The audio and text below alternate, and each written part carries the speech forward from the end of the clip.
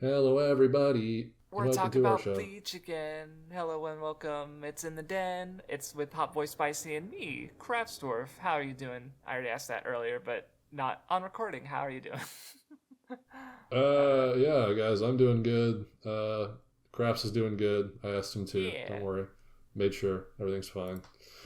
And Vibe check. we made sure a little bit too much, actually. We talked a lot about a lot of other stuff besides for Bleach before this. So now, Had to get it hopefully, out of our system. Out of yeah, yeah.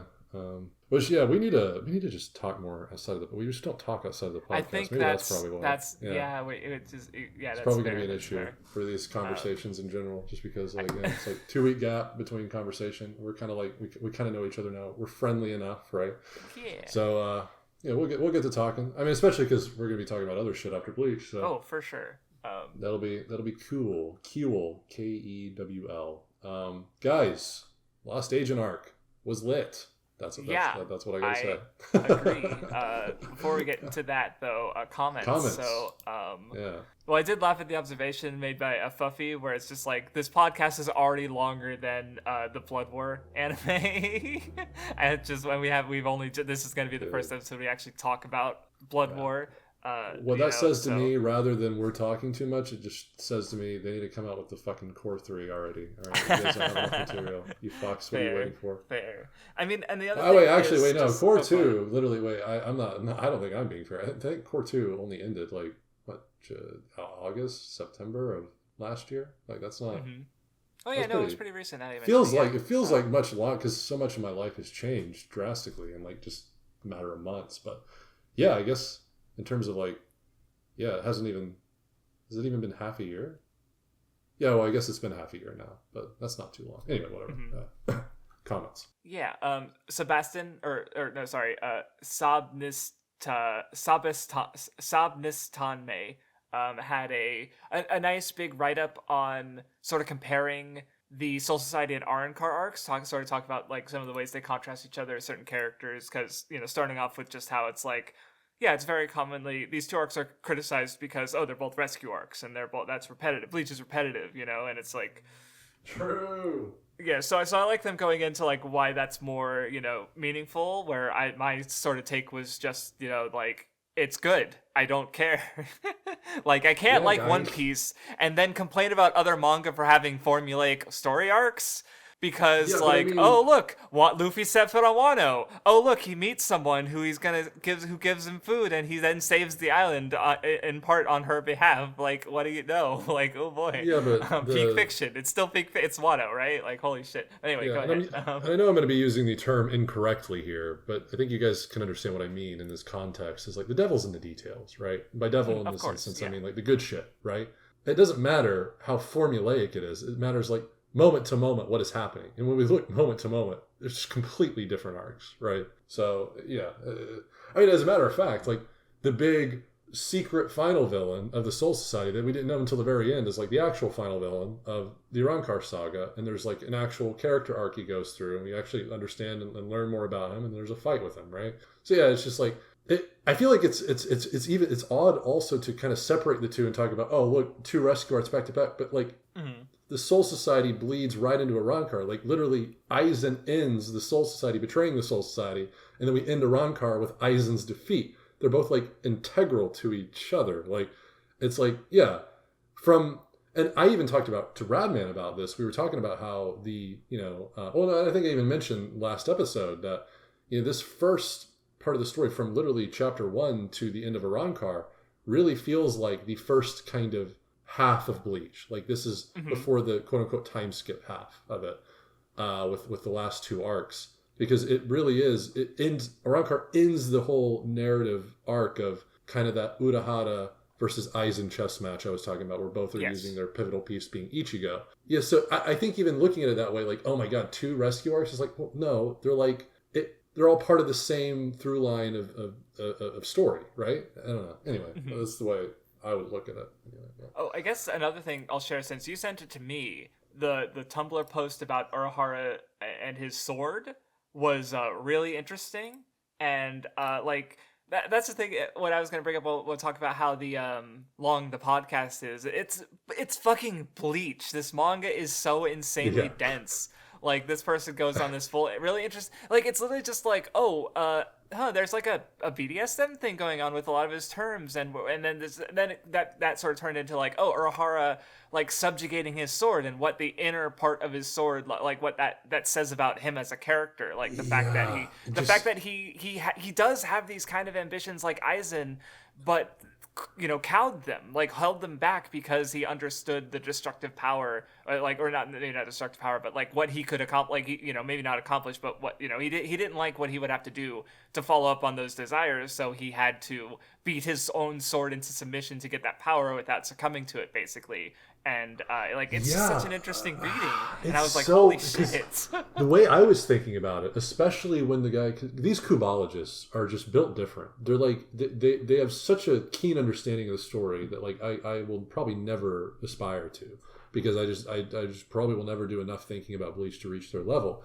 But like some interesting thing they exposited in that analysis was that, like, well, if we look at it this way, it's like we know that fundamentally the Soul Reapers are kind of, they mirror their Zanpakuto persona, mm-hmm. because it is them, right? The more you harmonize, especially once you achieve Bankai, you're more harmonized than ever. It's literally the ultimate form. Although you can upgrade your Bankai and stuff for more harmonization, but Bankai is like essentially almost like an awakening in a sense to like your deeper self. Like you see more of yourself than you ever had before. And when we look at it that way, it's like, well, Urahara subjugate it to be something it's not necessarily what it is, or what it should have been, rather, then we can even see his demeanor as a complete representation of that, because we see he's got like he does have like these sadistic tendencies, but they're always veiled by this like goofy, like very very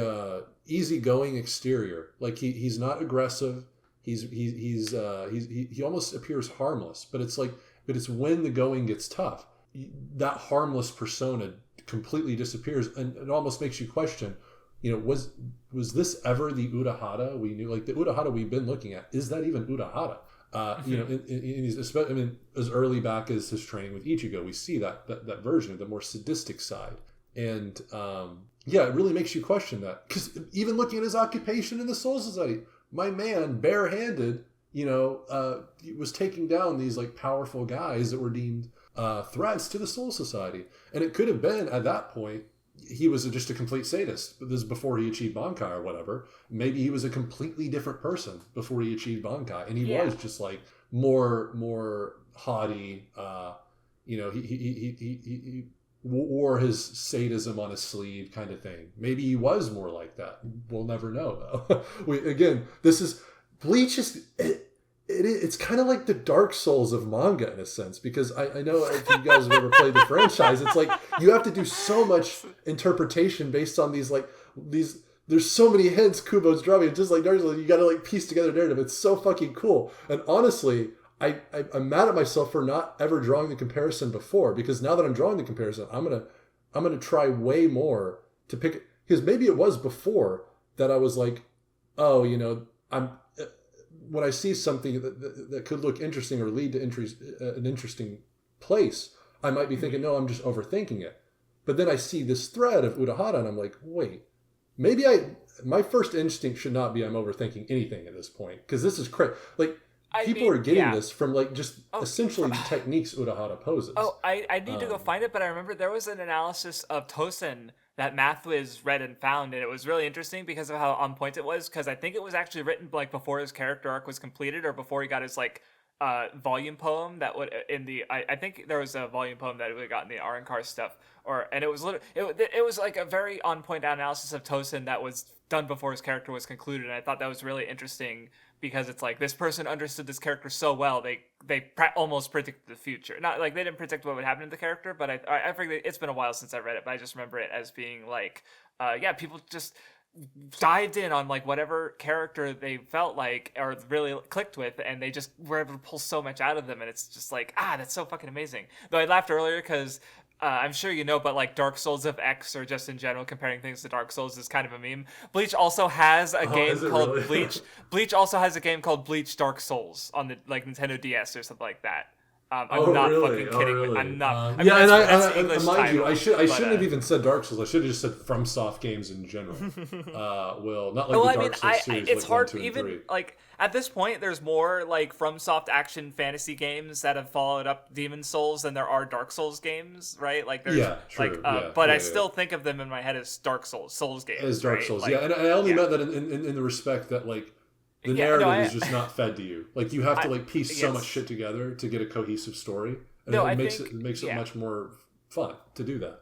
To reiterate something I've said before, maybe I've said it earlier in a Bleach podcast, but just like one thing, kind of comparing it to Hunter x Hunter, where I think Hunter x Hunter is partly liked a lot because it is really good genre fiction that also it has a lot of literary merit for sure. Where Bleach is interesting because it's solid as genre fiction, like all of its action is cool, its rules and world makes a lot of sense, but its literary stuff is handled in a very different way because it's much more subtextual. It's much more based on interpretation and making these interesting connections and pulling so it's just interesting to think of like how I think the online discourse is much more suited for discussing genre and genre fiction, which I think is part of why Hunter x Hunter is so beloved. Not that it shouldn't be beloved, it's a great story, but it's more about there's maybe a slight chip on my shoulder because I see Bleach as fucking phenomenal, but it did not get the respect it deserves by any means, and I think that a big part of that is because it is more literary in ways that people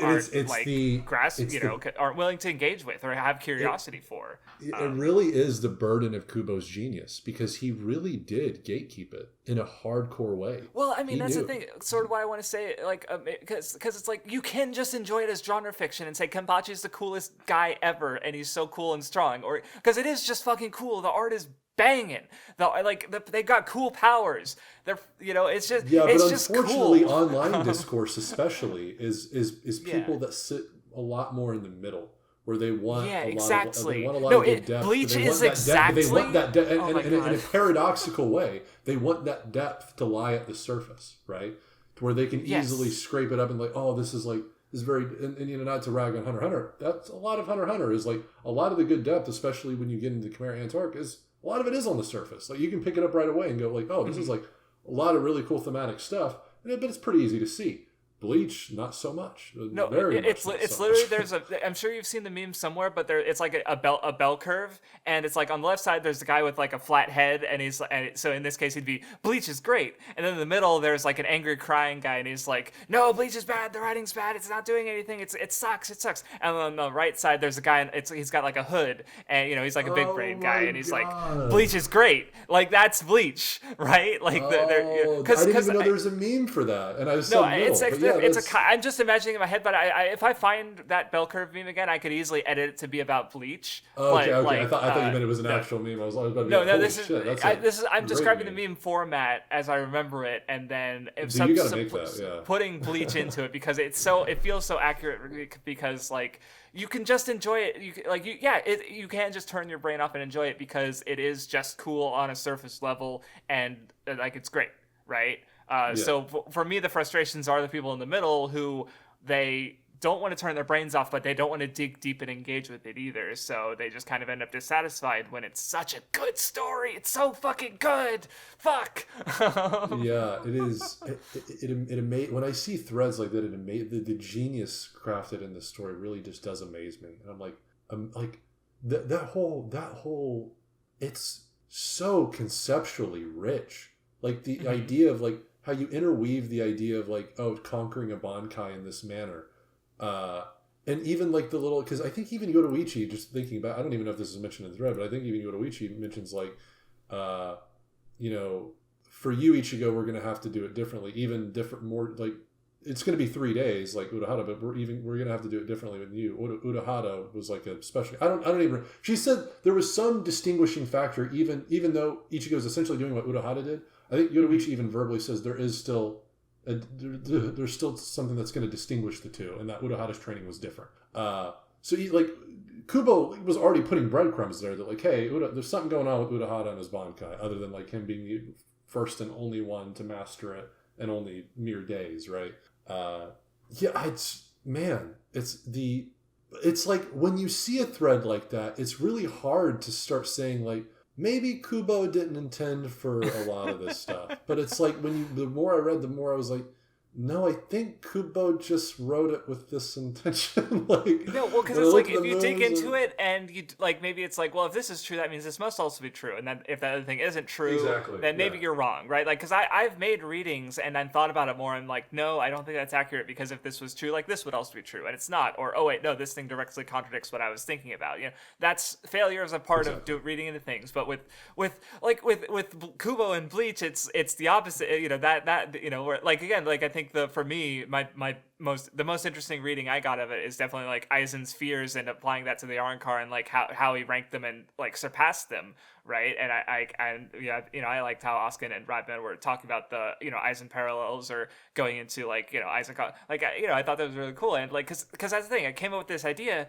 and then I went into it and brought it up with other people, and we've only found like more support of it, right? Like it's actually like, oh no, this is all, and it's not a simple idea either. It's very like there's a lot of layers to it, like with, and like the fact that and that's just because Bleach it's a gift that keeps on giving, I suppose. So it is the most, I know it's an odd way to describe it, it's the most interactive story. The more I read, the more I'm realizing, like, wow, it's like there's so much you can pull from it, and there's so much that you can connect deeper with Kubo's vision by just really doing a lot of thinking about. I mean, we even see it in the comments section.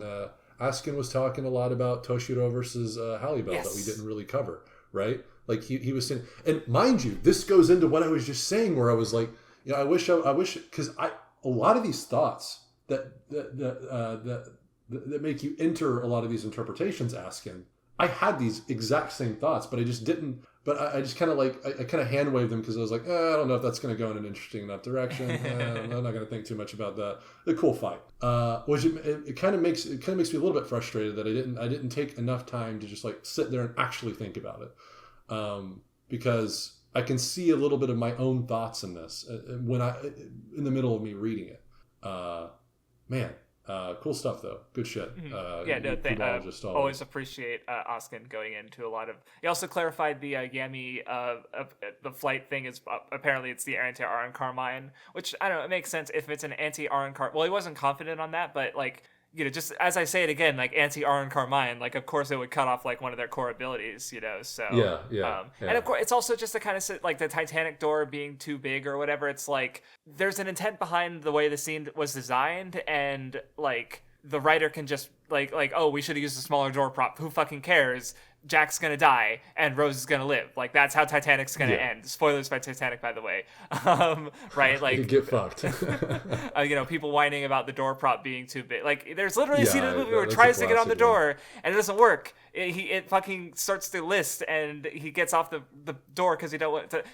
It happened. Watch the movie anyway. I do like the movie. It's a good movie. I do remember it. Not one of my favorites, but it's a really solid movie. Anyway, so with Bleach, it's like he add an awkward line of exposition saying, "Oh, Yami sure can't fly now." LMAO, like. No, just I guess I didn't remember when we were talking about it. I don't think I even said it was an anti-Arrancar. Maybe I just didn't remember it was an anti-Arrancar mine. They literally say it was anti-Arrancar mine, because then the implication, I'm already thinking, I probably should have already thought, oh, and that probably implies that it can I feel like it was mentioned in that, but I'd have to go back and check that, and I don't want to dig through volumes right now. Yeah, I mean, like if it literally said anti-Arrancar mine, I take that back. I could easily find it because I know exactly when it was, because it was during the Ulquiorra fight, which was volume 40 and 41.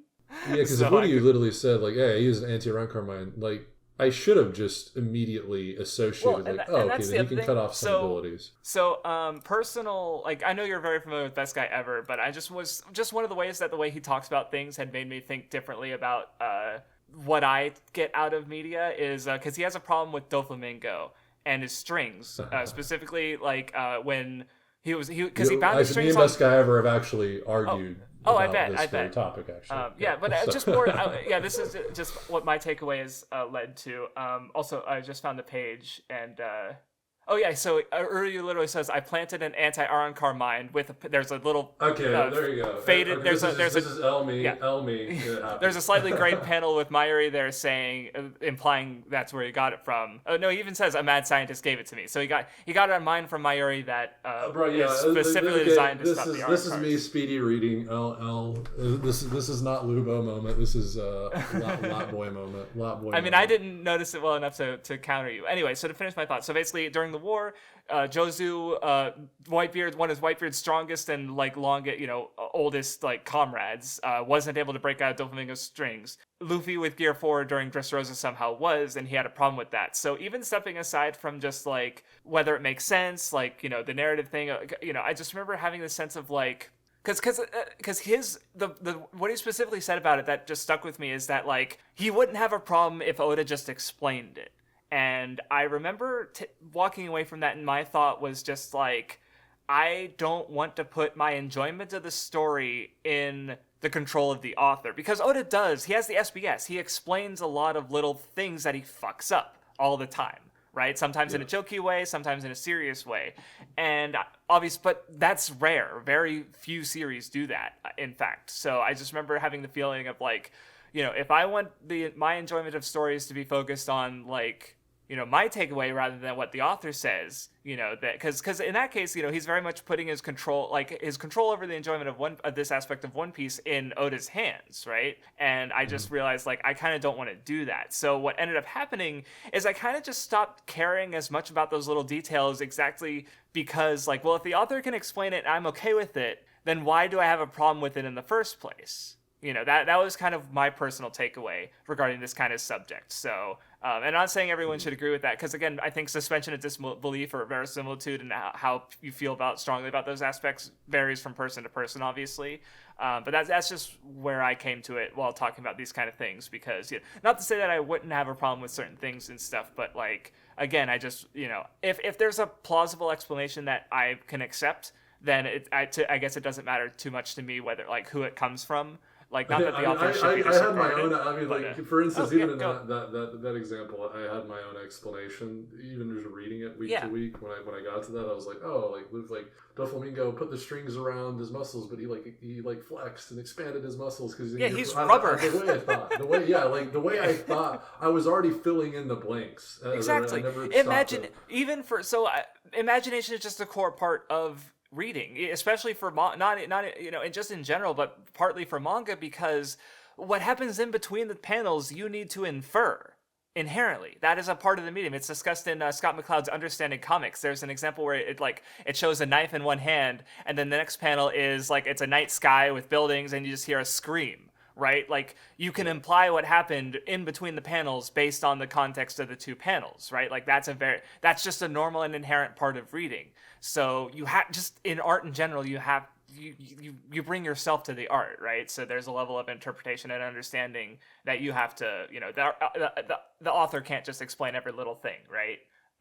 And in some cases, like with Bleach and a lot of like traditional literature or art, like the author doesn't want to explain it, or the author has been dead for centuries, and we can, so yeah, I don't know.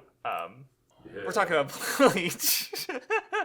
One Piece, Bleach, best guy ever, I forget how I was getting to their comment, but Omniferous also went into Aizen's Fears, and I thought it was a neat read, and I appreciate it, and I'll give it another read, probably when I do my video. So good shit, man. A couple new I guess that's another thing that stuck out to me was we have more new. I don't remember. I don't think Stopness and Omniferous left really big comments that we got to before. So I appreciate. I think this is the first time for them. Yeah. Radman has forsaken us, or me at least. You talk with him all the time. He seems to be busy with his. I appreciate what he's given, and I'm sure he'll find time at some point to respond or maybe talk. So we'll see what happens. And again, like for the sake of this podcast, like for instance, that what I linked you is directly from Ratman, for instance, and there's more threads like that he has given me that I'll send to you as well. Yes. So we can. Right. So just to clarify, he didn't write that, but he linked it to you, right? Yeah, he linked it to that me. It was not his writing. But, that's what I assumed. I just wanted to make sure. Yeah, and I think that like if he continues to do that in our one-to-one conversations, I think that's even better than if he were to comment, because this what I've been getting out of it and what I can send you. I mean, without Radman's input, I would have never even known Tatsuki had a little special chapter. I would have never known there's a special flashback chapter of Ulquiorra, which is really good for this podcast and discussion. So, I mean, like the Ulquiorra flashback. Oh, especially for elevated my appreciation for Ulquiorra a lot. So, Anywho, thank you for the comments, guys. As always, I was also wondering if maybe we're just like uploading too much of this because they're such long episodes. Like, are people just really behind? Like, because I understand not being able to watch like 4 hours of podcast even in 2 weeks. Like, it's completely understandable. So I don't blame anyone. I'm just glad anyone's listening. So if you don't happen to get your comments up in like the 2 weeks it takes us to put out episodes, like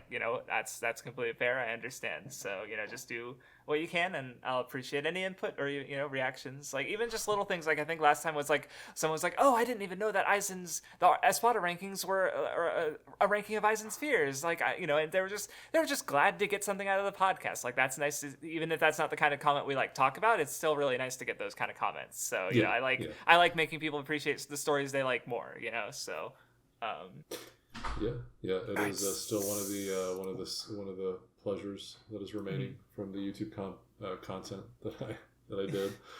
That aspect is always really, really cool when you get someone that better appreciates a story that we love. So, alright, so let's get into the motherfucking Bleach discussion, because we're on the. I always call it Fullbringer arc just because it's one word and Lost Agent is 2 words, but it's literally called Lost Agent arc. Like, I have no excuse. I accept laziness. Kubo called it such, so you must call it such. Why is everyone called the Fullbringer arc? I know Fullbringer. No, the reader must bring themselves to the discussion and interpret things as they wish. I've decided to call them the Fullbringer. I give up. No, I mean, the Fullbringer does sound cooler though, so I can't fault anyone more than the Lost Agent. That's for damn sure. But hey, it is what it is. And already, first chapter, we got something really cool. How the first chapter color page is a direct mirror to the first chapter of the entire series. Really hammering home what I was talking about at the end of the last podcast with, like, this really feels like Bleach Part 2. This is something that, again, this doesn't come directly from me. That idea of Bleach Part 2 is from Radman in our discussion. Oh. And he's the one that also pointed out he pointed this out to me before I got to that chapter. I definitely, because I've been reading this so fast for the sake of the podcast, I feel like I would have definitely noticed it once I got to it. Maybe not though, but he did send me the comparison before I got to this first chapter of Fullbring, and I was like, man, that is really cool. I actually hadn't thought of it as Bleach Part 2, but it really does make sense. Also, just an interesting observation, because I feel, is that it's not really like, because I mean, One Piece you could also divide into Part 1 and Part 2. Naruto is very blatantly divided into Part 1 and Part 2, though I guess you could also consider Boruto Part 3 and 2 Blue Vortex Part 4. But there's also a very another famous example is Ashita no Joe, famous manga that is less commonly known over here, but it's also divided into Part 1 and 2 in the manga itself. So I don't know, it's just interesting of like, hey, I never really thought about like how, so Dragon Ball is interesting because it's divided into Part 1 and 2 in the anime, but it's really not there in the manga at all, and there's multiple time skips, so I get, you can divide it there, like if you're going to divide it anywhere, I guess like that'd be the place, but it's not really how it's published, but I will say, this is my own interpretation here. Finally, something new. Sure. So when you compare them, it is cool to see that in the first chapter, they're all kind of facing Ichigo, but in this first color page of you can say quote unquote Bleach Part 2, all the characters are facing away from Ichigo. Yes. Maybe, and I was thinking like maybe this is sly foreshadowing that unlike the first arc where Ichigo gains numerous allies, in this arc for the first time he will, in a sense, lose them all for, a brief period, but, it'll, maybe or a slide even nonetheless. just from his perspective, in a way, at the start he's already lost them all. Like they're still his friends, but he's no longer in that world, and that's like his anxiety. Even in terms of I mean, even human friends aside, like in the Soul Society, they may as well be gone because he doesn't have a say. Yeah, there's that too. True. Well, that said, Tatsuki, Keigo, and Mizuru are there, so it's like they're not really in that world either. So so I think you're right in that, like, it's because they are turned away from him by Tsukishima, which is Also, is that whose eye is that on the sword? Because I only just noticed that reflected in the sword.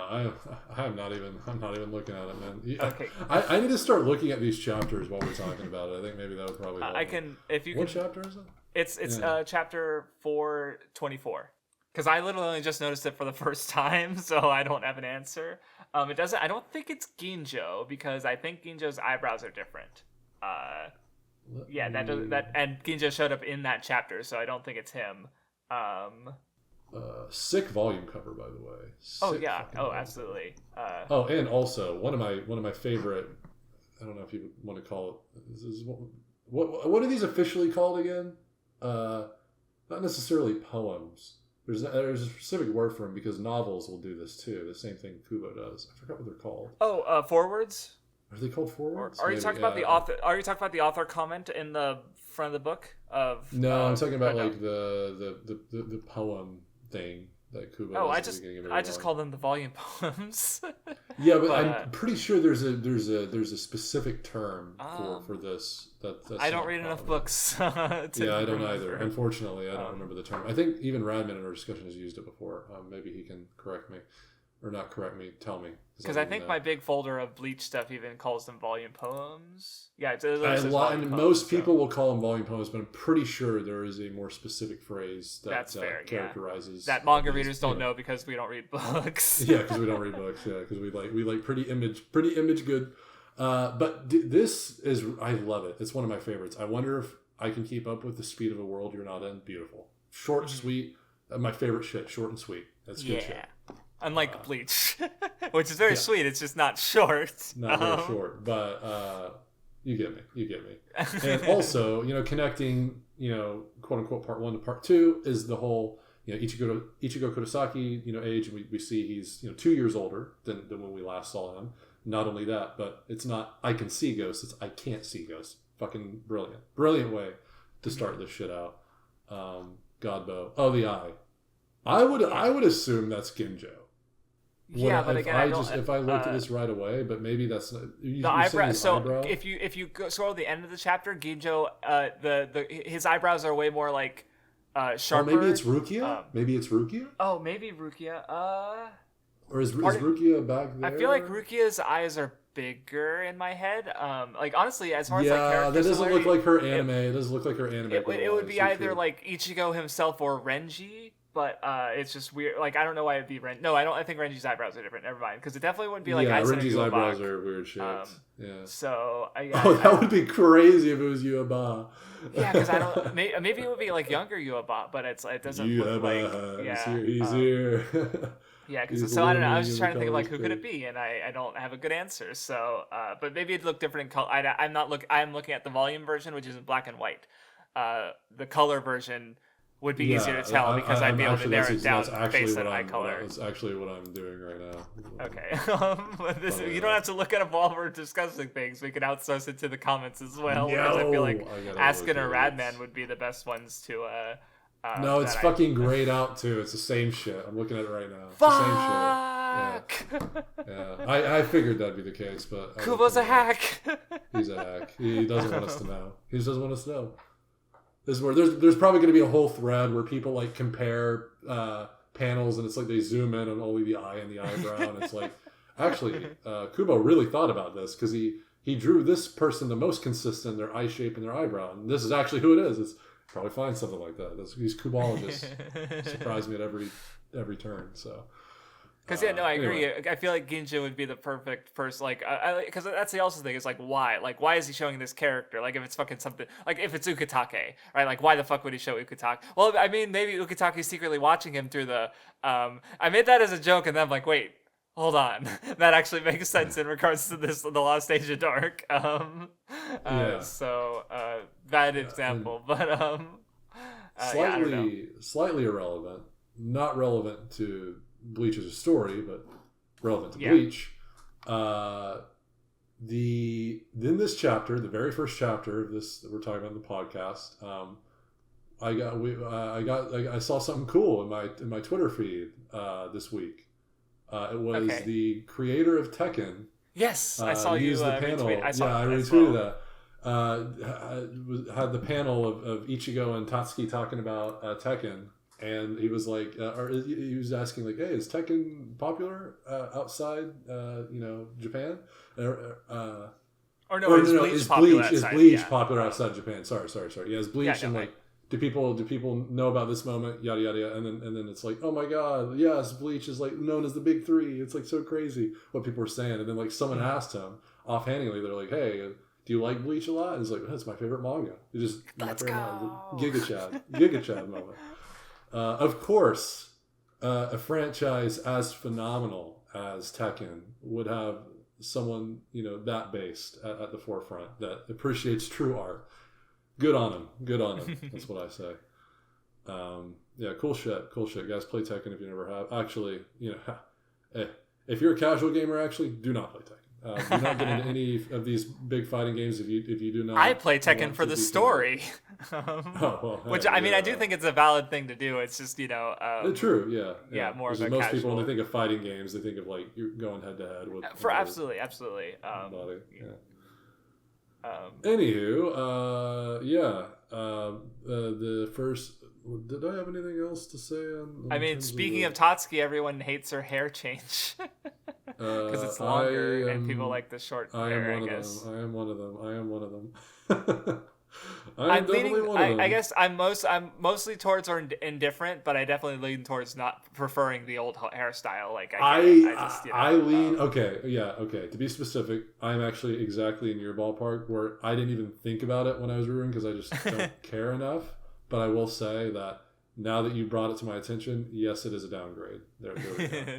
I've just seen people be like extra mad about it, and it's like, sure, okay, she's less hot to me. I will admit, but hey, it is what it is. But anyway, I don't know. Like going back to the school after so fucking long, is just really nice. And there's just so many fun jokes and interactions. Like like one of the things that stuck out to me a lot when I first read this material is I love the chapter 426 when Uryu and Ichigo punch out the big dude and his teeth are like the numbers of the chapter. Which is just Kubo just doing this really good presentation, and then there's fun humor. Like Orihime being silly again after so long is so good, and it's so like it's so it feels fresh again, right? Because she lost her smile for so long, and now it's speaking of feeling fresh again, this arc it really does feel fresh in a sense that it's so nice to get to see Ichigo's monotonous lifestyle now that he's I call it monotonous, but this is just life. He's athletic. He's still got a skill set built up so there's still airs about his previous life as a Soul Reaper. He's got those skills, and his athleticism has gotten even better than he was already gifted athletically. Oh yeah, no, I love him because I think he was doing it before, but just like him like auctioning off his talents to other sport clubs because he's just so physically good. I love it, and it's very much. This is more evidence to like that just really makes Ichigo just like one of the most relatable like shonen protagonists because it just feels real. It's like if I was Ichigo and I had his talent, this is exactly what I do. I'm not going to waste my time doing. Use your phenomenal talent that defeated a would-be god to get chump change from your fellow student. I'm gonna siphon all I can out of these motherfuckers, right? Like fuck work. I'm gonna go get paid to fucking do a sport that who knows if Ichigo actually even fucking enjoys it. He doesn't seem like he enjoys it that much. Maybe he does. Maybe it's fun to him. I don't know, but that doesn't matter, right? Well, what I matters mentioned is it's really cool to see he's him not. broader, He likes fighting. I think he's also like Kenpachi in that he likes being challenged, right? He's competitive. Yeah. He's competitive. So sport probably doesn't do that much for him because he's not really interested in competing at the level that would be challenging for him. I mean, he's practically superhuman. I feel like he's within human limits at this point, like right now. But like he knows the feeling of being superhuman. So, I don't imagine like going to the World Series in baseball would do much for him, all things considered. So, yeah. But then again, like, yeah, that maybe is a that's an interesting. I think that's like an interesting subject in of itself. Like the idea of like when you make it large in a category, like being able to appreciate the lesser things to like a near equivocal extent, as that's probably like that's probably a more enlightened life to lead if you can truly appreciate even the things that you would associate with like as lesser, like less glamorous. Like you can really appreciate them. I feel like that's like the more optimal approach for a happy lifestyle, right? But with Ichigo, it's a lot more than, oh, this was the height of my heights, but more so like this life to me means that I can be my best self, as in I can protect the most people that I've always wanted to protect. Yeah, because not only that, but I can see the friends that I protect, all my friends that I want to protect, right? He can't even see all the friends that he wants to protect, being only a human, right? So it's very much to Ichigo. It means just a lot. It means a lot more than like, oh, he's hit his peak, right? It means a lot more than that. Because he had all these bonds, and now he's been cut off from them because he gave up his power, and he's not where he wants to be with it. But he's accepted it because it feels like that's the only thing he can do. But of course, once the opportunity comes to change things, he jumps on it, right? Like he's and then being able to see the lifestyle get reversed on him in this fashion is really cool. By that I mean like where before people were having to watch Ichigo like run away to as a Soul Reaper, like Karin for instance. Now Karin is the one going out doing some not shady shit, but in Ichigo's eyes, like, oh, like what's she doing? Oh my god, what's going on, Karin? Like what the fuck? She's doing that, going to Urahara Shoten, under his nose, doing. It's cool to see what people used to have to go through with him experiencing that, right? Oh no, in the first chapter when Uryu's like, I have to go to the bathroom, and he runs up to go kill a fucking hollow, right? And Ichigo's like that would have been him. Yeah, then with the classmates, with Uryu, now he's going to see Uryu do that, and Orihime do that, and Chad, instead of going himself. It's cool to see the tables turn in that fashion. Also, that speaking of Karin, there's a sequence. I don't remember in what chapter. I just thought it was really funny because like I think Yuzu is like, he's making a lot of noise up there, and then like Karin's like he's just a pervert. And it's like, okay, Karin, okay, you're in middle school now. You know more now. And it's just a very funny moment because not only is it like implying that Ichigo's jerking off, but it's also like, oh, Karin's like a middle schooler now. She's like, she knows she's going through puberty. They're less innocent now. Even visually, even visually, she's got breasts now, right? So like she's hitting puberty. She's thinking more sexually now. It's cool to see because it's not just a funny joke. It's more of like, oh, like you can see the progression of time through all these characters, right? Cool. But Ichigo still being targeted by a bunch of hoodlums. So some things never change. Well, right? There's also like a callback to a character I honestly don't really remember. I actually remembered just because when I first read this, I didn't remember him, but I remembered this time just because I remember not remembering him when I first read it. So hey, I went up. See, I didn't even reach that stage because I knew he was a character we'd seen before, just because like we see a panel but it's like blurred out to represent Ichigo. We're being shown the stuff that we should remember, but Ichigo's forgot it, so it's all blurry and stuff, and I've kind of forgot it. So I recognize that it was definitely in the manga before. I just like couldn't be 100% sure which point it was at, because maybe it was like the Ichigo Chad stuff, like he was in the 5 ambulances scene, with or the call ambulance for 5 people scene. But I don't remember for sure. But it's like, okay, thank you. I do kind of remember, yay. It's it's good. And we also get because I love every self-aware moment from the author where it's like people probably don't remember this, but does it matter? No, it doesn't matter. What mattered was the ending stuff with Chad and Ichigo there. The opponent that fucking matters. So yeah, of course no one's gonna remember this. I don't remember this shit. Kubo barely probably remembered. He probably went back and was like, oh yeah, okay, I can use that hoodlum. I remember. I mean, it also I didn't realize it before, but one thing it kind of does that I think is neat is I like it when these stories with long arcs open in this. It doesn't open on the joke, but it is relatively early on, but it's a joke that's relevant to what happens in the arc.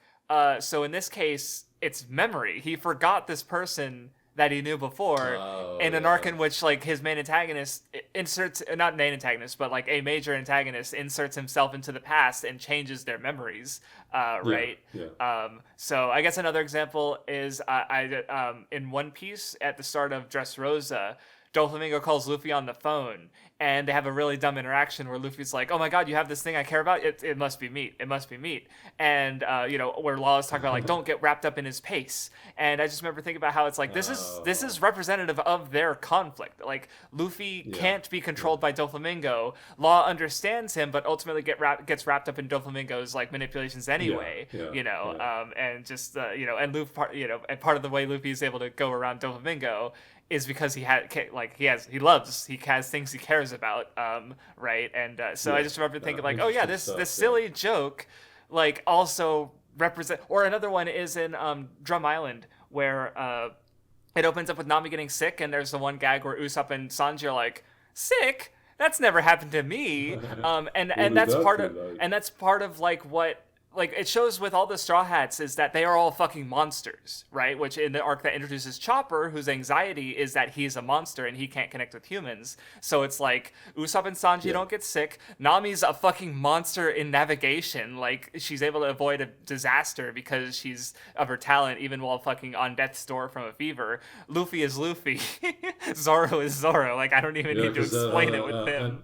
I'm not going to go too into this. I even talk about my Chopper video. I highlight Nami at the beginning. Because even at the beginning we see the previous why did this just happen to me? My brain just imploded on itself. The previous arc, Little Garden, or I know this guy's name. I know his name. He's very important, even in the recent story right now. Why am I going blank on his name? The king, the fucking of Drum Island. Why am I forgetting his name? Wapol. Thank God. Thank you. Jesus Christ. I was just trying to figure out what character you were talking about. Like, I know Thank you. Look, Wapol among other skills. I just know One Piece characters really well. Anyway, go ahead. Well, I do too. I know Wapol. I know that name. I just sometimes things words specifically the names is what I also remember really well. Like, I can name the 5 Buster Crawl admirals in Enia's lobby, but you do. You go ahead. So you're way ahead of me there. Like Wapol and his crew, the reason they've been gone for so long is because they're just trying to find the fucking island because they have no direction, they have no navigation. Oh yeah, and Nami, of course, her being in the crew, they never have that problem because Nami's always there. Really, really cool to showcase her prowess very early on in that arc because she's the one, her death. She's on death's door, and it's like, oh my god, we got to save Nami, and we see at the very beginning there why. Not only as, emotionally we're attached to Nami, the crew's attached to Nami, but because she is so integral. Like, look it up. They haven't had a navigator. Look, they can't even get back to their kingdom. They're fucking off, or like they could have been there. And for all we know, they were gone for months or whatever, just trying to find the island. No, I think they were because I think Blackbeard attacked like months ago, so they literally were lost at sea for months. I'm pretty sure the timeline is literally specified because Wapol knew. After he left, Blackbeard wasn't going to be there for like weeks, right? So there's no reason to be. He was literally just trying to find the island. That's cool. Yeah. Anyway, Bleach time. Yes. I was going to also bring to up what's going to happen later is cool. Yes, Ikumi as well. Unagiya is for a minor character. Like I think, like I don't know. Look, even though her role is pretty small, like part of it is just Ichigo having someone else to bounce off of, and an adult at that. She's got some funny. Like I love her. She switches to mommy mode when her son comes in. Is just that's funny. Oh god, she's hot. That's my Ikumi take. And then I really like the gag at the end of that chapter where Ginjo comes in and he's like, "How about some ramen?" And then Ichigo's like, "No need. We're an eel shop." And then Ikumi's like, "No, we're not." And just the fact that their expressions are so serious, but the dialogue is so stupid. Like it's that juxtaposition that I really like that gag. I audibly laughed when speaking of Ginjo and ramen, when Ichigo's like, "Why the fuck would you walk around with ramen just because you like it?" He's like, "Well, obviously I'm gonna eat it." And he's like, "Well, why?" Or no, he's like, "Why wouldn't I? I love ramen." He's like, "If that were the case, I would be walking around with chocolate all the time." He's like, "Look at Ichigo, just spouting off an SBS segment of if Bleach had an SBS segment." Like it's like Kubo's way of saying like, "Hey guys, did you know Ichigo likes chocolates?" Like, thank you. Albeit this was already illustrated for us in one of the first chapters in the I actually did remember that he likes chocolate from that analysis. I don't know what you would call him. The character profile. Profile overview. Yeah. I was going to say overview. I actually forgot about that because I actually have a lot to say about Ichigo and chocolate. Maybe not a lot, but a little. Oh, interesting. That's good. That's good. Well, because you were the one who actually pointed out. Oh, go ahead. Yeah, just real quick about Ikumi, because you mentioned Ikumi, and we're going to go off on a chocolate now. So before that, I love the dynamic with Ichigo and Ikumi, not only because it's good on face value, but because this is like in an arc where all the adults are kind of turning away from Ichigo in preparation to essentially trick him in a good way, and we're to the point where Ichigo can't trust them. It's really nice to see like him confiding in this one adult. Yet it's really cool because he flips the script on her, where it's the opposite relationship, where he won't tell her anything. Very much like the adults who won't tell Ichigo anything, like his dad and Urahara, for instance. It's cool to see that dynamic come through, but Ichigo doing the very thing to her that is causing him so much grief in the same stretch of the story, right? Well, anyway. It's interesting that you bring that up. Just to before I get to the chocolate tangent. So I was just thinking about how there in Sword Art Online Season 2, to make a weird pivot, there's a part where like Kirito confides in like a nurse who he's working with in the Gun Gale stuff. And I know some people have a problem with it because he's getting very like in-depth and personal about some like anxieties and hangups he has and fucking real like trauma of the people he's killed in SAO. And I remember people have some issues. Like, why is he talking with this character? My person, why I'm bringing that up is because with Ichigo, he like with Ikumi, she's one of the people he's spending the most time with outside of like school and stuff, right? Like not his family, not his friends, but this fucking random person he met within the last year, right? Also, when he tries to get his powers back, he gets close with Ginjo, and he meets Chad and Orihime there, but that's sort of against his will, basically, right? Like, my reading of that is just that because he's so used to sort of being the strongest and being the reliable one, he has to appear strong to the people he cares about, so he's not showing them that weakness and vulnerability of like this desperate desire he has to get his powers back and join them again on, so he's like, it makes sense to me that he's kind of avoiding the people he cares about because he's going to other people instead, and that leaves him vulnerable because he leaves his chocolate sweetness with the people he can show his true self to. Oh my god, dude, no, I'm forgetting. No, he's a Goten character. Dordoni. Dordoni foreshadowed this shit, bro. No, I was gonna bring that up because you actually part of why I started thinking about it was like, wait, hold on, you brought up the sweet like chocolate line. But yeah, well, and just to quickly give a personal anecdote that's relevant to that is a few years ago when my mom was dying. I called a friend and he literally came down like a good distance to just be there with me for a few days as she passed away basically from her hospice bed. And I was able to talk to him way more about it than I was able to talk about my family, because with my mom and brother, or my dad and brother, like they were also going through this exact same pain I was going to, but we're all guys, there's a level of like toxic masculinity in my family. So I didn't feel, in a lot of ways, I really never talked about a lot of this stuff with them. I needed someone from outside who didn't really know my mom, who cared about me. But so I don't know. So it's just like, for me, like Ichigo going outside of his like close groups of people, or Kirito talking to basically a random fucking person instead of like his friends and and stuff that who were there with him in SAO about his trauma in SAO, because it's like, I don't know, it just makes sense to me as far as like my own experiences as well. So I just wanted to just share that because I don't know, obviously different scenarios in all cases, but yeah. Wow. Yeah. Anyway, to talk about the chocolate. See how that hit.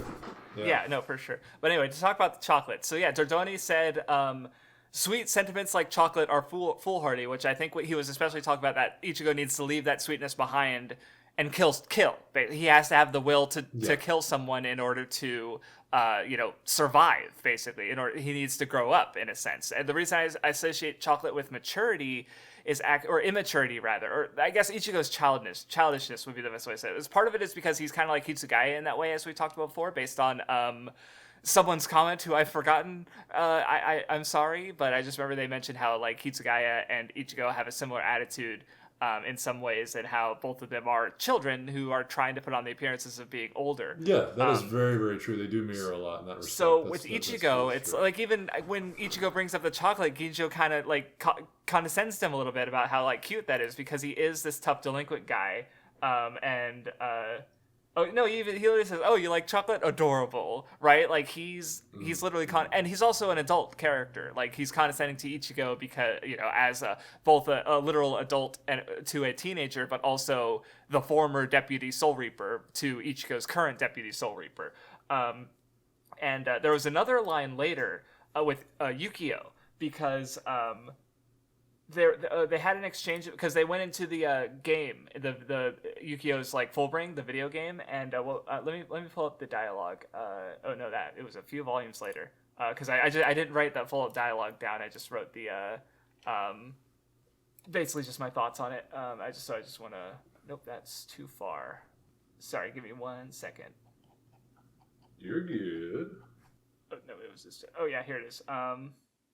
So Ginjo says if Ichigo ever fantasized about being in the game, and then he even says like, "Oh, every kid's thought about," and Ichigo's like, "Well, it's not that I never wanted to." Like he basically admits that he has thought about being in a video game, and then Ginjo counters him and is like, "Oh, I've never wanted to, not even once." Like he basically led Ichigo to admitting that yes, as something every kid's wanted to do, I wanted to be in a video game. And then Ginjo says, "Well, I'm not like that at all." And so you just have this like I'm even noticing like, oh wait, no, this is specifically Ichigo and Ginjo again, where you have this like contrast of their maturity, right? And where it's highlighting Ichigo as a child, because I think he is in a lot of ways like he's putting on airs about being more tougher and mature than he is. And even in that sense, it's like there's just the C.S. Lewis quote where it's like growing up means putting away childish things, including fear of being perceived as a child. And he talked about how it's like, as a kid, he read fairy tales under the covers because as a kid, he didn't want to be seen as childish. Whereas an adult, he reads them openly because he doesn't give a shit, right? And in his eyes, that's real maturity. So with Ichigo, the fact that he is so like guarded about liking chocolate or fantasizing about being inside a video game is him being childish. Where Ginjo is like, he's outright like rejecting those childish things, I guess. Like he's, I never have had this fantasy. Like he's, in a way, I guess he's saying that he was never childish in that way, but at the same time, I think that the way the arc ends, like Ichigo proves to be the more mature of them, because he's able to accept being, distrusted and even the pain of being betrayed and then overcoming that, and where Ginjo wasn't. And, so I just noticed it in part because of the way the chocolate was being talked about. And I was like, oh yeah, no, that's interesting. So, yeah. Yeah, that's really, really cool. Yeah, I agree. Cool, sweet chocolate shit. Thank you, Dordoni, base Dordoni, for giving us the hint before Fullbringer. Final point on that, because the Arrancar arc doesn't end with Ichigo. Like, I mean, Ulquiorra dies, but I feel, but and I guess you could say Ichigo killed him, or at least led to his death. But he does decisively kill Ginjo. He shows up again in the Thousand Year Blood War as someone who died and was sent to Soul Society, right? So in that way, he finally, like, and not as a hollow mind, like, as a person, decided to kill someone, right? So there's definitely a level of, like, Dordoni was right in the end. Like, I mean, within the context of the Arrancar arc, there's a level of, like, choosing not to kill as a human that's him keeping his humanity rather than, like, descending to the level of a beast and killing because he feels like he has to, right? Where in this case, I feel like, I don't know. I'm not sure if I've fully come to the decision on, like, what I think about that Ichigo killing Ginjo, but it's definitely, I feel like it's relevant. So, for sure, yeah. It really is truly the first time Ichigo as Ichigo has actually, like, killed someone, right? Yes. Because I think the only other time you might do that is Yhwach, so yeah. Because I don't. But even I with don't Yhwach, it's like it feels. No, I guess in this sense. I mean, he doesn't. Okay, technically, Kazui kills Yhwach when you get down to it, because he just like Yhwach is like a little plankton, like, I'm back, I'm gonna, and then Kazui just crushes him. So peak Bleach, by the way. yeah. Actually, peak Bleach though. Yeah, true. Okay.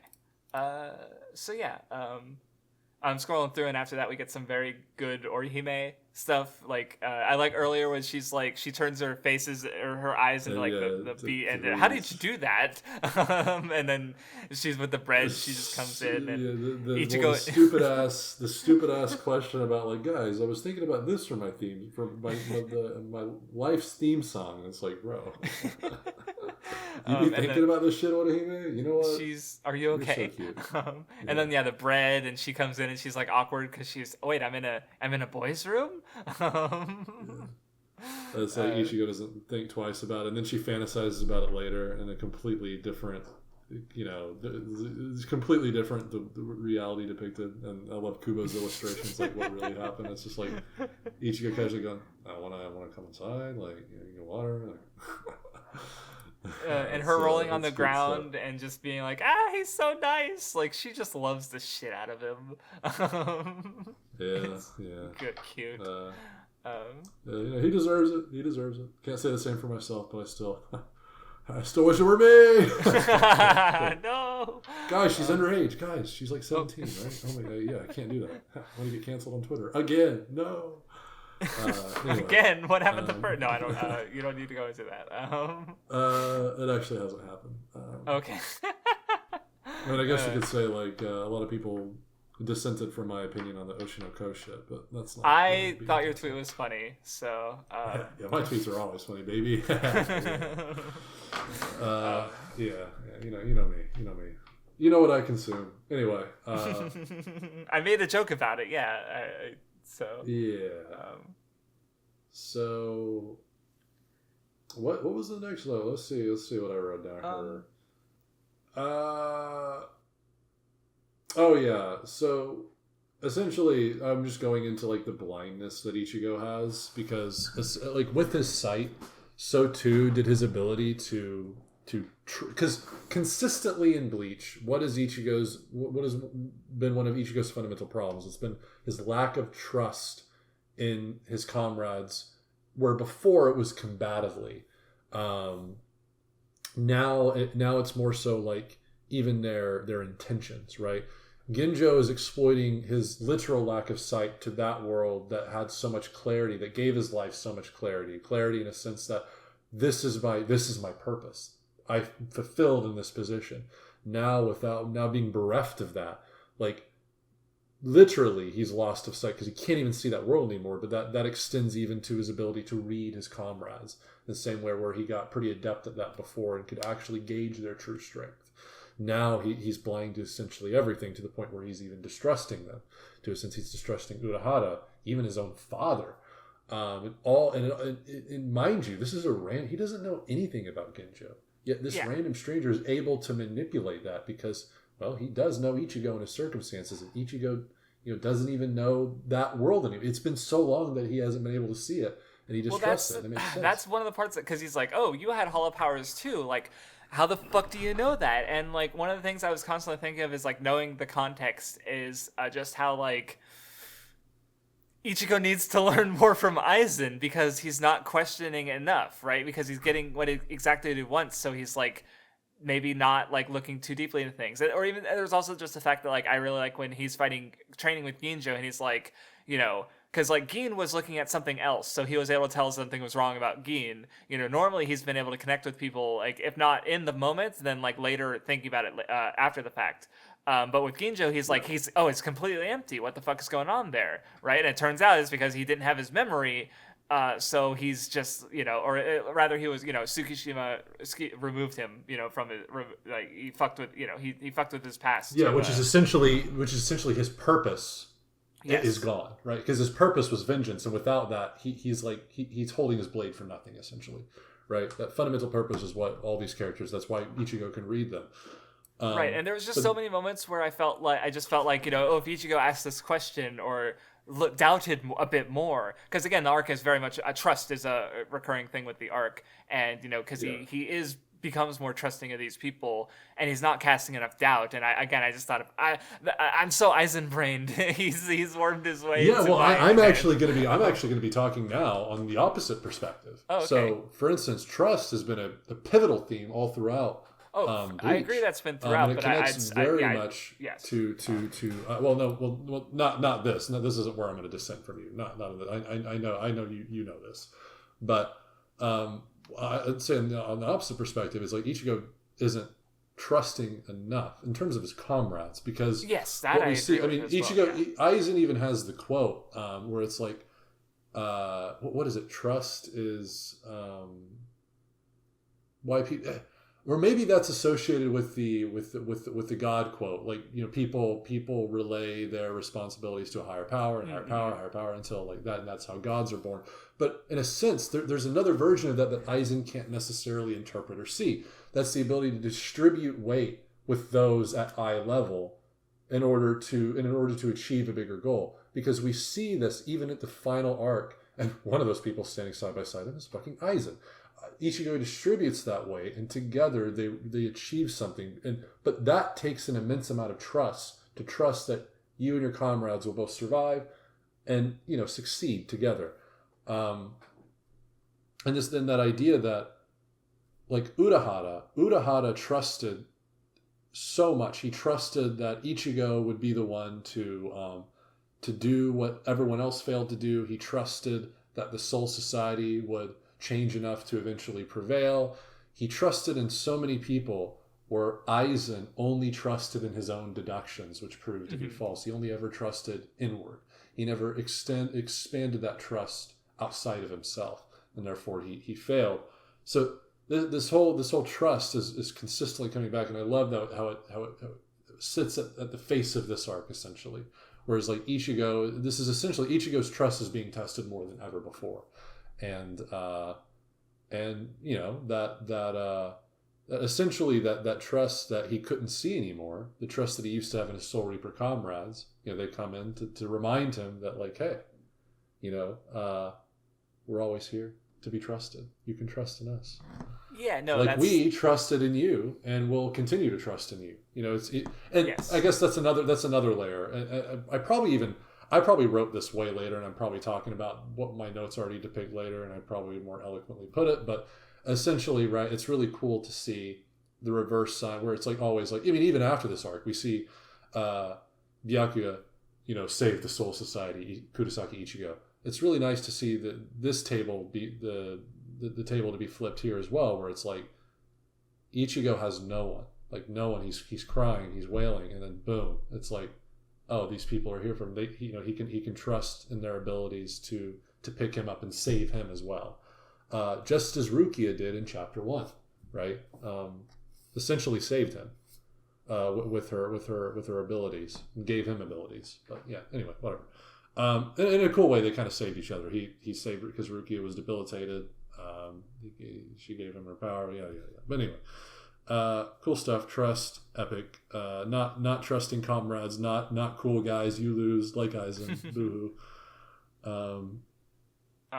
No, yeah, like when I mentioned like, because I mean, yeah, I'm not saying that the idea wasn't there before. I just feel like it becomes a bit more central with Fullbring. Yeah, no, yeah, I think that's another neat thing about long running stories is that they can have ideas and themes like relevant or like in some capacity, but then like really like go into them in like a certain arc or sometimes like when I was thinking of it was with One Piece where it's like the idea of family is also like the crew as a family is there from pretty early on, like especially in like Nami's arc with the blood and how like her relationship with Belmare or the Fishman pirates like valuing their God-given blood attributes of their fish abilities, right?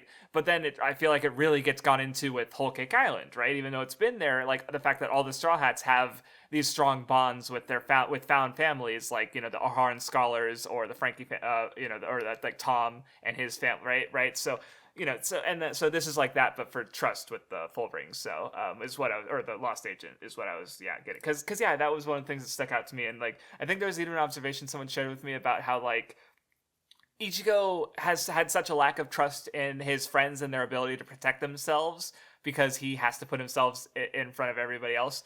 But like when Tsukishima pulls him over to his side, basically like.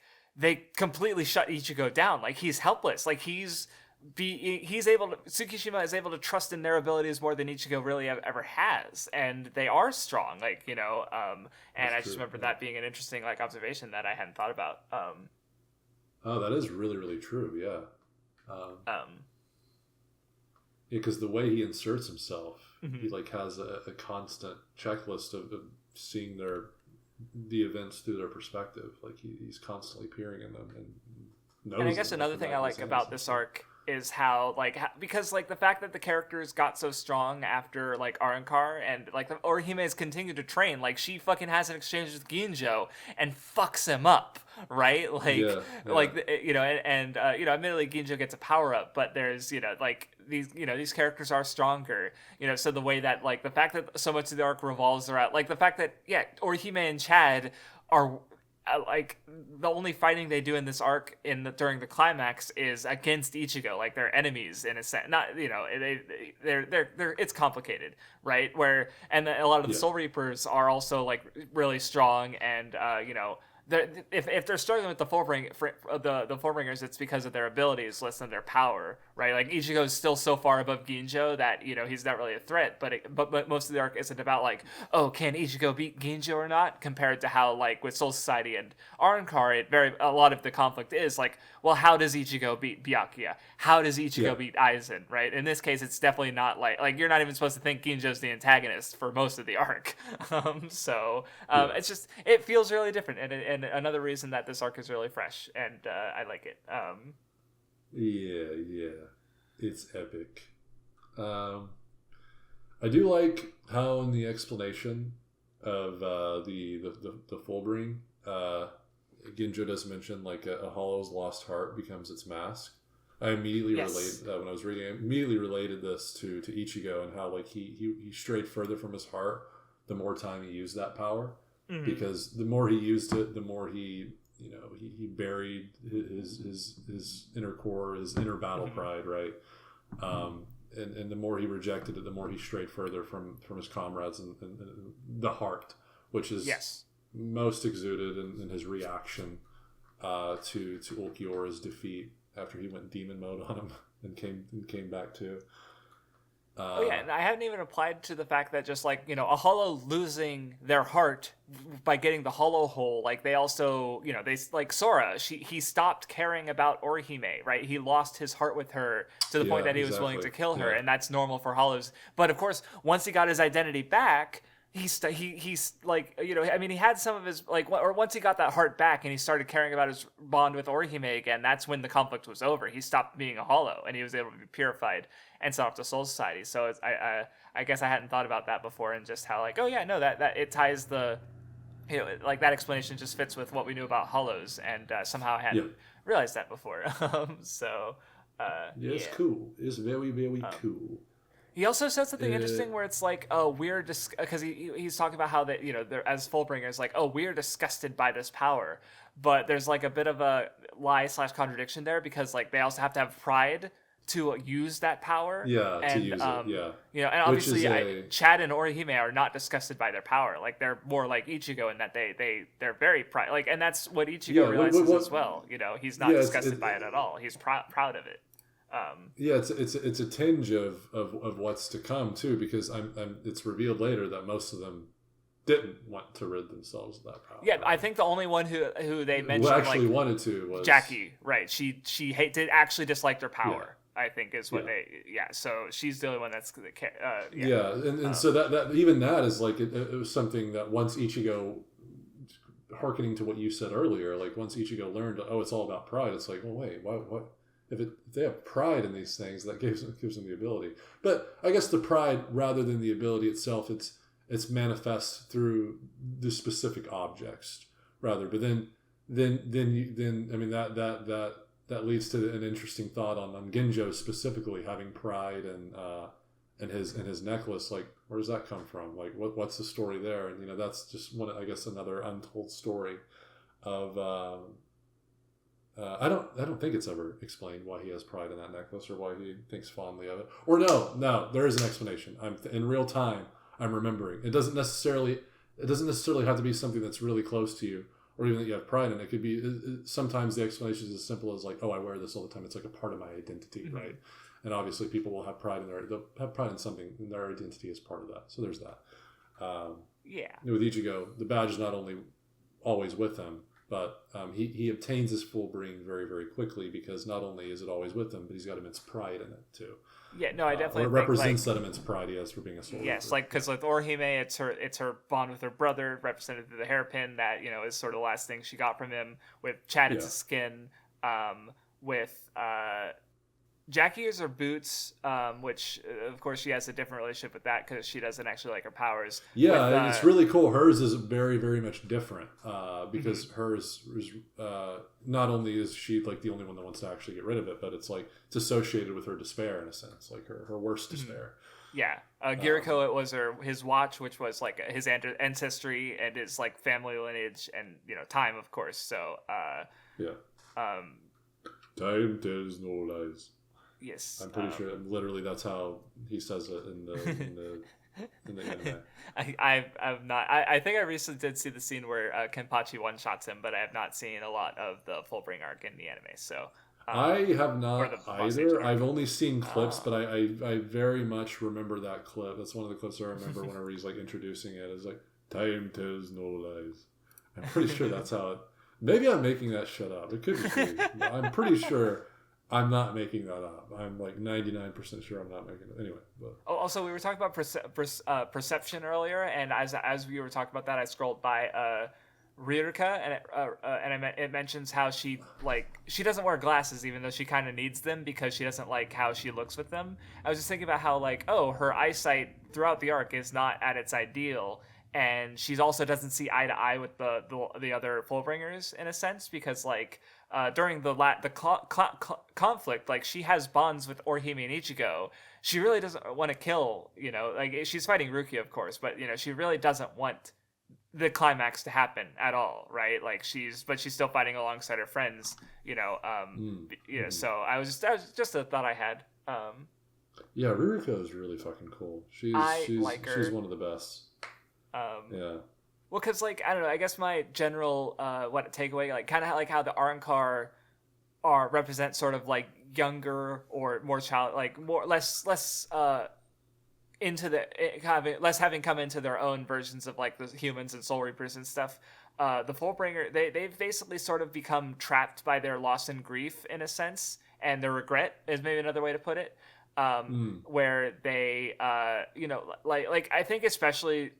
For me, the most resonant part of that is part of it is Ginjo and Ichigo, of course, is one of them, but also Orihime and Riruka, where Riruka's making so many assumptions about Orihime based on her personality because it's she's so carefree and like she, with the donuts, right? She just like cries and gets a donut like a spoiled child. But then, as Riruka talks to her, she's like, "Oh yeah, my parents were super abusive, so my brother took me away from them, and then he fucking died." But like she's able to smile because of like what she's overcome. Like she's overcome a lot compared to what Riruka has, because she's had her own problems, but she's like, yeah, the Fullbring, none of these guys are really able to smile and laugh like that, right? They're very much burdened by their regret, but they're also use like their powers are tied to a lot of their hangups, right? Well, so yeah. And I'll be touching on a lot of the reason later, because I'm fairly certain I have a lot of notes that kind of touch on that theme. I got some neat things out of it, but I definitely feel like there's more to read into each of them, because this is such a dense arc, especially like when we get into and there's like it's like the build up is really good, and especially, oh my god, I fucking love the whole segment where Tsukishima has made everybody his friend, and like Ichigo's basically like, he doesn't have that experience, so he's just fucking like completely out of it, and like everyone thinks he's crazy, but everyone else is crazy. Ichigo's the only sane one, and us like getting through the story from his perspective. Like I've been really bad about watching any of AJ's like streams of him reacting to stuff, but I might really try to go out of my way to watch him go through the Fullbring, the Lost Agent stuff, because I think it's such, even reading it for the third time, it's so fucking wild to go through. And I also just maybe have a weakness for like memory involving stuff, because I can think of like a couple other story segments involving like characters having their memory altered but not everyone. That leads to some interesting or good stuff. So it's just a trope. We were just talking about ReZero before we start recording, and a big part of like Subaru's anguish is like he's going to repeat a bunch of shit, and he retains the memories. That's true. The other examples I was thinking of was in a manga called Ushio and Tora. There's a part in like the start of the last arc. The main antagonist uses a bunch of demons, small demons, to eat memories of the main characters. So all of a sudden, nobody remembers who Ushio is. He's been going around Japan like saving people, but not even his friends. Like his friends don't even know who he is anymore. And there's a really like that's fucked up. Man. Yeah, there's a really cool like resolution like moment where with this like love interest where she's like remembering Ushio without remembering Ushio, and she's just imagining like the boy she likes, and it's just like a bunch of panels of him but with the face gone, because she's remembering. It's really good. It's a really good moment. And then the other one is in the superhero anime Tiger and Bunny, where the main character he's got like a secret identity, and a character fucks with the memories of his ally heroes who knew that identity. So they forgot the identity, but they had positive memories of the hero version of themselves, but now they've been tasked with capturing the secret identity, because so it's like, so he's like, hey, I'm your friend, stop trying to kill me, and they're like, no, you're a criminal, I'm gonna capture you. And it's just I just love that shit when it happens, because it just fucks with the character dynamics. And Bleach says, oh my god, look, when Ichigo is being led around by Ginjo, and they go to the room, and they do like a surprise party, and like Ichigo just looks so... Aren't you glad Ichigo is gonna forgive you? Like, how mindfucky. Dude, and like the way he just looks so... Like the bags around his eyes, Ichigo's just so stressed during that whole section, and everyone else is just like wondering like, why the fuck is Ichigo like this? Why are you doing this? And it's just so fucked. Oh my god, I love it. It's so good. Yeah, and then like that... oh my god, and it's so cool to be confronted at like the climax of that segment with like the trust thing.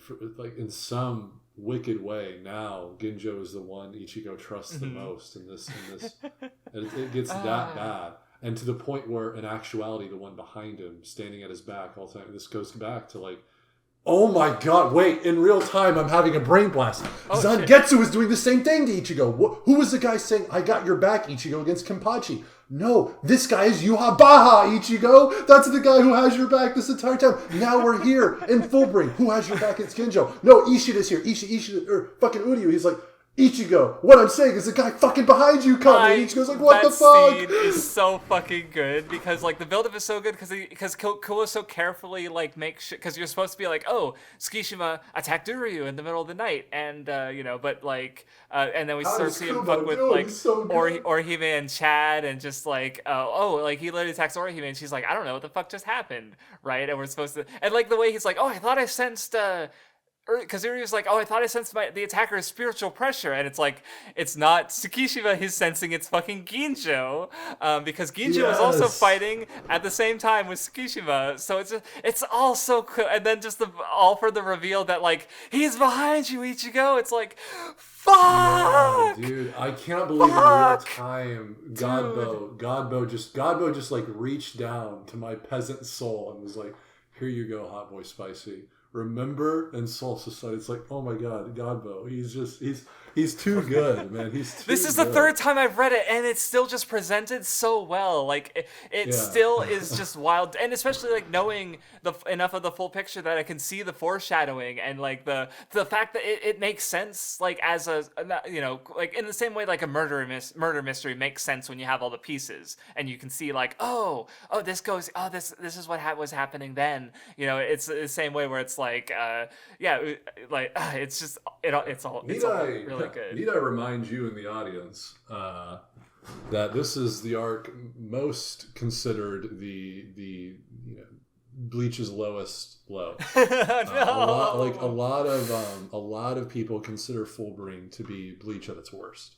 From what I understand. Yeah, you just reminded me of that, and because like my thing about it is like as far as the arcs we've read, probably the only reason it's below Arrancar for me is because Arrancar is so much long. It's also Aizen. That's a big part of it. Like I like the antagonists a lot. I mean, even though I say this, like I feel like Fullbring for me is like maybe a little bit ahead Substitute Shinigami, but they're still pretty fucking close. But that also is just because I have I think in retrospect, Substitute Shinigami, the first arc, is just like it's a gold mine.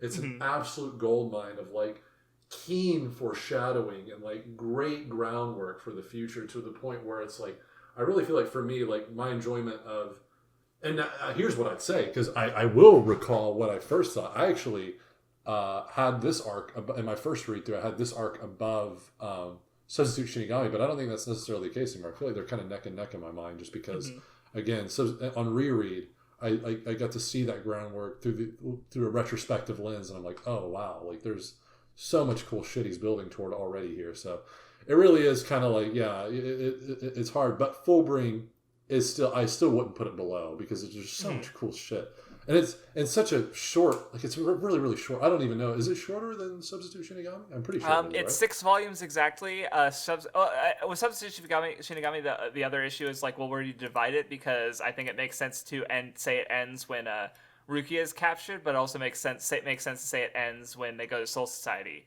I think it ends when they go to Soul Society, personally. Like, so literally in that case, where we ended to read the first to do the first episode. Yeah. That makes sense. So basically, so it ends at, it's 8 volumes. So Substitute Shinigami is 2 volumes longer than Fullbring. So I figured this was shorter. Yeah, in such a short amount of time, there's so much cool shit. So it is. Yeah. No, it's very like, I feel like there isn't there not that obviously I don't think that it's the case for Substitute Soul Reaper either, but there's not really a wasted moment in Fullbring at all. Like, it's everything's either building up the conflict of the characters or the mystery and the resolution to that, and it's just super dense and it's super good, and it's great.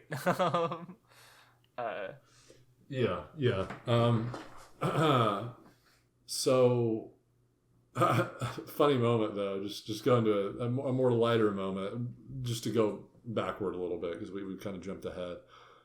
It is funny when Ichigo's training with, what is her name? You said her name, the Dirty Boots chick. Jackie.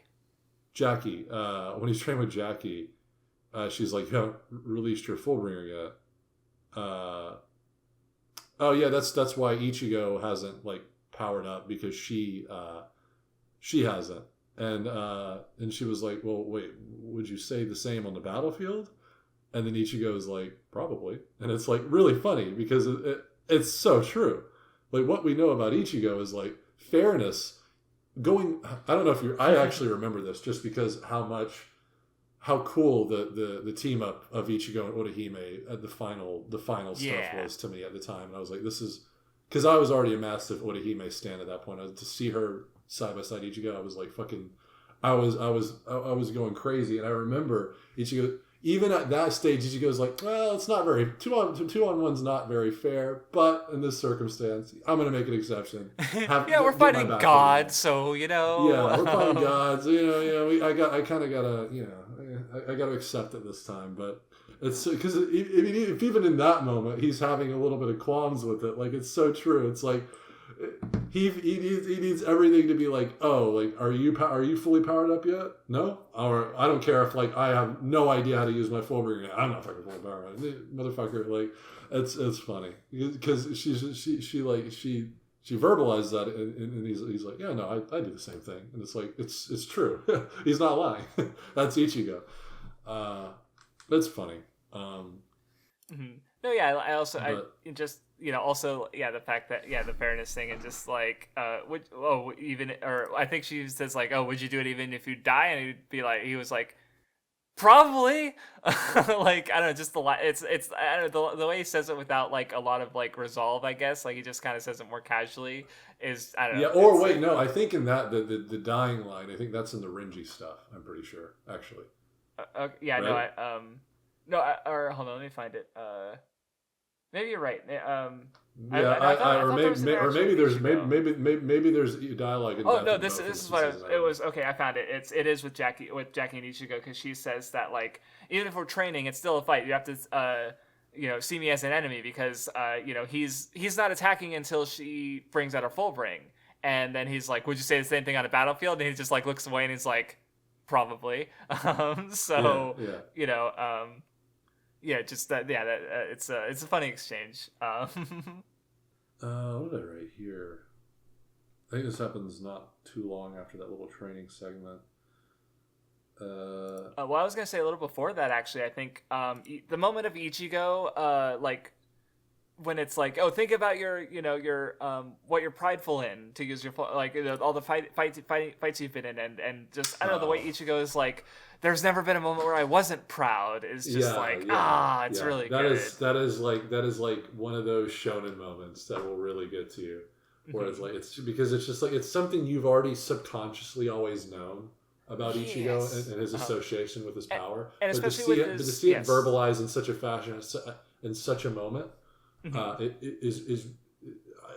is odd to say it's almost like fulfilling. It's like it feels really good. Well, especially after for him, it's like been a year of like him trying to like quash that part of his personality because it's cut off of him, right? And he has to admit that yes, I want this. I want like the fact like in reality, like this is like going through these fights. Like I don't know, the way he talks about like with Jackie is like he even says that I think it's like.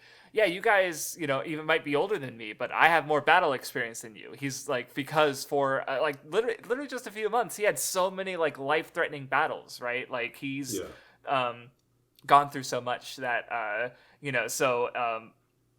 but yeah, he valued all that time, and like even though it was something that I wouldn't put it past. Like if he was like, yeah, I don't want to do that ever again. Like I'd be like, that's fair. Like that's some traumatic shit you went through.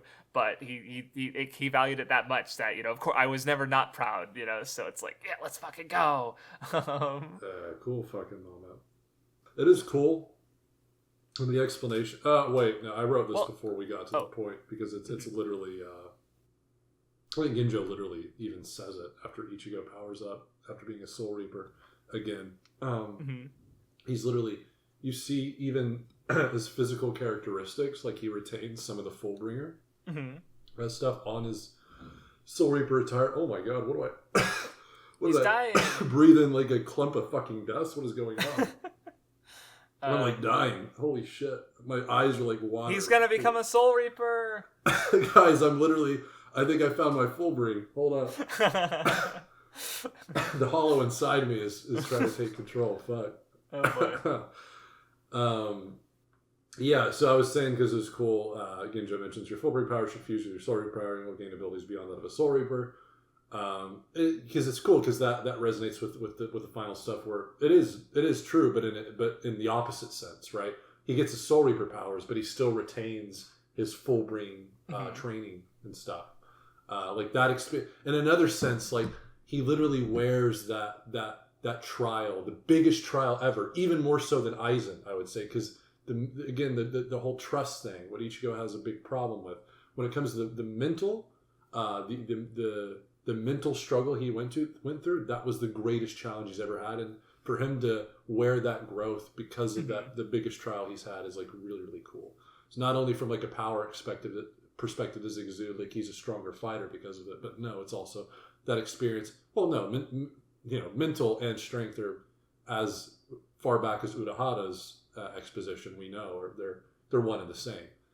If you're mentally acute, your power will also be heightened, right? So, yes. Yeah, they go hand in hand. Well, and the other thing I forgot to mention is just like, because him being proud of his powers and never having a moment where he didn't remember being proud of his powers. I was just thinking about how, like, because I mean the last person he sees in that montage is Rukia, like vanishing because obviously she's gone to him, and him getting his powers back is a way to see her again. But also in the first chapter, you talked about this before, but I'm just applying it to this moment of just like Ichigo acting like like this is a bother, right? Like, oh, I have to deal with this spirit shit, and just like, but it's like, no, he always cared about his powers, right? Like, I don't miss that life, it's birds, but that's just not true. That's so much a part of him. Yeah. Because like even even in chapter 2, he's like, yeah, I'm just gonna do it when I feel like it, and it's becoming a bother. But then like, well, of course, once he's in the moment, it's like, no, I have this power, I have to save people with it, and it's just Yeah, and I did kind of go into my notes earlier, but this is just like a more concise version. Like the whole arc is centered around trust, which is the value at the center of heart, which is furthering on the Aizen dialogue. It's why Aizen can never have a heart, because a heart is born from trust, shared between comrades, right? So more than ever before, Ichigo's heart is put through the ringer. It makes sense that he would have this here before the final arc. For Ichigo to acquire the power to shatter fate, he'll need a heart. Or he'll need a large heart, one that can only be grand enough if it's trusted to be shared with comrades. This very idea is exactly what defeats Urahara, a collaborative effort born from the bonds Ichigo made along his journey. So yeah, that's just kind of a more concise way to put it, why this is happening here and why it's so cool that it is. But yeah. Anyhow, another little scene that I guess all my other notes are about like the final shit after Rukia gives Ichigo the power. I'll just scroll through because I already kind of talked about the build up a little bit, but I'm just gonna comment on some things as I scroll through. I think I like the scene where Shishigawara tries to attack Orihime, and he's literally mid jumping attack, he's literally stopped because he sees her and he's like, oh my god, she's so cute, and it like blasts him back. Is just really funny. Yeah, and I love the little like we get like two Fullbringers in the same arc doing kind of the same thing, because the same thing happened to Riruka when she saw Ichigo, because she was all haughty and like and then as soon as she saw Ichigo, she's like, bruh, he's cute, bruh. Yes. Yeah, the two cuties eventually get together. It's kind of epic. I see Kubo. Also, speaking of Orihime and Riruka, I think like the page with the donuts is probably one of the cutest pages in Bleach, because like she's adorable. She's like, no more donuts, and Orihime's like, I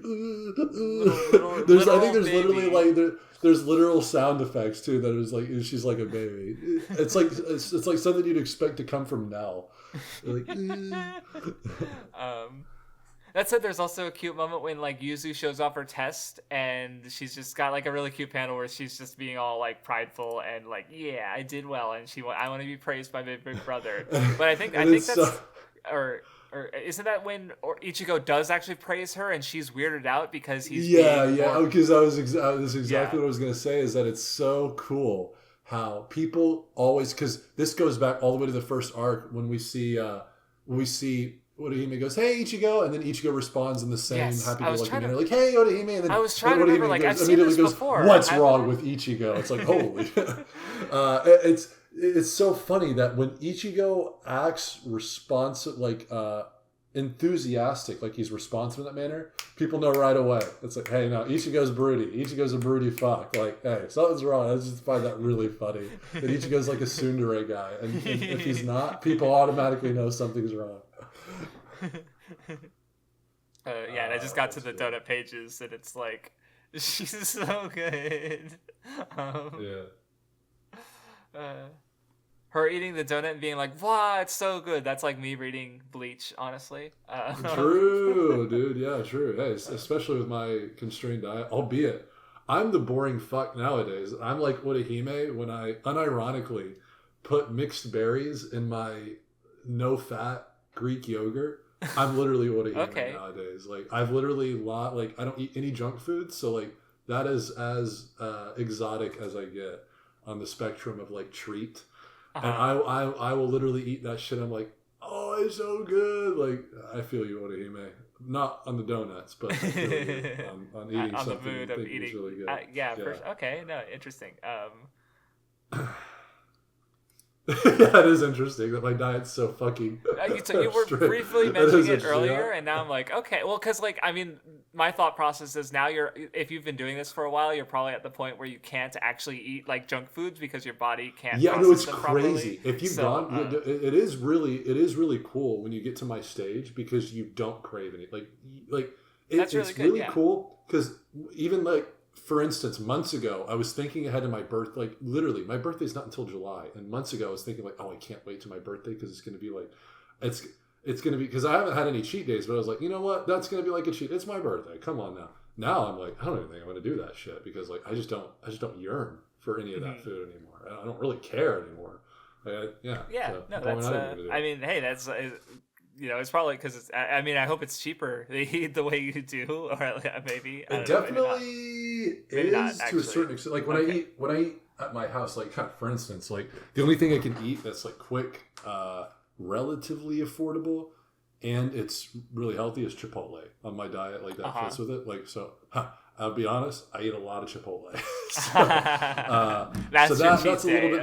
That's a little bit. That's a little exorbitant. Well, it's not even a cheat day because I get all healthy stuff. Right? Still within your diet. Okay, gotcha. Yeah, it's all within my diet. And it's like super healthy for me. But the problem is like it's a lot more expensive than the stuff that I eat at my home. Right. Mm-hmm. Yes. Or my apartment, I should say.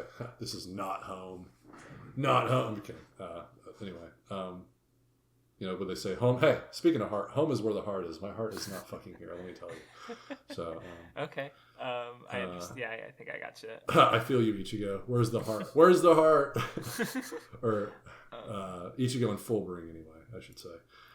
But yeah, I'm currently at the part where Orihime's in the video game with Ichigo and Riruka and Ginjo, and I don't know. I just like Orihime's attitude in general, like where she she because Ichigo is kind of keeping everybody away, but she's still gonna be there for him. It's like even though he's the one who needs to like grow the fuck up and let his friends closer, but like she's still gonna like or how does she frame it with like oh don't you, because I think Riruka's even or Ginjo is even like you don't you hate it when Ichigo gets hurt, and she's like yeah, but if I tried to stop him he'd probably or didn't follow through, like she's kind of like for she comes along because she cares about him and what he wants, and so she's gonna heal him because it like him hurting more because she's trying to stop him or because he's doing it anyway regardless of her. Like this, like she's found the best way to do it by accepting what he wants and finding a compromise, basically something Ichigo hasn't done yet. So I don't know. Well, and actually on that same segment, where this coincides with what I was just saying about Ichigo's kind of blindness, which resonates with his inability to trust. What does Ginjo attack? He literally attacks his eyes and makes him literally go blind for a little bit. So that's interesting. That's cool. It's funny, and especially because the one who does it is Ginjo, the one who's not only exploiting that blindness, but that Ichigo is most blind to. I mean, he's literally the only guy Ichigo trusts in the end, and he's the one that is been initiating this ultimate betrayal. He's been the one at the forefront of it the entire time. So that's cool. Cool little symbolism there. Yeah. Interesting. Well, I was just noticing because I was so right after that is when we get to Tsukishima in his home with as cousin Tsukishima, and I was especially noticing Hey. because I was really paying attention to Ichigo's eyes, and his eyes are perfectly fine, both when he gets out of the game and as he's coming home. Once he sees Tsukishima, he gets the bags under his eyes, and he has those basically for the up and like for the next few chapters as all this shit's going down, and it's just like it's a Yeah. small change, but it just makes him look so haggard and just as like Yeah, his world is no longer his basically. because Like mind you, really really cool to look at it like that too. Because if you even look at like what he was doing before that, really rough and tough training, doing a shit ton of push-ups, like physically, like he drained himself. yeah, near Went death through all that stuff with experiences. Ginjo, but because he knew it was leading to Fullbring, meaning power, meaning I can be that position that I was most fulfilled. That mental that where that put him mentally, his physical exhaustion might as well not have been there. It literally amplified him to an extent where it literally affected him physically. But as soon as all of that came crashing down with Tsukishima's introduction, or reintroduction rather, all that exhaustion comes building back up and then some, because now mentally he's fucked again. So now, of course, that's going to affect him again physically. It's really cool how that all that stuff correlates. Yeah, and visually, Kubo obviously brilliantly depicts that. And it's Yeah, great, and there's as like you said. because now that I'm paying even more attention, I'm scrolling through, and there's a brief moment of reprieve when he's talking with Ikumi, and it goes away like once Tsukishima's there Immediately, yeah, again yeah, because which that really struck me because again she's such a minor character and she's relatively speaking she's not super close to Ichigo, but he's so thorough in just taking all of Ichigo's life, basically, that even she isn't safe from him. Which Yeah. I just thought was really just like effective because he goes to this sort of safe space away from his family and friends where Tsukishima has integrated himself, but even that isn't safe, right? Like nothing in Karakura is safe for him, and so it's just a big like oh fuck moment because he's here to pick you up, and it's like fuck. Yeah, Um, yeah. and Oh then, man, oh man, oh man. God, and the fucking Tsukishima is Daddy Tsukishima. Literally defeated Aizen to save the day. Oh my god. and Who then wouldn't yeah, want to be in? then we Who kind of wouldn't wanna yeah, I'm looking through and it's like it's all good stuff, but we already kind of talked about it a bit with like Tsukishima, utilizing Chad and Orihime to protect him from Ichigo, and then Yeah. the fucking Ginjo reveal. He's behind but then you. in comes the most fucking beautiful shonen. I'm gonna cry Oh moment. my god. I gotta say too, guys, if you haven't seen the scene in the anime where Ichigo loses his powers and gets betrayed, and it's like he's got nothing, all his friends are, and he's like crying and stuff. I will say the scene is actually better in the anime because they let you the anime really rests on that moment of Ichigo's anguish. Not the same way as the manga. The manga, it is a little bit more brief, a little bit too brief for how I think impactful the moment is. Of course, it's in manga format. You can choose to look at the panel all you want, but like construction matters, and really, I feel like in terms of like how much you linger on certain panels. I don't think Kubo did the best of jobs to orchestrate in a way where you super would linger on it for a long time because it was a more minor panel from what I remember. But in anime, like they really rest on that moment of Ichigo crying and wailing. Okay. A good I could be skewed here. It could just be I read it too fast. Something that could just be a problem of mine. The other factor is also just like that I always think about when it comes to time and lingering in manga is just that like you only have so many pages per week, right? There's an economy there where it's also true of anime in that there's only 23 minutes. Not even to say it was. But, I completely agree with you, and not even to say it was handled poorly at all, especially with that in context.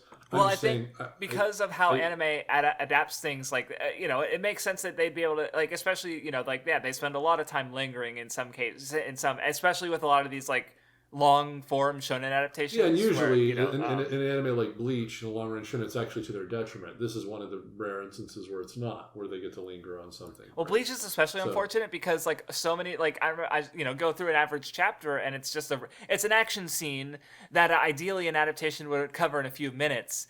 And Bleach more so, maybe even more. I have not watched. I want to watch all three of the big three anime adaptations just because I want to form my own opinions on them. But just from the outside, I feel like Bleach very easily could have been one of the ones that suffered the most, just because I feel like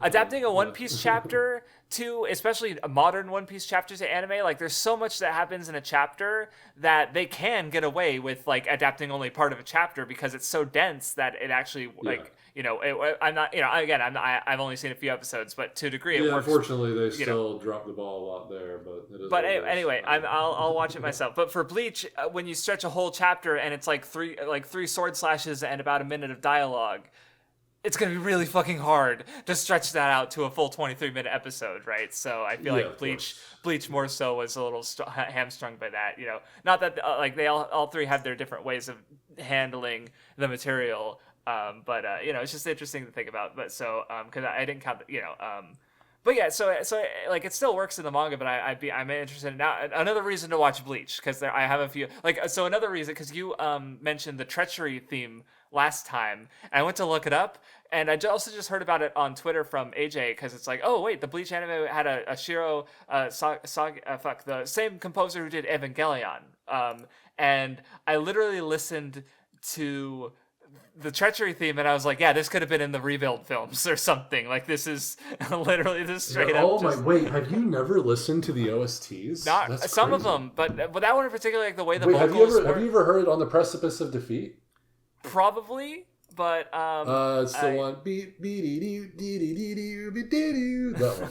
I'll look it up because and listen to it later. But not right now. Okay, that's probably my favorite one. Okay. Also a must listen to is if I could remember names. I'm having a real bad problem tonight. It's really frustrating when this happens to me. I get really triggered. It's a fucking Arrancar one. I can literally recite the entire fucking thing. I just can't remember the goddamn name. Thank God for me. Unfortunate. I'll watch the anime one day, and I will get all the soundtrack. I did also just On the Precipice of Defeat for now. Maybe I'll remember it later. I did also, as I was going, I wrote down because Kuba also includes the character themes that he wrote up, or he was listening to while conceiving the character. Basically. Oh, that's true. And I think that, which I think is really cool. Like, I've gone on my way to listen to a few of those. I feel like for some reason, Super Predators, which is Kenpachi's one, that one is one of the ones that stuck with me the most. Just because I listened to it, it's like for some reason, not that the others don't apply, but it's just like I don't know, it's a cool song, and it makes me think about Kenpachi now. So there we go. Hey, yeah, Kubo, he's also leading us to other art. That's good shit. Good shit, Kubo.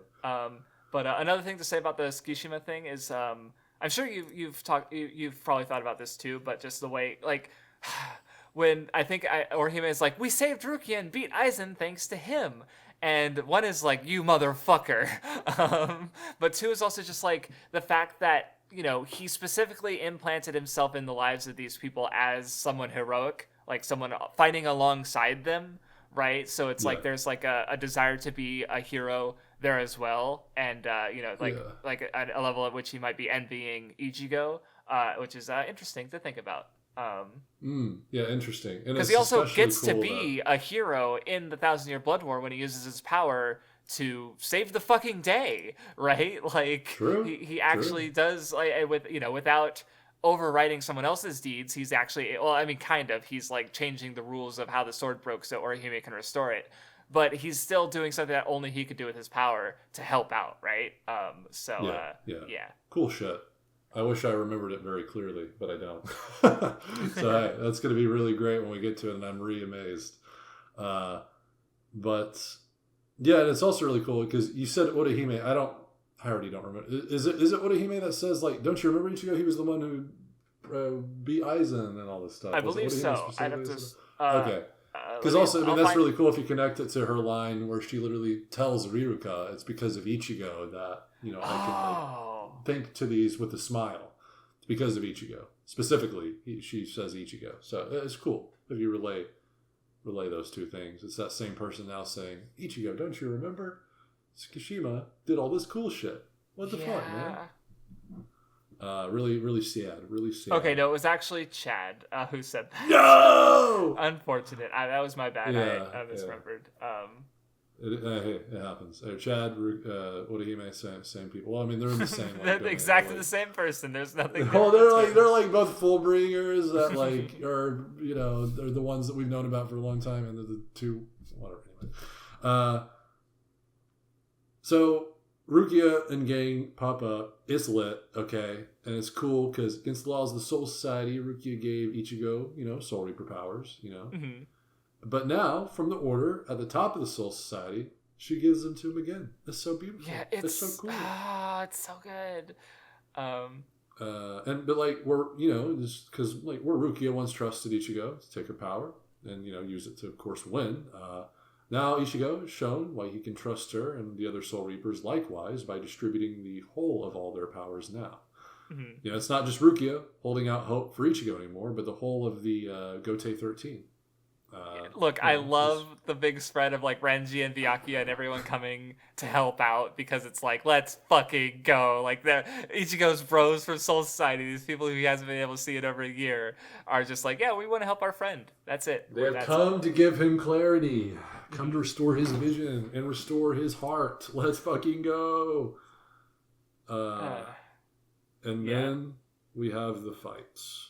Yes. Well, actually, hold on to that. I think two more things from, or no, one more thing. Oh yeah, two more things from before we get to the fights is just another, just again thinking in the way Aizen sees the world of just like, because I think Ginjo even says that like if you because he mentions because Uryu saw him, like Uryu witnessed the fact that like Ginjo, you know, is the main aggressor here. But again, Ichigo kept Uryu at arm's length. I don't even know if he went to go see him in the hospital, you know, right? So, like, I just feel that it feels very like, you know, Ichigo had a test and he failed, right? Was just the way I was thinking of it. He didn't trust in Uryu enough, and he didn't reach out to his friends about this situation, and he was completely defeated tricked for that. Like the people who solved the situation were deliberately removing themselves from it or not in the way at all. Right, his dad, Urahara, and the Soul Reapers. God, when he gets stabbed and he sees his dad Urahara and he's fucking crying, like, not you guys too. And it's like, bro, it's like, just bro, kick him while he's fucking down. But it's like, no, they're saving you. And it's like so cool because again, it's like these people are the people he should trust the most because Urahara, thanks to Urahara, like he was able to defeat Aizen, you know, thanks to, or he even get to the Soul Society, you know. Yeah, it's his dad. It's his dad. It's his fucking dad. Yeah, exactly. Like I was gonna make his dad and it's like a Soul Reaper dad, yeah. Like I don't even think is Ishin even wearing his Soul Reaper garb? No, he's not. I mean, well, because I mean, he is a Soul Reaper, but to Ichigo, he's like his dad, and where Urahara is like his dad. He's. I feel like Urahara's just taught him more as a Soul Reaper, like with the training and stuff. Urahara is a stepdaddy. Okay, his stepdad and his dad are there. Like, how could you not trust these guys? Oh, gee, Ichigo, how come you get two dads? Ichigo, how are you going to complain if you're getting two dads, bro? Like, look at where's that sword, bro? Like, I mean, it's a chapter name, but I also like how the volume ends with the Death End Strawberry, where it's like, you know, Rukia and Ichigo have reunited again, Death and Strawberry. It's like, it's so good. Wait, actually, is it? Hold on.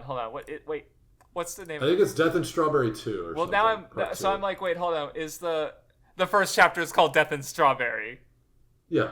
So, okay, I was like, wait a minute, hold on. Which chapter? Because I assumed, like, well, if any chapter, it's got to be the first one. So, the first chapter... That's the reference. Of course. Yeah. Both chapters have Rukia giving Ichigo powers, soul reaper powers. So it's like, it's good. Peak. It's peak. It's peak. The other thing I was gonna say is just going back to the toxic masculinity point is like right after Ruki gives him his powers, she kicks him in the face and she's just like, "You little baby, you sissy, you're a disgrace," which is like really toxic, but it is also kind of funny. And she caps it off with like, "Oh, so what that you Tsukishima's ability is terrifying. Like the Ichigo I know could overcome that, right? Like, So, and then per their dynamic, Ichigo's got to throw in one. He's got to throw in like, what does he say? He's like Rukia actually. What does he actually? So she's talking about like because she's like, oh, he can change your past, but he can't change your future. And Ichigo's like, my past wasn't changed because it was everybody else's past. That actually was funny. It's funny shit. I love it. Look, Rukia also has some good content in the arc with her fight with Riruka, and she's like, "You can't tempt me with these things," and she's like so trying to collect the plushies. It's so There's cute. Literally one of them is literally a bunny that looks exactly like her fucking doodles. It's just funny. Oh my god! Literally just made for her. I mean, Kubo drew it, so of course it's made for her. But and Riruka's just like, funny. This is too easy. I should just shoot her. Very funny. Literally, I was being kind of funny with this. All I wrote on the Kenpachi versus what's his face, Time Tells No Lie guy. Yuriko, yeah. He's like so ecstatic, believing he's the strongest. Yet he mirrors Kenpachi's own words to end the fight. To him, being the strongest would be a bore. Oh, to Kenpachi being the strongest would be a bore, because this guy was saying before that it was. Wait, what was I hearkening to here? Fuck. Fuck me, dude. I'm like, I was meaning too much. What was he cooking? Yet mirroring Kenpachi's own words to end the fight. To him being, to Kenpachi being the strongest would be a bore, or as some unofficial translations say, fucking boring. I was memeing too much. I didn't elaborate enough. So the manga stream translation did say fucking boring, where the Viz one says what a bore. So. No, but like I think I'm saying something cool here. But whatever. I don't think I elaborated too much because I didn't really, even after seeing something more in this fight, I didn't care much for it. So. Although the Time Tells No Lies guy, his backstory is kind of cool. I will say that. I like the backstory chapter, just like how it's structured, where it like sort of it starts with Riruka. It is a really good chapter. Then I think it goes Yukio, then alternates between Jackie and Giriko twice, and then it goes back to Yukio and then Riruka. Like it's a cool chapter.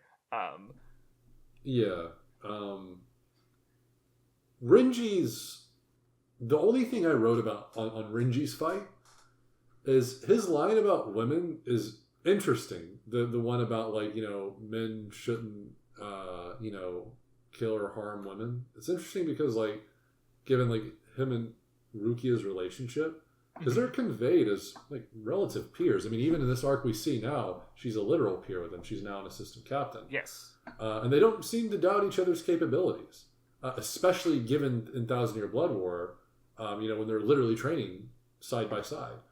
Is it perhaps that he has this view of just like non-Soul Reaper women? Is like I highly doubt he'd reserve this same treatment for someone like Urahara.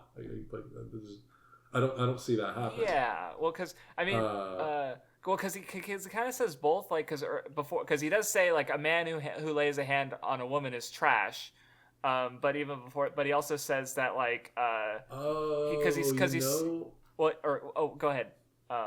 In real time, I'm thinking back to Ichigo's quote with Jackie. Jackie's like, "Well, would you do this in a fucking real battle?" And Ichigo's like, "Probably." Renji's a lot like Ichigo. Renji probably would do this with Unohana too. It maybe is that Rukia is a special exception. That's probably part of the reason why they later get married. Maybe Rukia is an exception. And maybe that's kind of cute. Well, I was going to point out how a few pages earlier he does say, like, for these last 17 months I've been training so that I'd be able to fight Aizen.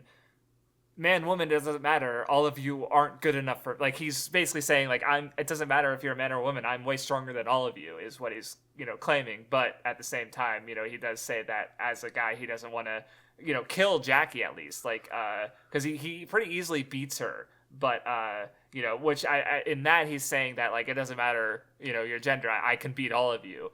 But, Sure. At least he doesn't want to kill a helpless woman, right? Which I think he wouldn't really want to do it if it was a guy either, right? Like I don't think he'd just kill Yukio. Oh yeah, so maybe the interpretation he's being Ichigo rather in that department. He's being more Ichigo in the tsundere department. Yeah, because he's framing it as he's framing it under. I mean, like hold on, does he even what's his first line? Oh yeah, so. Because it might also just be partly just him like fighting a psychological battle because the fight opens with him saying like I wouldn't make the first move against a woman. Right after that he says, well, I wouldn't make the first move like strong or weak, it doesn't matter, I never make the first move. Like really he's not discriminating, but he's saying it like he is, which reads to me as like he's fucking with her, like because she herself is a woman who looks more masculine, and she also fights in a more comparing That's true. Comparing her to yours is Riruka, probably the correct take. Comparing her to Riruka, like Riruka fights with a gun, she fights with like plushies and stuffed animals and a dollhouse. Like she's much more feminine in appearance and the way she fights. Jackie is more masculine, so he's specifically like bringing up femininity as a way to fuck with her. Right, like as a way to psychological combat. Yeah. So, that makes I think that makes more sense in my interpretation. Because I guess what I haven't thought about really, because I don't know, maybe this is the only time it really comes up with Renji. But my follow up question is like, well, how does he act during the rest of his fights? Because does he even fight another woman? Like, would he be like? Because I guess cause I don't think so. And if it did, it would be like a minor fight in Thousand Year Blood War. Because I remember his major fight against the wrestler guy. Because I talk about it in my video. But I feel like with that, so I don't really remember. Yeah, I don't remember any fights against girls up to this point. So I don't think we've been shown another instance where he would be challenged in this way again. Yeah, I definitely agree with you here. So I guess aside from that, I just have to think of like what fights does he? Going back to his comment about not wanting to cut down or laying a hand on a woman is trash, and just I don't know, because again I'm thinking of more in the context of like this situation specifically, I guess, of like having a weak opponent that he doesn't want to kill, right? So is that specifically because she's a woman, or what? Like I just can't imagine Renji just like killing a wounded foe, right? Like that's not his styles in general. So, but he does specifically mention the women thing to Jackie, which But at that point, does he need to fight the psychological war if it's over? I don't know. Well, I guess the other thing with that is because she's very cynical, I think, and like she's kind of detached herself from other people, and she doesn't really trust other people, and because she lost her family due to tragic. I think it was like a thief who broke in who killed everyone or something like that. I think, or Jackie? Yeah, Jackie's family. How did they die again? I don't think it's ever. It's never stated. Explained. She just kind of comes back to her home. I would imagine, and everyone was dead, right? Or wait, no, it is explained. I'm just retarded. I just don't remember. Yeah, I think it's kind of explained. Let me. You're probably his father was selling stuff on the black market, and they were killed by gang violence, basically. So they were murdered. So I was just thinking about how it's I don't know. Maybe I'm just missing dialogue or misremembering stuff, but I just felt like cynicism, like her dirty. What is her dirtiness, right? But what did you read that as? Because she gets stronger when her boots are sullied. Like she started out as a kid, like she kept them really clean. They became dirty with her blood. I think this relates to her being the only one. Yeah, I think this relates to her being the only one that's super. That actually she doesn't seem to have pride in her ability or her boots or anything. Whereas everyone else, they have some level of pride. That's why everyone else didn't. She was the only one that truly wanted to lose hers, because hers, unlike everyone else's, for some reason, mechanically, I don't even know how but again, mechanically, this is also explained because for Chad, it was just the focal point of his awakening was pride, and that's how it was for Ichigo's as well. But even for Orihime's wasn't necessarily pride. What awakened was the thing she was prideful in, that she wore all the time. But the thing resounding in that moment wasn't necessarily pride. It was something that was more resonant with her ability itself, protection. She wanted to protect Tatsuki. That's true. So even mechanically, it makes sense that Jackie's could be fundamentally different than the rest of them. But the boots, it's just the fact that the boots she had attachment to more than anything else. But that attachment was dark, right? It was related to her trauma, or it is related to her trauma, rather. Dirty boots, an ability born from bloodstained boots, right? The dirty boots in question, it's not mud or dirt. They're dirty with blood, right? That which is equivalent to saying like they're dirty with her trauma, right?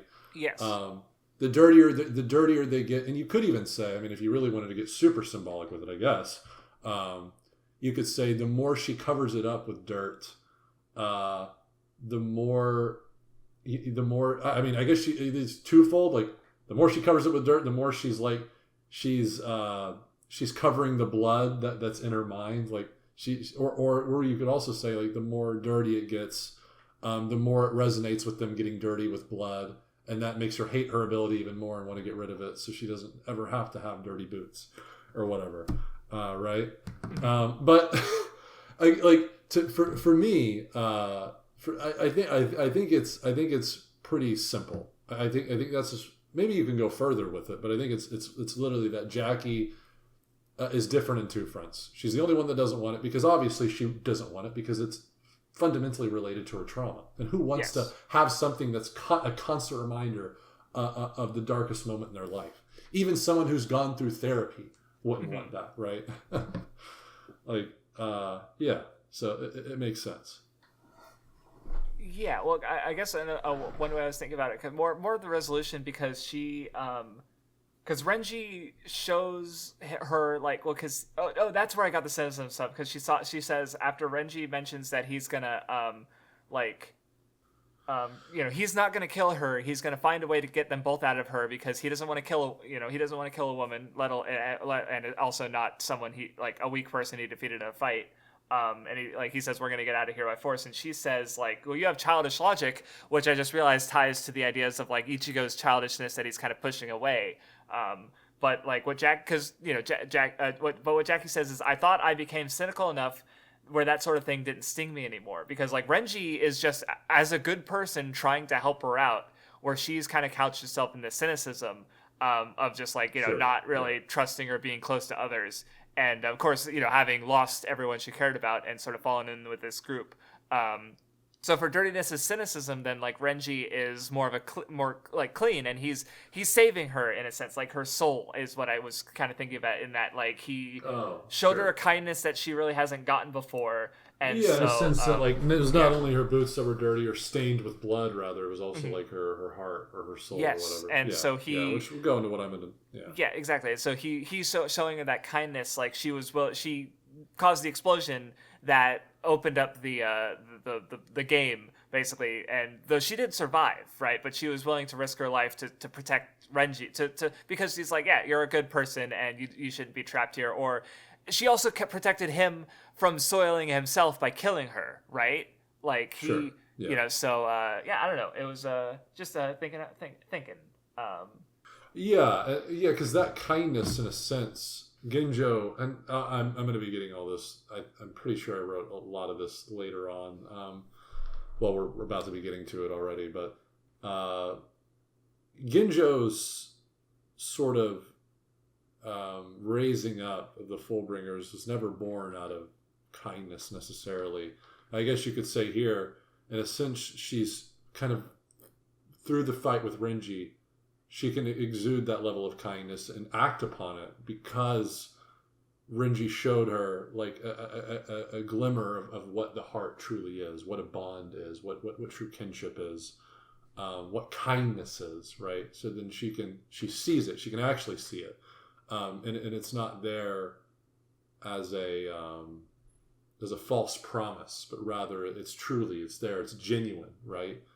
And maybe that's why she can act upon it so quickly, because she's never really seen it before, that genuine kindness. And she does get to see a big portion of it with someone that she can truly share a heart with now, after the facade is washed away, essentially, with what was his name, Yukino, right? Yes, or Yukio, I think. Yukio, with Yukio and him talking about the company, right? How he's going to have them all on board afterwards. So it's cool. I think I write about that in here somewhere. Probably. Anyway. Okay. Well, I was going to go into the Yukio Hitsugaya fight. I don't think it's the next one, but it's, I don't know. Because I feel like he's, because where Jackie sort of had her cynicism born from her trauma, and yeah, like you said, hating that trauma on her boots, even though she wore it and fought with it, weaponized it. Yukio sort of was the same way, because the way he talks about his parents, he drove them to suicide. He killed his parents. I'm pretty sure that fucked him up, right? His neglect and the fact that he killed them. He doesn't, the way he brings up with Hitsugaya, I think he's kind of doubling down on it being something he was in control of, and that he's fine with the result, but it's cope. No, and not only that, it harkens on their dichotomy they have, because whereas they're both children, Yukino is very is still very, very childish in his mentality, and where he's thinking externally and he's verbalizing no, they drove me to do that because they neglected me, whereas he's instead guising that probably hurt that he had by saying well, they did this to me, they deserve it. But in reality, it's all along, the path that he wanted the most was them to understand him and them to be alive and him to having a lovely family. But he's even pushing that down through his I don't want to say pride, but it's definitely it's a form of malevolence born out of this childish they drove me to do it, just hand waving the responsibility of such a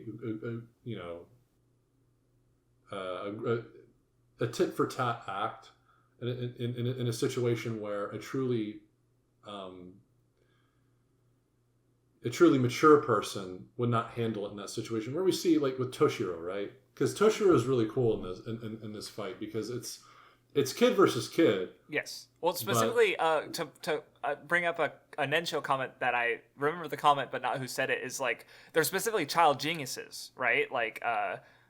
That's true. Yeah. Yeah, I hadn't noticed that contrast until, but yeah. Anyway, so keep going. Well, but with Toshiro, he's obviously even more reserved than ever before. And this shows a clear distinction between him and the guy who, in the previous arc, he was losing dismantled by Aizen because he lost his shit whenever he saw Momo. Who she is. I forgot her name. Momo. Well, he stabbed Momo because of Aizen, right? Because of Aizen, right? Yeah, and it's understandable, but in the same sense, Yukino, his mind essentially collapsed with the neglect. So he did something equally, if not more, unhinged. If you want to talk about the word unhinged, he did something more unhinged, more as hurtful. You could probably say they're equivocal, but it was definitely unhinged what he did. Same with Toshiro's unhinged action afterward, that completely contradicted, as Askin said, his previous words of I don't remember the exact quote, but it's literally the opposite depiction of what he does at the end of Arrancar and before he gets defeated. Here, he's completely reserved, only reserved. All this crazy shit's happening around him, and that it does not affect him. He has mental fortitude the entire way through. But how? Why is he like this? Why is Hitsugaya like this? Well, it's because he experienced failure. Maturity comes from experiencing failure. The reason why people say that wisdom comes with age is because, well, the older you get, the more chances you have, frankly, to fail. Absolutely. Right? So with Toshiro, he experienced a grave failure. He stabbed his his basically the closest, person. Yeah, but the basically person who family, cares. Exactly. family, right? Yeah. Yeah. Oh, wait, dude, Yukino, his family betrayed his family, Oh, right? Just like yeah. they betrayed him. Toshiro betrayed Momo in a sense, right? Not literally Well, betrayed, the other but in a sense. connection I was making is his grandma, who he nearly killed because he was too afraid to leave there's his that home. too. Yeah, Right. So yeah. so that was yeah, there we go. well. There we So go. Yeah, so you have two exactly. instances where they have like a harmful parent-child relationship. Yukio killed his own parents because of their neglect and their abuse, where Hitsugaya had to leave his warm place of comfort because it was, so they're kind of opposites in that way. But I was also thinking about how, because Hitsugaya as a child was like, he wants respect, right? Yukio as a child who was neglected also wanted respect. They just tried to get it through very different means, right? And what you said about the colder and warmer is really, really cool, because Yukino was in a very cold place. His name Yuki means snow, by the way. In case you didn't know. Okay. Well, I do know that. I know that from because of Haruhi Suzumiya, and that I don't know if you've ever seen. I somehow know, even though it's like one of the most important anime regarding like Kyoani light novel adaptations. I somehow haven't seen Haruhi. Yeah, I know from there's a scene in the Disappearance of Haruhi Suzumiya where the main character Kyon is talking to Yuki, and he's like, your name, it means snow, doesn't it? And it's like snowing, but anyway, whatever. Yeah. Okay. So with Yukino, he's in like a really cold place, and where does he seek refuge? With the Fullbringers. But in reality, Ginjo's plan and ultimate, there's no heart to be shared, so it's just as cold of a place. Whereas Hitsugaya leaves his warm home because he's cooling everyone else, and what is, on the exterior, it's going to be a colder place, it's going to be a harsh place. The more he gets embedded with it, he creates bonds with, like, for instance, Rangiku and stuff, and his skills develop, and he's not harming the people he loves around him, and he's really refining his skills. It actually ends up being an even warmer place than he once found. Even Momo's there now, one of his family members. So it ends up being a warm place. So yeah, it's cool that, because Hitsugaya truly went to fortify his or to hone his mentality and his skills, whereas Yukino ran away from like that trauma, and even acknowledging the damage he had done because of the trauma, right? Mm-hmm. That's cool.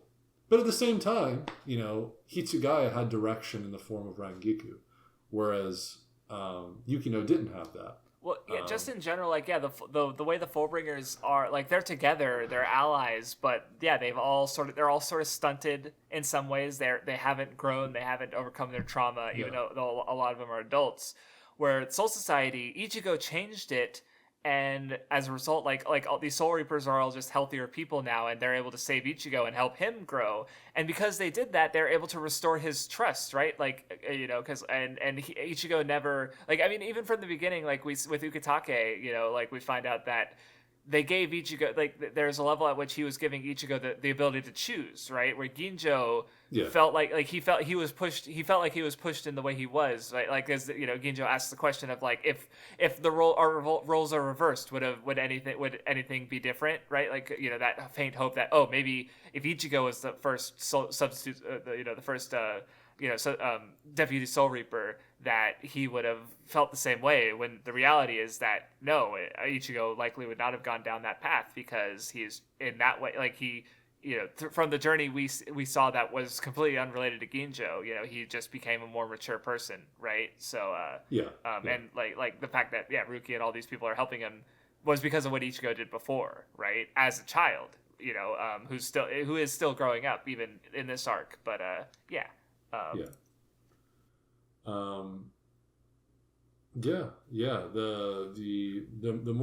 more you think about Toshiro versus Yukino, the cooler it becomes. No, I just think, I think this is truly where Toshiro really starts blooming as a character. Where in terms of like his character development and characterization, like before, it is really, really cool. I really hadn't thought about how you're right. He is different. Like, he has grown from his failure in Arrancar. Like, just off screen too. Like, this is just displaying that, right? So I hadn't really thought about that. It's cool. But Byakuyo's is even cooler. Yeah, I agree. Well, because like it's just very much like he can't defeat Tsukishima with what he's known because he can literally like just investigate his past and like his power is so fucking insane, That dude. is Like, really oh, that insane. trap there, yeah, I left it there like 10 years ago and no one's touched it until now. Like, what are you talking about? Like, what? um, Oh man. uh, and yet the way Byakuya overcomes it is just so like simple and elegant, where it's just like, oh yeah, I just had to come up with something new that I haven't done before, because which goes back to what Rukia just told Ichigo about how like he can't change your future, right? So Byakuya isn't stagnant anymore. Yeah, I got a little bit to say on this fight. Please. So of course, on the surface, just Byakuya, having once lost his heart, now tries to maintain his newfound heart through Rukia. Wait, no, I wrote this like a fucking clown. What am I doing here? Where's my punctuation? What am I doing? Was it like half a second? Hold on, I gotta reread. I'm so sorry. I gotta reread this. I'm gonna use the bathroom while you do that. Okay, thank you. Jesus Christ. I guess I should wait to say this. I don't know if you can hear me, guys. I don't know if he's like me earlier, where I like went to the bathroom with my earbuds on. So my earbuds are wireless, of course. We're in the new age, guys. I can hear you. Oh, you can hear me. Okay. Yeah, I'm talking about wireless earbuds and being in the new age. You're not cool if you don't have wireless headphones. Anyway, Byakuya, having once lost his heart, now tries to maintain his newfound heart with Rukia, and he is matched up with a man who inserts himself in hearts artificially, contorting their shape. What the fuck was I cooking? Why did I... Okay, whatever. I'm just going to read the shit where I am cooking, okay? Fuck that. That whole short paragraph I wrote. I'm retarded. I mean, it kind of makes sense. Byakuya, having once lost his heart, now tries to maintain his newfound heart with Rukia, and he's matched up with a man who inserts himself in hearts artificially, contorting their shape. So whereas, like, he formed... his heart damaged because of his sana, and he no longer had a heart to share. But through Rukia, through Ichigo's struggle, he rekindled his broken heart between him and Rukia. With him and Rukia is essentially the replacement for his sana to have a heart for him, whereas like Tsukishima does it artificially, but it's not like a true heart. It's like a contorted heart out of like falsities, right? I think that's what I was going for there. It's just very, very poorly written. I got you guys. I interpreted it. We got there eventually. Okay, cool stuff though. Cool stuff. So, Tsukishima, really cool panel. He's holding Byakuya's severed sword to demonstrate that he has a hold on his fate now. Where else have we seen this? Think back to Aizen, right? to some of the final... No, not just Aizen. With Byakuya. The broken sword. Byakuya, when he's holding Ichigo's broken sword, to demonstrate the exact same thing. Because what is Byakuya... Before even Aizen, before Yuha Baha. No, well, you're right. Aizen wasn't holding the broken sword; he was holding the actual just sword. So my bad. Yeah. Who represents fate? Who represents the moon before even Aizen? That's Byakuya. Tsukishima holds Byakuya's severed sword to demonstrate that he has a hold of his fate now, just like Byakuya once did to Ichigo in their first meeting. Byakuya wanted to show Ichigo, a human substitute for a dignified Soul Reaper, how fruitless it is for someone of his status to try to reach all the way to nobility, much less a member of the Gotei 13. Yet, it's Ichigo who fought to change not just his fate, but the whole of the Soul Society. And in a cool turn of events, it's that man who changed him that Byakuya is here for now.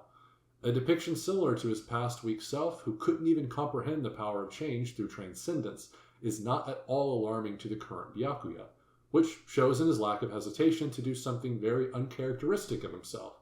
He transcends his opponent by going beyond the boundaries he associates with himself, to discover satisfaction he never thought he could relish in, which is very similar to the same satisfaction that Kenpachi relishes in, a man that, Byakuya is constantly pitted against in terms of like, mentality, ideology, general, general characteristics. like he does something very much like Kenpachi to end the fight. And it's really, really cool because it's associated with that fundamental where transcendence truly stems from.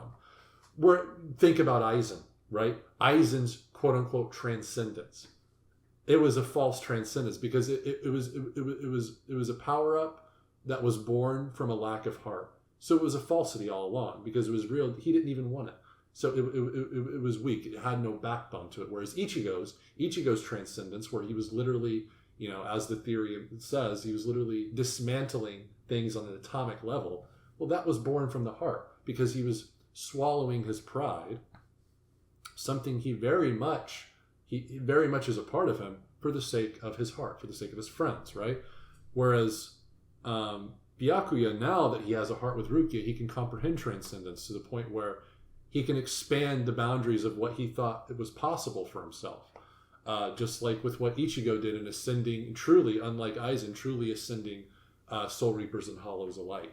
Here we have fucking Byakuya doing something brutal, being like a marauder, going in with his hand, man. Something like Kenpachi would do. But he can do this now because he understands that whole, the exterior that you portray it's without that backbone of the heart, it means nothing. So just as Ichigo once took off his jacket of pride for the sake of his heart, Byakuya here is taking off his jacket of noble pride and doing something very what would you say, reckless, doing something not only reckless, but it's not a move that's elegant. It lacks grace, yes. Right? Yet he's taking off that robe of elegance for the sake of his heart, because if he died here, Rukia wouldn't have someone to look up to. He wouldn't be there for her, and he's still trying to. And we see that why he's important to facilitate Rukia's growth, because we see in Thousand Year Blood War, what does he do? He's there for Rukia when she's fighting what's his name, the fear guy again. Not. He's literally Asnault or whatever, and he's consoling her as she's powering down her newly acquired Bankai. Like, he's pivotal to her growth, and he knows that. So to maintain that heart he shares with Rukia, he's doing the same thing Ichigo did in the final arc, because he's learned so much from Ichigo. He's literally doing the same thing. It's just where for Ichigo it was pride. With Byakuya, it's his noble elegance. He's discarding that for a little bit for the sake of the heart. It's cool. It's cool shit.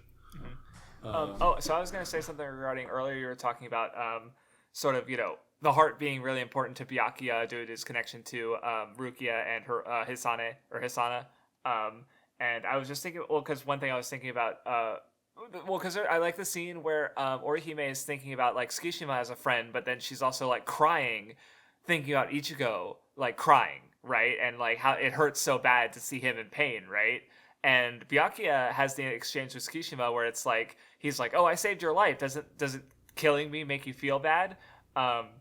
And Byakuya says, he literally says, "You're an enemy of Ichigo Kurosaki. I need no other reason to." Right. So what I was thinking about is how, like, yes, he implants a heart. He artificially creates hearts with people by making these fake bonds, but he doesn't get rid of the bonds that they already have, and that's ultimately like what because his fake bond can't really it clearly can't match up to the actual bond that Ichigo has formed with Byakuya, and right. Yeah. So, what you're saying literally ties to what I said, because the reason Byakuya is able to do this is all because of what Ichigo showed him. Yes. Through many times, not only with his own fight, but what he did. He's literally, like I said, in a cool way, symbolically, he's literally mirroring Ichigo's, final Getsuga Tensho. He's fundamentally, essentially doing the same thing. He's discarding something to achieve new power, right? It's cool. It's cool shit. And not only that, Byakuya, like Kenpachi, that he scrutinizes so much. He says, "Hey, I enjoyed this. I found some enjoyment in it. Very much like Kenpachi. Like, hey, this is kind of cool." He's becoming a bit more sometimes, like Ichigo, right? Byakuya's thinking, "Hey, maybe I gotta pay some trips to Rukongai now and then. Maybe we need a Byakuya side story where he's horsing around in the Rukongai." So another. Did you get any new out of Ikaku versus Shishigawa? I did write one note on that, I'm pretty sure. Oh yeah, here it is. Yeah. So Ikaku says something cool. He says, being eager to give up your life isn't manly. And I wrote, this is cool coming from Ikaku, who in the previous arc almost killed himself because he wouldn't bring out his full power against the enemy. So yeah, I thought that was cool. So a little bit of growth, just like how Toshiro, in that short time we don't see them, it seems like they've grown.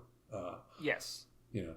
I mean, yeah, cool. other than that, I'm pretty sure I got this out of it before, but just like, because I remember an observation I made back when Ikaku fought Ichigo for the first time is because he had like an ointment basically where to heal himself, and I was just thinking about how it's like he talks about luck a lot, but he doesn't rely on it. Like even back then, he was willing to make his own luck, and I thought that's sort of what the fight is about because like Shishigawa. Or hold on, what's his actual name? I think I'm fucking up his syllable. Shishigami, excuse me.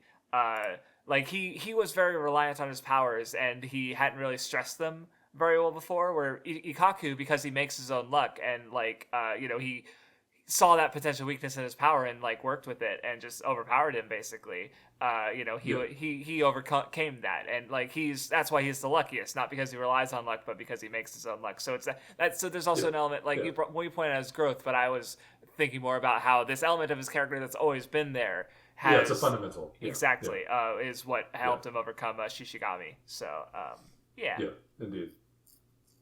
Indeed. And I think the last fight before the big one is Rukia versus Riruka. So I'm trying to think of what I had to say about that one. Because I feel like I didn't, not that I don't like it, but I guess, I don't know, I just didn't get that much out of it. But let me look over. Yeah, because the really meaningful stuff comes kind of after Riruka runs away from the fight. Or not runs away, but literally inserts herself in Rukia. Yes. Yeah. Well, I guess I just realized the contrast, because one thing I've been getting out of Rukia's character before was that she has a issue staying close to people that she cares about, and she tends to like run away. Like she left Renji to go to Byakuya, she left Soul Society to go to Ichigo, she left Ichigo to go back to Soul Society. Like she has a sort of separation thing. Or Riruka is kind of the opposite in that she traps the people she cares about. She forces them to stay with her, right? So just a contrast I noticed.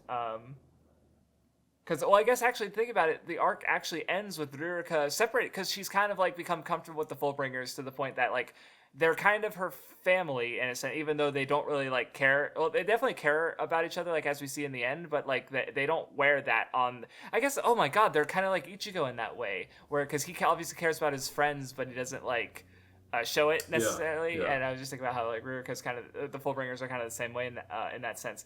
The arc ends with her going off on her own.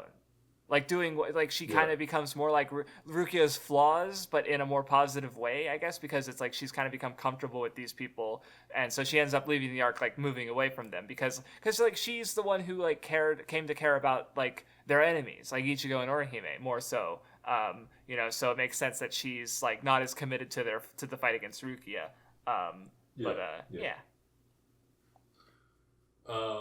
I have to mention too around this segment that like the scene of all of them waiting for Ichigo to break the box and they're refusing to do it. They want Ichigo to fight is like really, really cool. You can even maybe assume that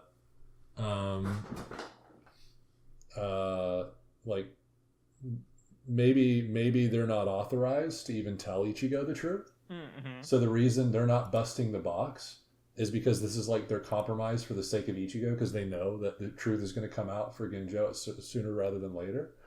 Mm-hmm. And they want Ichigo to hear it. They want to know Ichigo's answer. They want to hear it. So this is kind of like their compromise. Oh wait, no. I think no. Because I think it's literally their order. I think their order is explicitly stated as being like stay for Ichigo's answer, right? Fuck. Yes, because originally they were just gonna like, they were hoping that basically they wanted both of them to die, because the idea was like Ginjo would reach out to Ichigo, they'd find out about it, and they'd kill both of them. But instead, what changed is because they came to like Ichigo, and because he was so valuable to like, and basically a comrade of Soul Society, that they decided that we're gonna wait to see, because if Ichigo chooses to side with Ginjo, we're gonna kill them both. If Ichigo fights with Ginjo, we're gonna help him, and that's the one that happened. They put trust and faith in Ichigo. Oh yeah, basically. I guess the compromise is. Oh yeah, the compromise is literally explicitly stated because they're like we all our orders were to hear out Ichigo's answer, Mm-hmm. and they allowed Ichigo, the only fellow substitute Soul Reaper, to finish the job because they know that's what Ichigo would want. Whereas obviously, if this is a different circumstance, if it's like okay, this is Ichigo's answer, well, we'll help him fight Genjo to put him down for good, not risk Ichigo's life. But they're doing this because they know Ichigo wouldn't want that. They know Ichigo well enough to know no, Ichigo needs to take care of this ordeal himself, right? Mm-hmm. That I guess would be that's more in line with reality. Yeah. Oh, and then also it's really cool how at the end Riruka, kind of following what you were saying earlier. By the end of this arc, she does mirror Ichigo and her understanding of the opposition. Like her and Ichigo definitely are a step above because unlike anyone else, Ichigo truly understands Genjo to the point where Genjo could literally tell by his expression, like, oh, it seems like you're trying to understand me in the middle of the fight. Riruka literally understands everyone because she was inside Riruka. Or inside Rukia. Oh yeah. She saw her heart and stuff. And she knows like, oh, well, this is like the strength of their bond. This is what like a true heart is. Like I can't really fight these guys. Like I feel like they're the justice has been talked about a lot before in Bleach. Going back to Soul Society, when you think about justice, I mean, in Riruka's mind, she's like, well, the true just side seems to be them in this instance. So of course she can't fight after seeing their heart. It is really cool because when you look at Riruka's justice in this instance, by truly understanding her enemies in the same way as Ichigo, hers is to run away and not execute anyone. Whereas Ichigo's sort of justice is, well, while he understands Genjo more than anyone else, he still executes him. Yet, after the execution, what does he do? He wants to do a form of purification by burying him in the world of the living, right? Where his true comrades were. No matter how blighted that camaraderie was, they were still the comrades that Genjo made in his journey. Unlike the Soul Society, who did betray him. Why would you bury him in the Soul Society? Why? These are the same people that betrayed him. And Ichigo understands that. So of course he wants to bury him in the world of the living. The one where he had some form of companionship in, So it's cool. It's cool shit. To get into Ichigo versus Genjo, one of the lines that stuck out to me was he says, people you grew to trust in battle would never deceive you, right? Like sort of, but I also felt like he was probably talking about himself because he presumably had an experience similar to Ichigo where he, as a deputy Soul Reaper, someone outside of their system, or someone who went to the Soul, so whatever. He was a bit different from other Soul Reapers, but he was still trusted. He had the badge, and so he was hurt that he was deceived by these people he trusted, and just I don't know that line. Like he's aiming at Ichigo, but I can't help but read it about being about himself as well. So of course, yeah, that's really good. And then this is the note I wrote about all the heart bullshit. I'll just go ahead and read it because I've basically run through all the things I had to say here. Oh wait, were you still going to say more on that? No, not on that specific line, but I definitely have more. I think I have more to say about the fight. Okay. Maybe a little bit. Oh yeah, then you go ahead then. Yeah. If it's I think it makes more sense. Well, I guess maybe it's already stuff we talked about with just it's really just about the way the conflict goes with him being betrayed and being hurt by that, where Ichigo sort of overcame that lack of trust and never mind. I don't actually. I'm looking at my notes and it's like, no, we've already kind of covered all this. So I'm going to see if it's the same with me too. All of these lost Fullbringers either lost or can never share a heart with anyone. Genjo gave them a heart to share, but his was already darkened and contorted from betrayal. Yeah, I've kind of covered that. So he never truly saw any of them as comrades, which is why he's so quick to betray Ichigo and even kill someone on their side with Shishigawara. Or Sushigawara, as this is especially resonant in Tsukishima's despair. Why didn't you teach me what to do when you died? With true heart, this much is evident, because no one ever truly dies when those they shared that heart with are alive to pass on their will.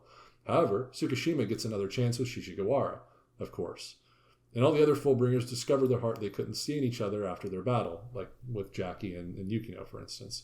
It took going against a true heart to discover theirs, basically. Yeah, okay. So at the very least, in the set of notes, I do have the Tsukishima observation, which is cool.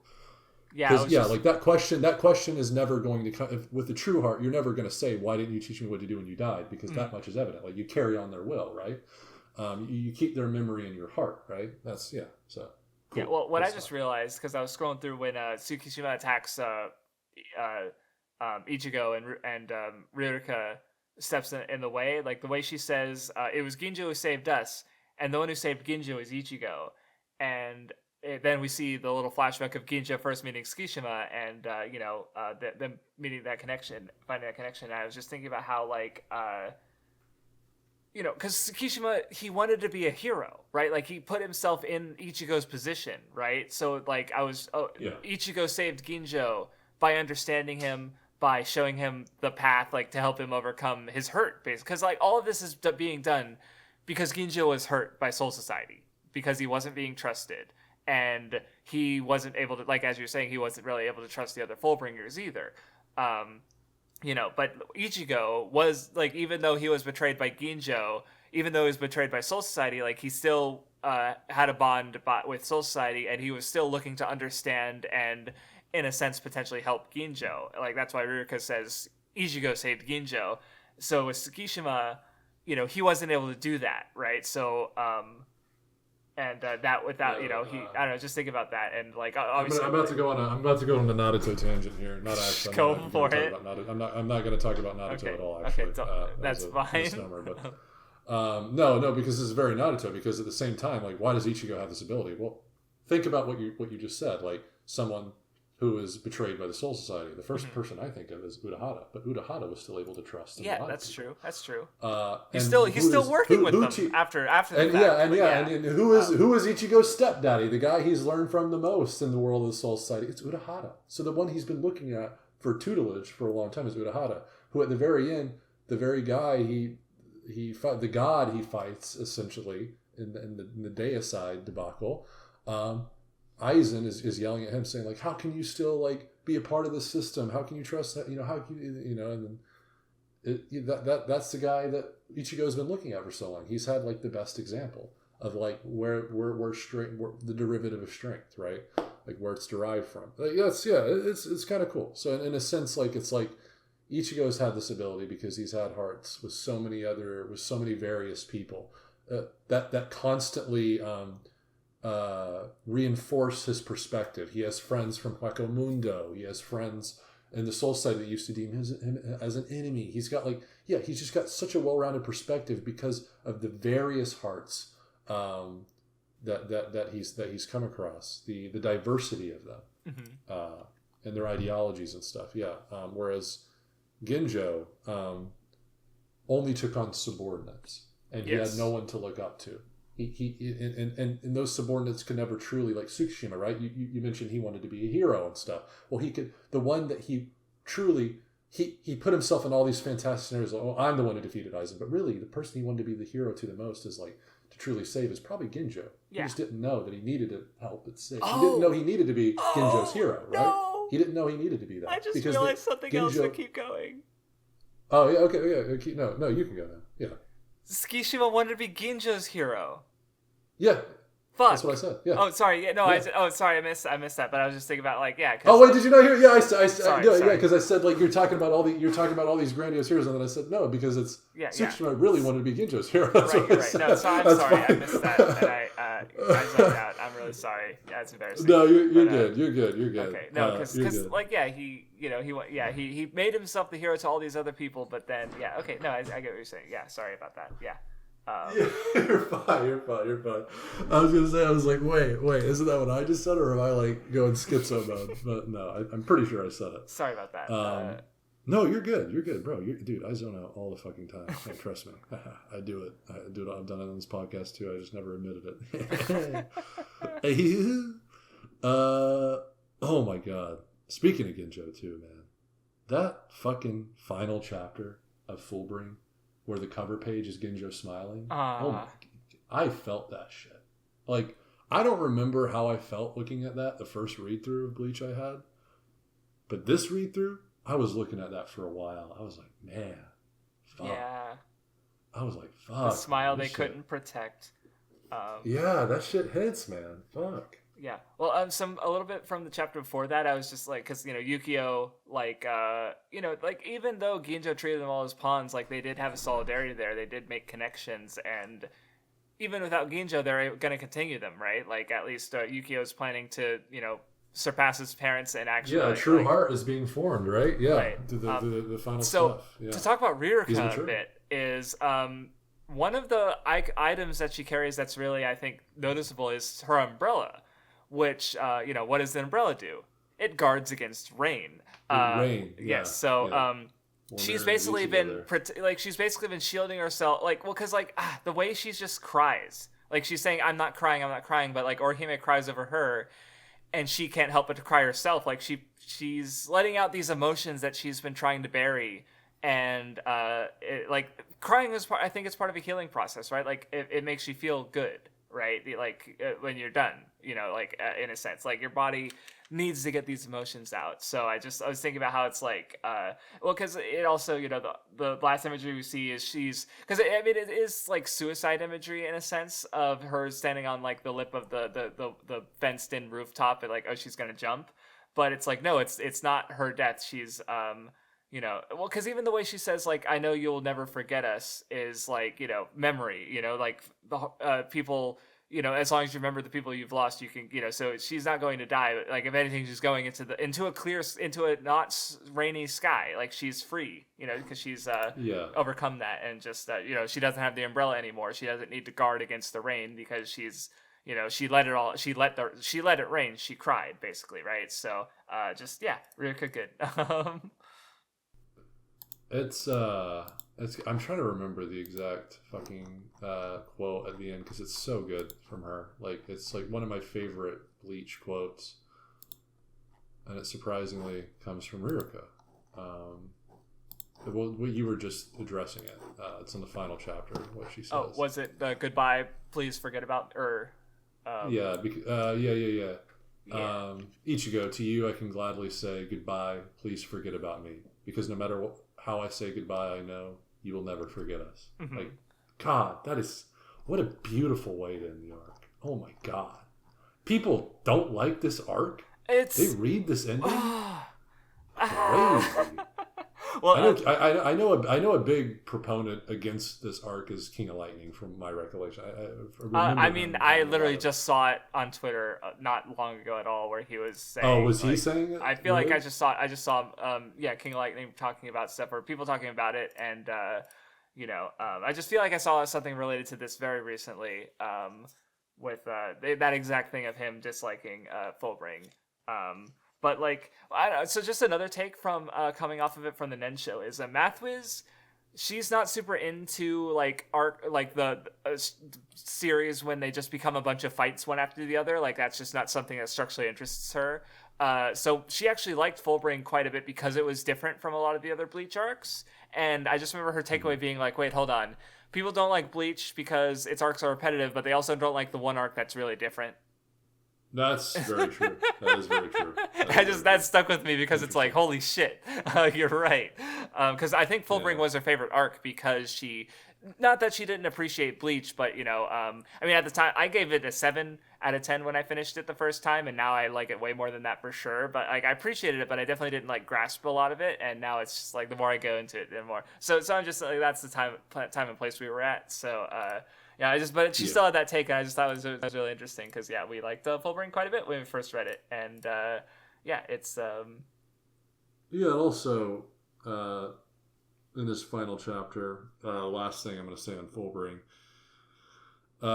it's just more touching on Aizen's words in Arrancar at the end of this arc. Ukitake says Ichigo's grown when it's revealed he kept the badge. When Aizen once said trust is something that the weak utilize. Mm-hmm. Ichigo's trust was tested unlike ever before on a journey where it wavered constantly, and he's come out of it more trusting than ever before, but not only more trusting than ever before, more powerful. Like his level of power, I mean, the portrayal, at least to me, resonates that like he's stronger than Hollow Mask Ichigo. By Hollow Mask, I don't mean like the demon form that fucking destroyed Ulquiorra, but like the when he just regular Hollow Mask form. Yeah. Yeah, and that's he wears that growth even on his own outfit, like I was saying earlier. His outfit has changed because of that experience. So it's cool that that once thing that Aizen used to say the rather than facilitated growth, stunted growth is actually the very thing that he couldn't understand, because for Ichigo it does the exact opposite of what he's saying. No, not the exact opposite, but it makes him grow. I also like the exchange in the last chapter where Ichigo wants to bring Ginjo's corpse back to the human world to have it buried, and like Shinji's like, well, Shinji, the one who questioned his trust at the start of the Arrancar arc, was like, how could you forgive a guy like that? And Ichigo's like, everything, like all my friends and family are alive and are back to normal. I'm alive. Like, he doesn't have any reason to hold anything against Ginjo because he didn't actually lose anything, and just like, I don't know. It's just, again, the maturity there of just him being able to move past this and just like go out of his way to go to Soul Society and be like, hey, I'm going to go against you, or I'm going to, challenge you guys and make this request that's against what you guys were doing for an enemy, because he has respect for that. He was an ally to Ginjo, even if it was briefly, and even if it was, not genuine. Like, I don't know, I was just like tying that to how Ginjo... Well, yeah. Ginjo may have not really had these bonds because he saw his people as subordinates, and, Ichigo he was planning to betray, but bonds still happened regardless of his intent, basically, right? Like, they still cared about Ginjo. They still cared about each other, and Ichigo, even as an enemy, was still willing to do something out of respect for him, and it's not just that. It's because through that experience, Ichigo understood himself more. He understood he understood the value of trust because of Ginjo. And not only that illuminated on what Ginjo must have felt like whenever he was essentially learned that he was betrayed by the Soul Reapers.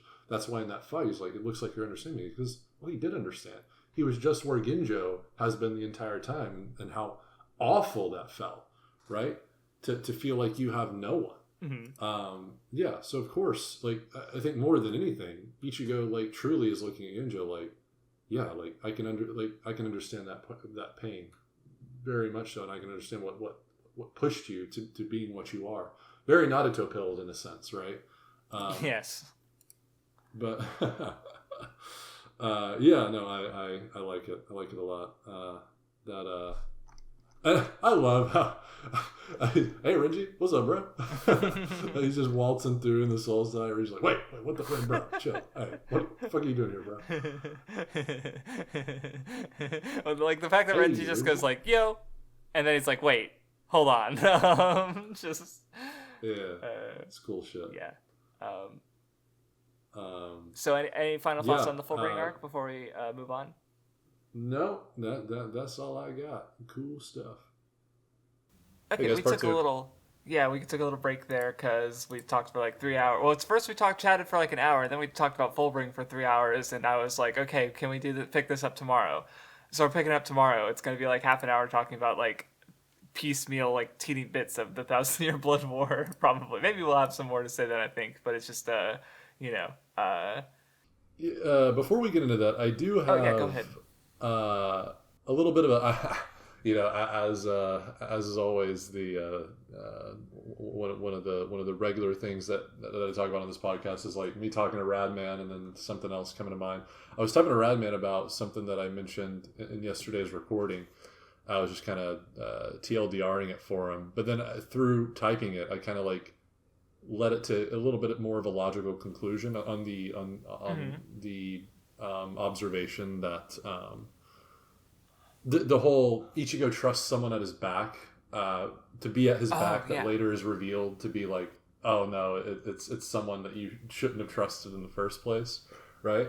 That being as early back as in the fight with Kenpachi, with Zangetsu, and then with Ginjo in Fullbring. Well, what I typed to Bradman earlier today, while I was at work, just shows you how productive I am. It said how Ichigo trusts the person Ichigo trusts most early on, Zangetsu, literally has his back against Kenpachi, but he's Yhwach in reality. It's a similar situation with Ginjo, where when everyone else was manipulated, Ichigo trusted him to have his back. Behind him is the very man who initiated this plot all along. just like Yhwach is the man who initiated Ichigo's reign all along with his mother's death. And Zangetsu is a vestige of him. But for both Ginjo and Zangetsu, Ichigo comes to accept them in the end, right? Like, he does the same thing for both people. Like, he doesn't hold any malice, and he actually accepts Zangetsu as part of himself. And I guess you could say, in one respect, it's him accepting his Quincy heritage, because that's maybe in one facet what it represents. But it's also representative of, like, even if it was a deception, at first, it inevitably became something beneficial to me that both you and I can agree on.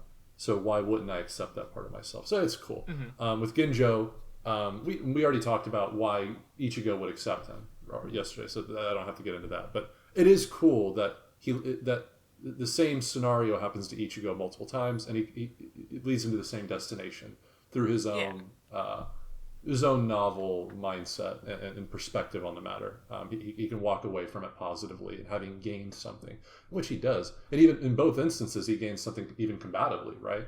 So that's cool.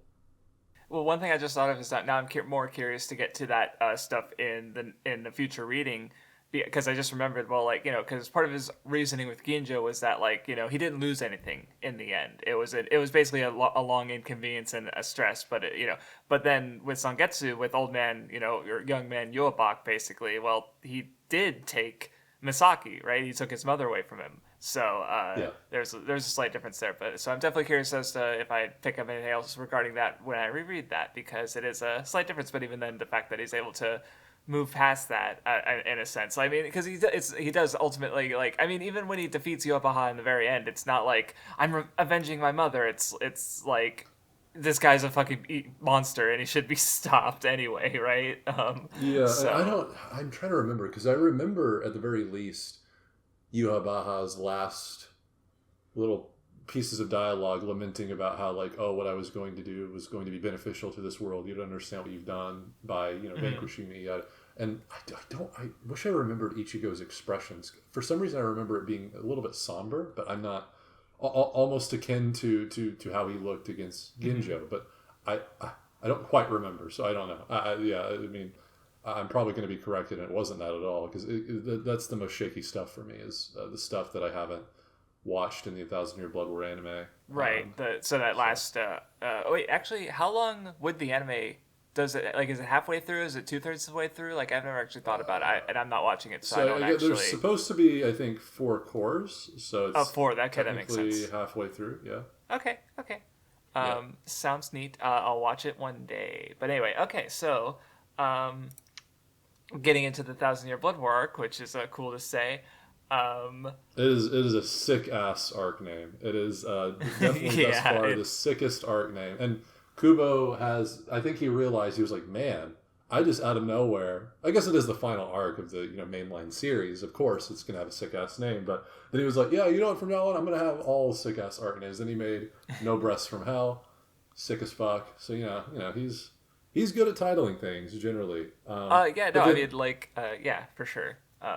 But then you'll get oh my god, I wish I wrote it. I think it was literally in this past arc. There was a chapter title that was so bad, at least when it was translated to English, but I wish I wrote it down and remembered. But, like, I don't know, there's some titles where it's like you go from I don't know, Can't Fear Your Own Sword to, like, Quincy Archer Hates You. So it's funny. Askin's talk about it where it's like, sometimes it is like in English, but it's his. I'm pretty sure Kubo's not fluent in English, right? So you get stuff.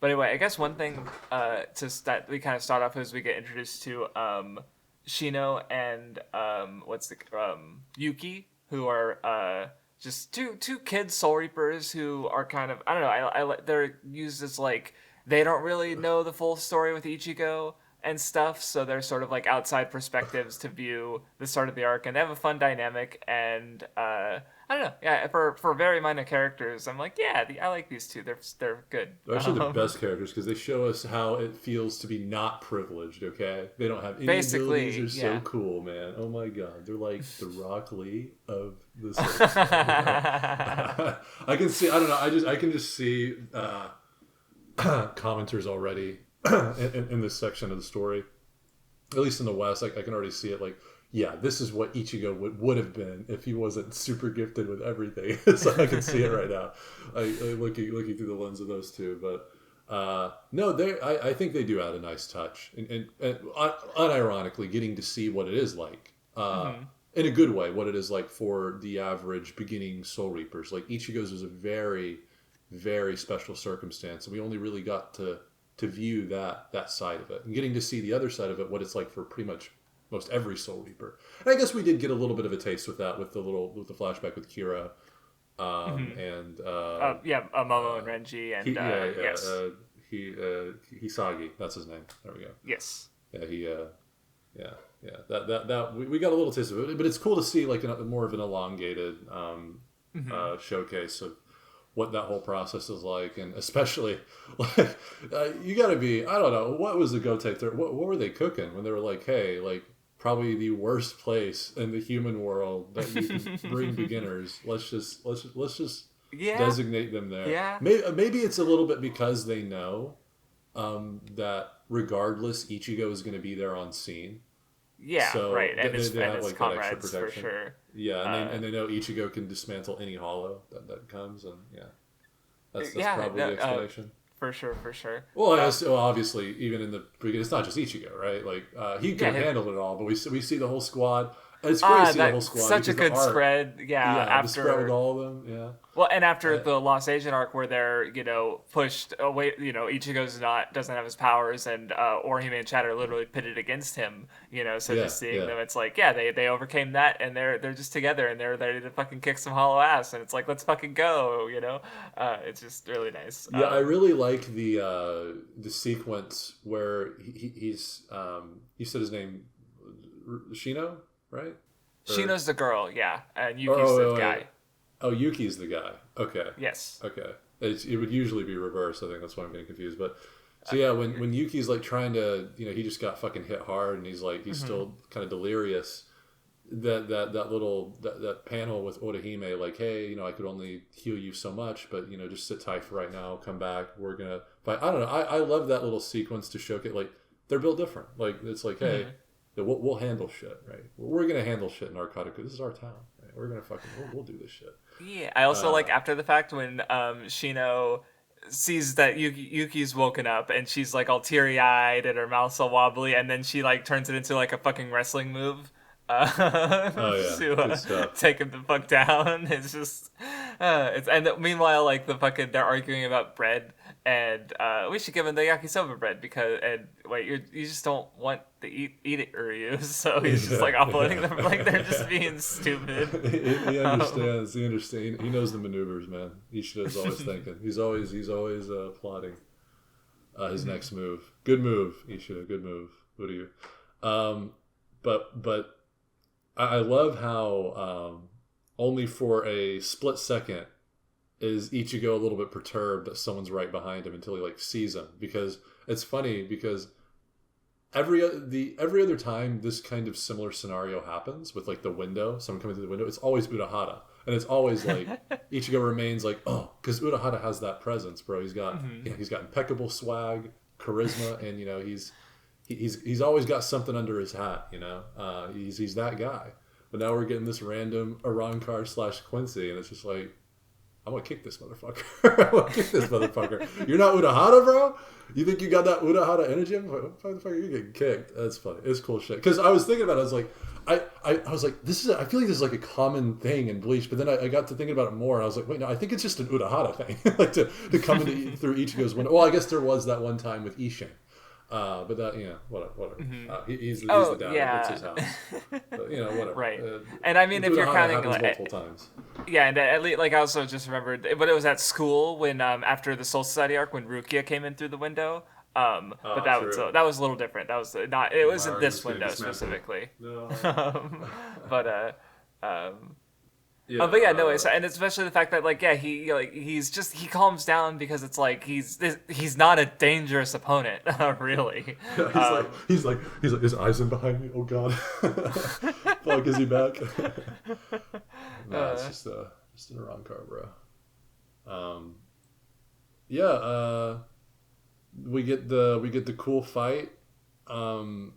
I don't really have anything to say on the fight itself, but I do have something to say like immediately after the fight when he Okay, goes well, back I was to gonna say during the fight we get a cutaway to Yamamoto, and he, look, the line where he says like, "Oh, you're alone. We've killed your fucking second in command. You know, isn't your I am security here. bad?" There is no greater security than that. Holy fuck! It goes so hard. Jesus Yeah, Christ! God, Like, no. I was just thinking about how like we were talking about just how like even just when it comes to, like the dialogue and the writing, Kubo is so excellent. Where it's like, as a novel, Bleach would lose a lot because a lot of what makes it good is also the art, but it would still be a fucking good novel because Kubo's just so like His dialogue, man. Oh, and yeah, dude. Speaking of dialogue, just God, it's like it's stuff that really makes me envious sometimes. Albeit I can dish out stuff and surprise myself here and there too. But when I see just genius at play, because they're such good illustrators. They're so good with,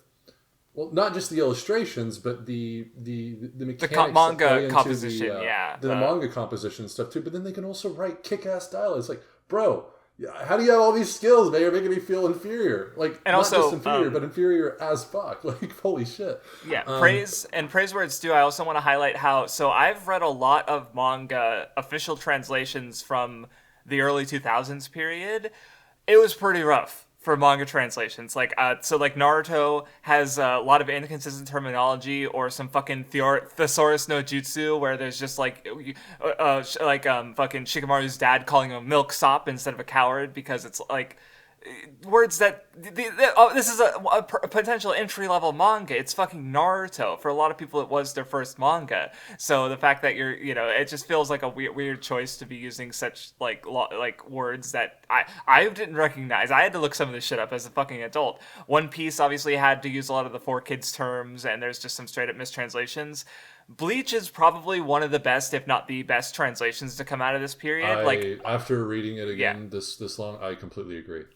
Obviously, there's a lot of things that like you couldn't begin to translate just because of like kanji and certain like double meanings and like that, which is inherent to translation. Like the one fault, and it's less of a fault with the translation and more of a fault with Viz's publishing, is that I like it when they have like translators notes in the back that explain like, oh, here's how this other meanings and what this could like be referring to. This is how we translated it, or stuff like that. Like I really like having that available because it can give me more insight on what the original Japanese said. So this actually, I mean, it does actually have some rare translation notes, which is more than you get from other Viz titles. But I would definitely I mean, but then again, it's also Bleach, so I feel like comparing it to one of the other big threes like One Piece, it's like not. I mean, one of the main characters is still called Zolo to this day. I mean, it's unfortunate in a lot of regards. But I'm curious to know who did Trent, because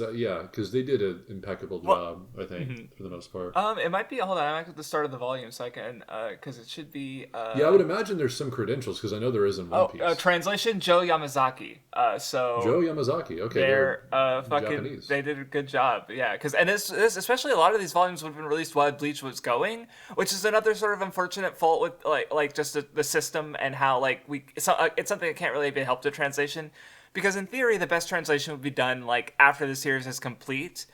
Because then you have the full exactly. But that very rarely happens, so it's really not uncommon that you get something where like I can think of a few instances, but I won't belabor it. It's just it's an unfortunate reality of just the fact that like we want these stories as soon as possible, and it's not really a fault of the translator if they translate something incorrectly because they didn't fucking know, right? Unfortunate, but I just wanted to highlight that, so because it's speaking of translations and dialogue, I don't know why Kubo had to give such a hard line to a character that like is introduced and then dies immediately after. The fucking blonde hair guy, the sixth seed of whatever squad. Wars happen because both sides are just. What a fucking insane line to give to this random character. Like that is such a good line.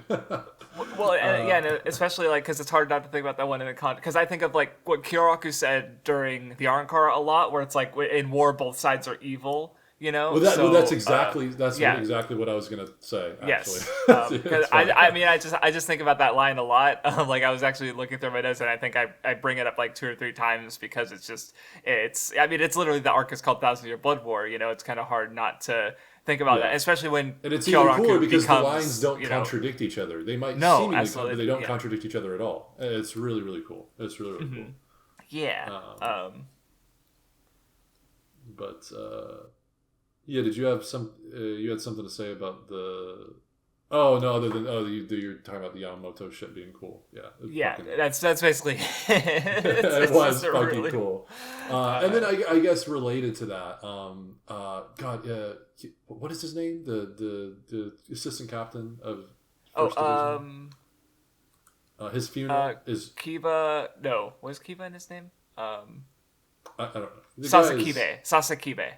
Yeah, he's justified simply because that funeral scene sequence is really, really fucking good. And you get some. I do remember you get some later stuff where Yamamoto recalls his times with him after seeing his Bankai be used by someone else. So we will be getting that. But even just that funeral scene, which, mind you, I don't. I know because you don't know crafts, but it's an unfortunate cut they did in the anime. They cut out the whole speech that Byakuya gives to Renji about this guy, and it's like, it's really. It sucks because it's a really, really weird. Good I heard scene. that they added stuff regarding this part, but no, I guess I misheard. So they have been adding a lot of stuff, but this might be one of the only things they cut. But they did cut that. They did cut that. Yeah, because I even remember when it was coming out week to week. Because I was still following Uzumaki Khan really closely back then. I don't follow him near as closely anymore in terms of like all the stuff he consumes. But I remember he literally had to switch to manga because someone told him like, "Hey, go to the manga because there's a lot more here." And he's like, "Bro, I still remember there. Why did they cut this shit out, yo? Why did they cut this out? This is great. What the fuck?" Uzumaki's great. He's great. It's fucking funny, but yeah, they did. Unless it appeared to me in a dream and I'm misremembering, but pretty sure I'm remembering this accurately. Okay, no, it's I gotcha. But anyway, I guess you wanted to talk about the stuff immediately after. Well, I mean, I already kind of mentioned why them stealing the Bankai is significant before. But to reiterate, it was sort of basically if the Bankai is, understanding the self and achieving a sort of personal nirvana, which is, part of like the cycle of death and rebirth, then the Quincy's, who represent Christianity, which believes in the immortal soul, basically, that, there isn't reincarnation, you just go from one place to the other, and that's where that, and which, as I understand, maybe it's explained more in Can't Fear Your Own World, but basically, like, that's their goal. That's what Yobak is trying to accomplish. He's trying to remove death and rebirth from the world. He's trying to make everyone immortal, basically. Like, that's why that you can read the Quincy's as doing something positive, basically. But, of course, in doing so, they need to fundamentally change how the universe works. And, obviously, like, just the fact that, like, they destroy souls, right? Like, they decide who has the right to exist and who doesn't. Like, Yobak is even like what I was going to even sort of bring up in the scene afterwards. Is like he's choosing who gets to live and who gets to live in his new world by getting rid of the people he thinks are unworthy, right? And I've had this debate with people. This is very synonymous. That whole goal plan for the universe is very synonymous with I've had multiple debates over Madara's ideology from Naruto and his ultimate dream. And the crux of my argumentation, when I argue that, because it is very philosophical in a sense, the argument itself, and I love having these conversations, but generally my stance is, listen, Madara's world could have led to, everything could have been better. Like, let's assume that, because again, there are some problems, and that there are fundamental guardrails that would have to be in place that would keep everyone from doing the ultimate wrongdoing. That being, killing, murdering, and then perpetuating the cycle. There would be some level of liberty cut off to you by and large, but that doesn't necessarily mean that it'd be a fundamentally worse place just because of that one factor, right? In society, we compromise freedoms in a lot of aspects to have, essentially more freedom for the masses, right? Because you can't have freedom when everyone's running around in an anarchical society, killing each other, stealing. Yes. Like, that's not true freedom. That's not true liberation, right? Freedom for the masses means there's some level of freedoms we as individuals have to give up, right? So that argumentation, like, I can see why Madara's plan would be good in that sense, but ultimately, what it comes down to, and I feel like the correct argumentation here is like, well, these characters, because they're not real people, they're fighting for their world to make their world better, and they can already see that their world is progressing, and they don't want to entrust in a world that they don't know. Maybe it could be better, maybe not. Who knows? But what they can see in front of them right now is the growth and change of their world that they've been fighting for so long. And it spans generations. What they've been inheriting is that fight that goes back to, their grandfather, their great-grandfather. They know these stories. They've heard these cries of, even pre-development, they've heard the cries of anguish of a stagnating world. But now they're trying their damnedest to make the best of it and grow that world. Why, after investing why after all this investment, spanning multiple generations, would they say, you know what, let's all throw it away, all those struggles of the past? Like, that I think is the lesson to be learned there, is like, even if there is a world in front of you that could potentially be better, why not keep fighting for the world that and that everyone's been fighting for so long? That's like kind of the idea of Naruto, and I feel like it would be the same. You could essentially use the same argumentation here. It's like, Urahara, perhaps what he's doing is actually good. Like, it'd be more good than the structure the Soul Society is posing. Maybe everyone would be immortal, or maybe not. Maybe it would be even worse. Who knows? But the thing is like, obviously, these people have acclimated and they enjoy what they're living in now. And of course, so they're going to. It doesn't matter who's right or wrong. What matters is like, this side is fighting for the world they want to keep. It kind of goes in that wars happen because both sides are just kind of thing. Like, maybe Urahara is just in his goals. I mean, his methodology is highly questionable at best, but given that he kind of just kills a bunch of people, right? And he's rather, I mean, he does at least verbalize his I don't know if you would even call it anguish whenever he does it. I mean, he at least verbalizes that he doesn't like it, but does that necessarily mean it's that bad for him? Is that mentally taxing? Who knows? Whatever. Regardless, what I'm trying to say is, I think that perspective is really interesting. Not really looking at it from like a good or bad lens, rather looking at it from like, well, the Soul Society, they used to be pretty fucking bad people themselves. They used to be pretty fucked up. Yeah. Right? Yeah. Like, and look at them now. Like, essentially what they're doing, what it is just they have their version of order. Urahara sees another vision that's just maybe another version of order. But to the Soul Society, it constitutes disorder because it doesn't fall in line with their order, right? Yes. That's, I think, a cool way of Well, looking so at it. that no, well, so actually, since you mentioned order and disorder, how I tend to think of these kind of conflicts is, like, I'd seen them in stuff before, but what I guess the framing I'm using comes from the Shin Megami Tensei franchise, which is most commonly known for Persona, but in, like, especially the mainline games, they focus on a law chaos conflict where heaven, the like God, usually represents like law, but it's usually like the God is a manipulator. He's controlling, and he brings people to a paradise, but it's often by only a select few people, so order, but also tyranny, stability, but also stagnance. Like, that's a law conflict, or that's the law side, where the chaos side is conflict, and which can challenge and change things, of like rebellion and freedom, but also the constant conflict isn't like sustainable. So usually the games argue for the neutral path, which is like finding a middle ground. But I tend to think of just law chaos framing in it, like with all these stories, all three of the big three, for instance, all like Luffy is chaos. He's the one conflict. He's challenging things against a stagnant law, right? It's tyranny,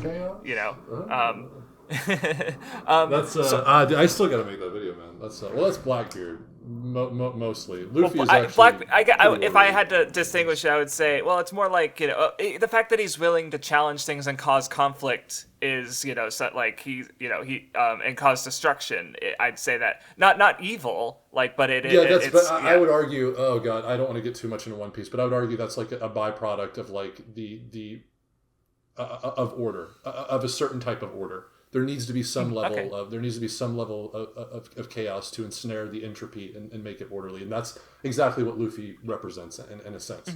That sort of revolutionary mindset, albeit as unconscious as it may be, right? But sure. I don't want to get too much into that, but because that this all goes into the video I've been planning for. Okay. Not planning. I can't say planning. It's a video that I've had in my head for a long time,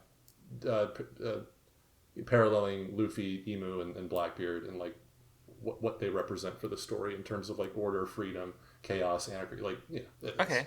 It'd be cool if I made it. It'd be a really cool video. Just but to bring it back to Bleach, I guess, is like, so, because I would, in the Law Chaos divide, as I'm describing it, I would say that, like, Soul Society, they're the ones who currently hold the power, so therefore they're the law. But then Aizen, for instance, he created his own system, of course, but it's a system that invites challenge and invites conflict.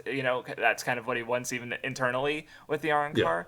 Yeah. But I guess what's interesting to me about Yhwach in that way is because, like, comparing it to the Shin Megami Tensei franchises, he is like the main antagonist of a lot of the Shin Megami Tensei games is also Yhwach, basically, like the same Yahweh, the same God, like Judeo-Christian all God, basically, with more Gnostic influence because that's where the sort of like God is both a like controlling planner and also a father figure that's meant to be surpassed comes from.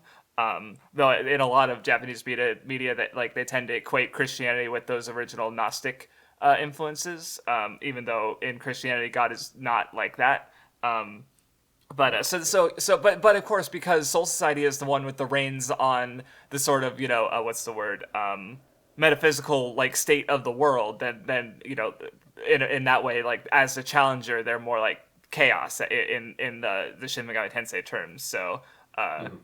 Because they're challenging and they're trying to return. I mean, really, as one maybe spoiler I've heard is that basically the world was originally the way Yhwach like had it, and it's the Soul Reapers who they committed the original sin by bringing death to the world, basically through reincarnation. Or I guess maybe not Soul Reapers, but I don't know when this happened. I just remember hearing this explained to me. Fear to the world, as their names would. I mean, that is a cool thought. I mean, because what is death if not synonymous with fear? Bleach even goes into this, especially in 1,000 Year Blood War, right?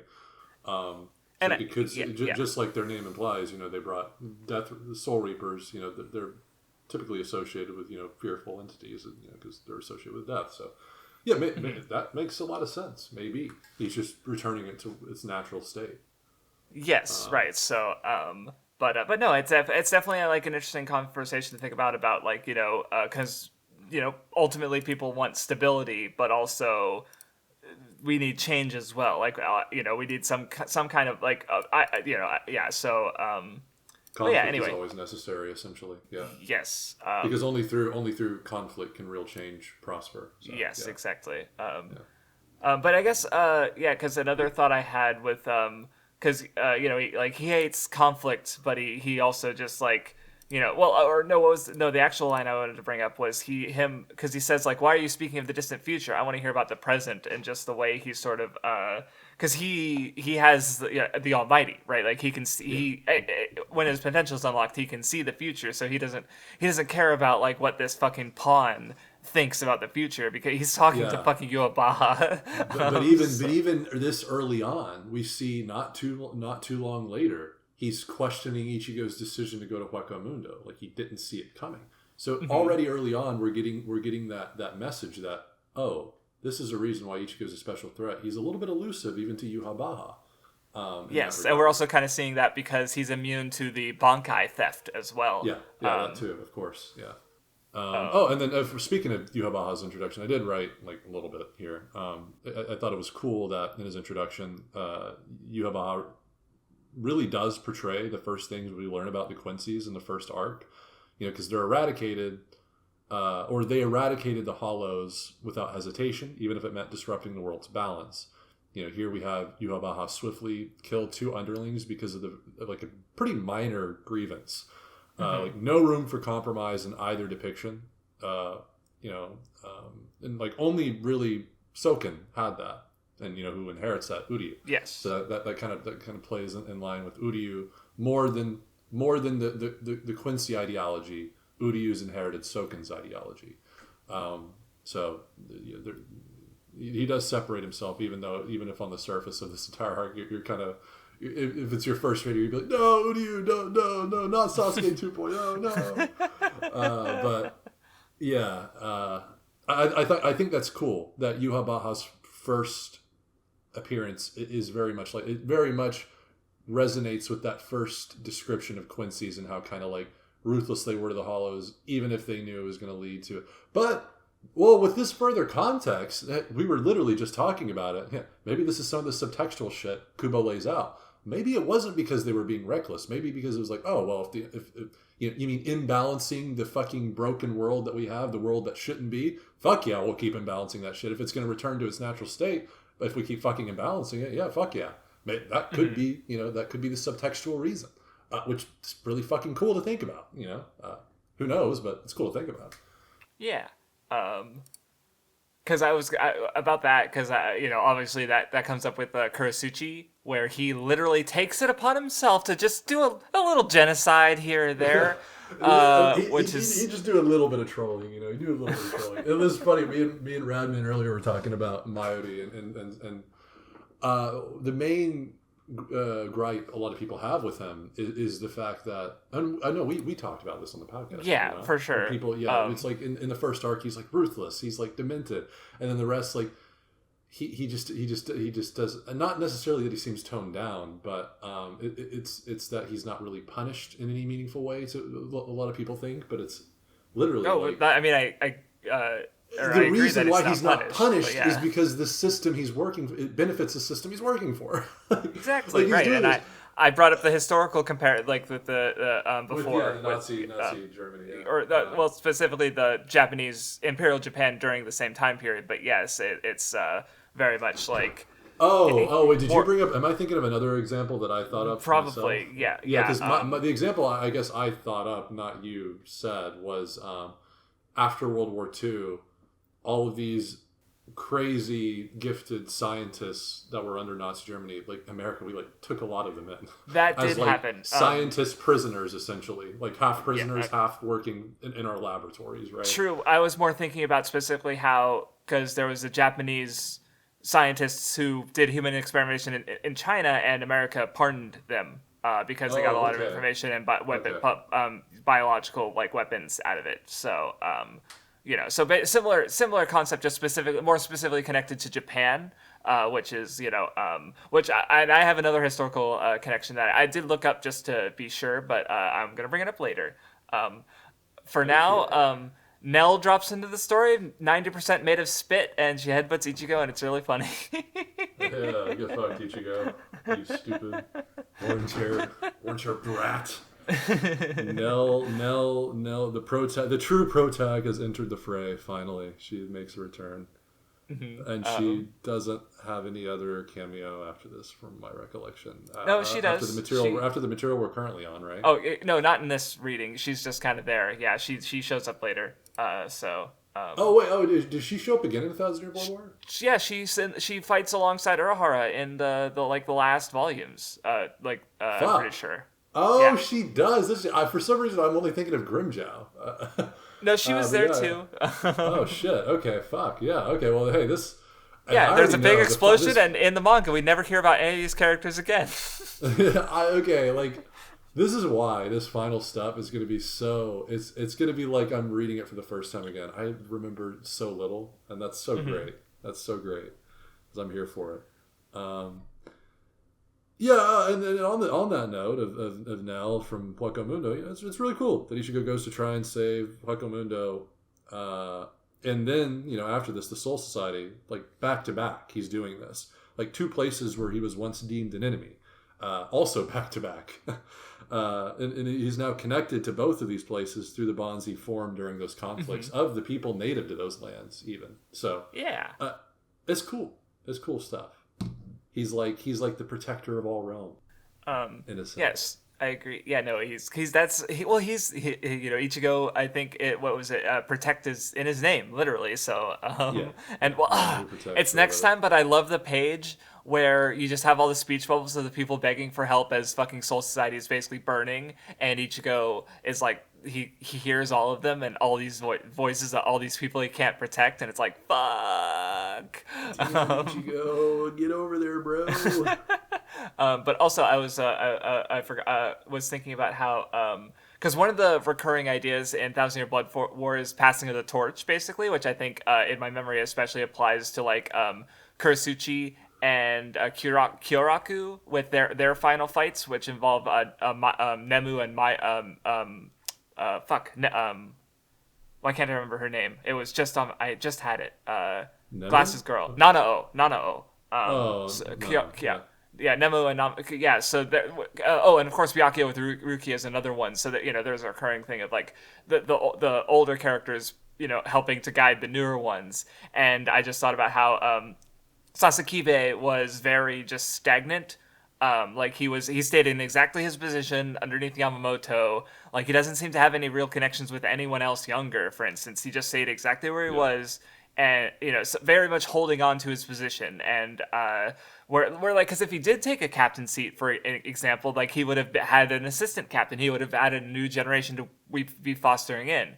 But he just stayed exactly where he was by basically his presumed like best friend, and commander Yamamoto. So just opening up the arc of passing off the torch even before Yamamoto, the literally like he's fire, right? He's the torch. Before he dies, like we have this other person who's also dying basically to show the Soul Society is still changing and growing, and that they're able to accept change now, but they still got changing to do yet. Mm-hmm.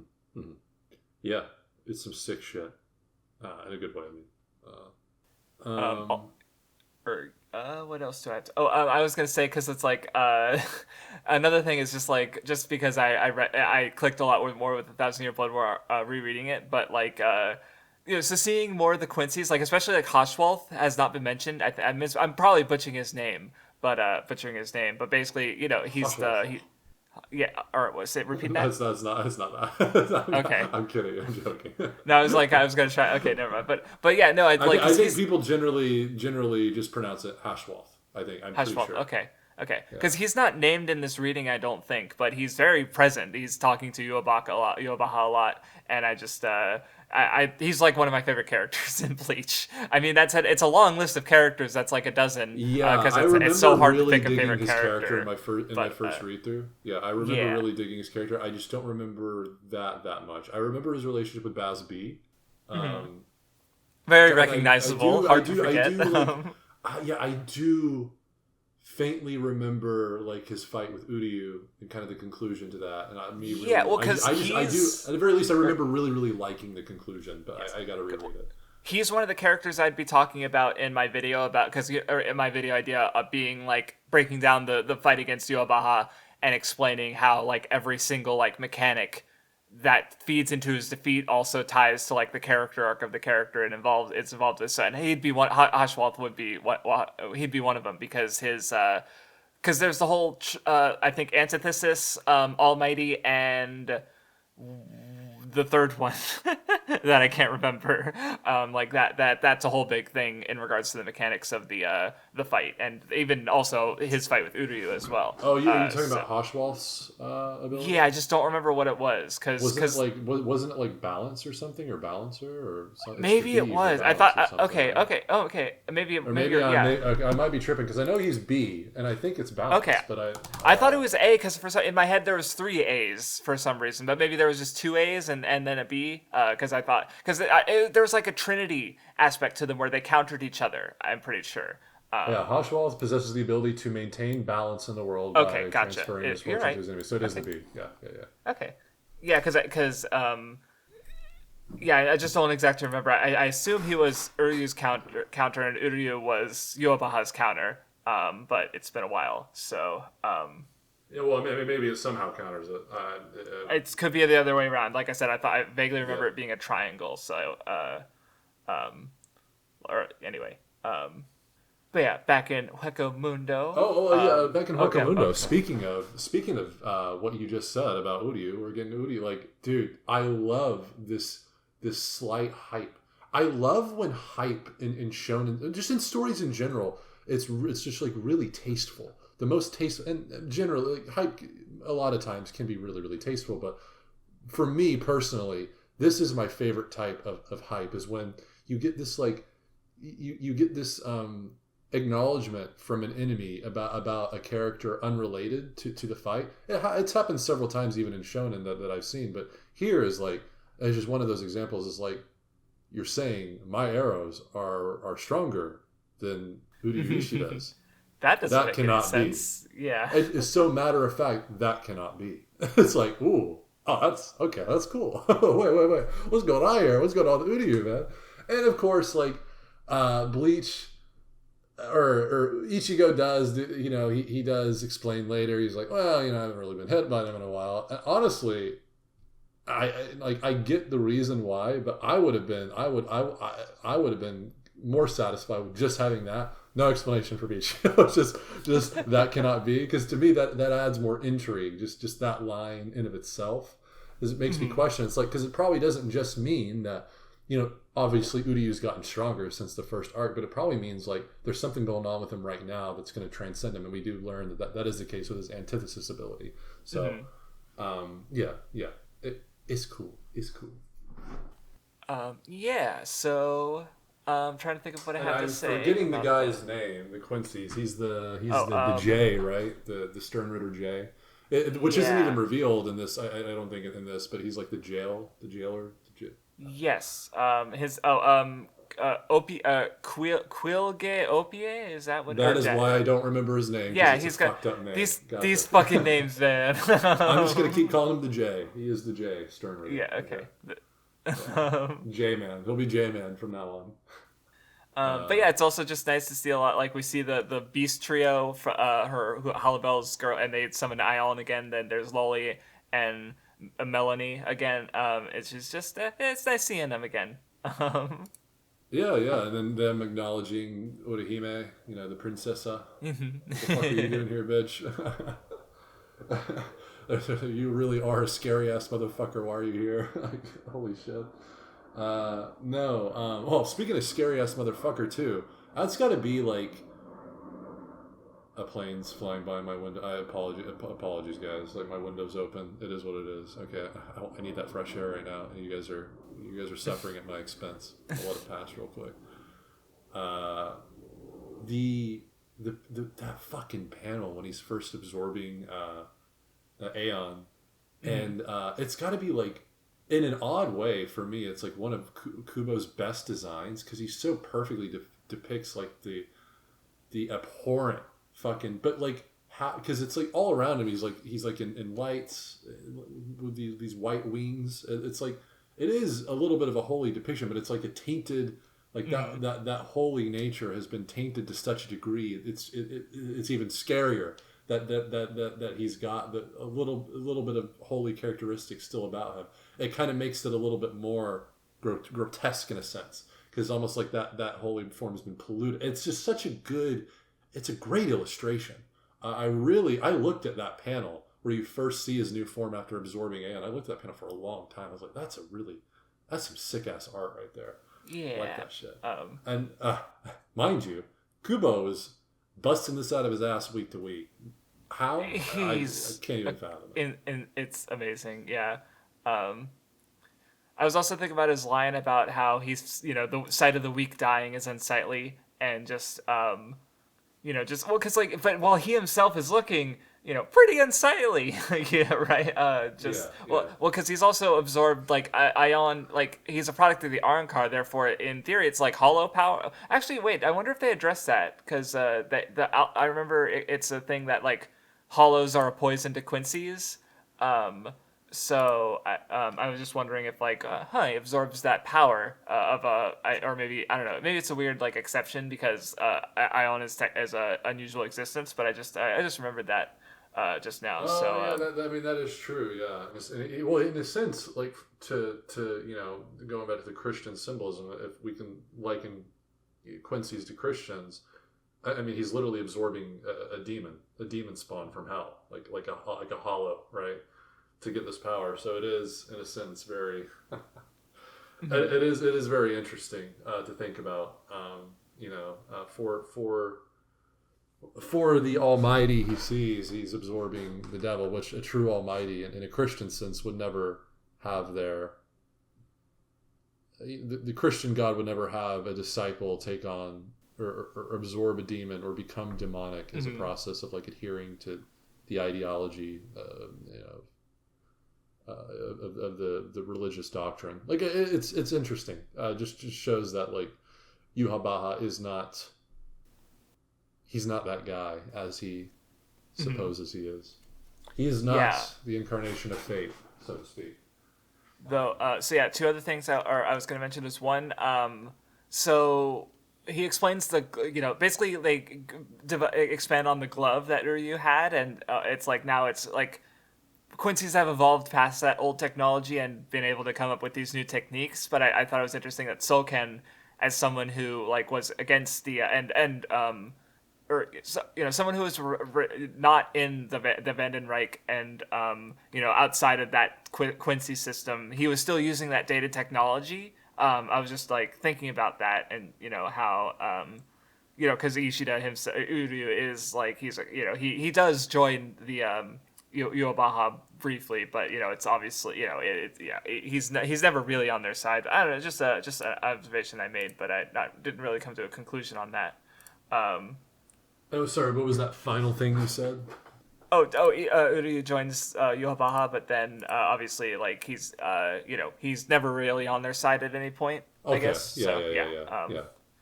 And then the other thing I was so there's the chapter that ends with Urahara saying conflicts are so painful after he comes into because he's sending his forces into Soul Society to cause a lot of fucking death and destruction.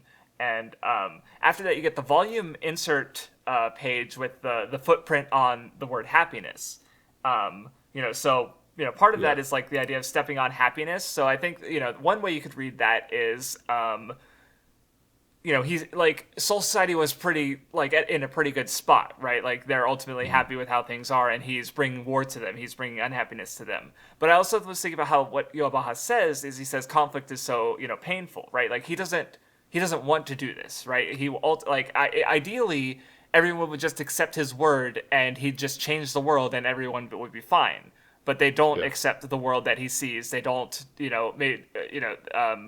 they're fine. Like, both sides have fear in them, right? Like, but obviously with Bleach, it's about accepting fear and, coming to terms with death, where Urahara, he wants to reject death. He wants to create a world without death because he has so much fear of it.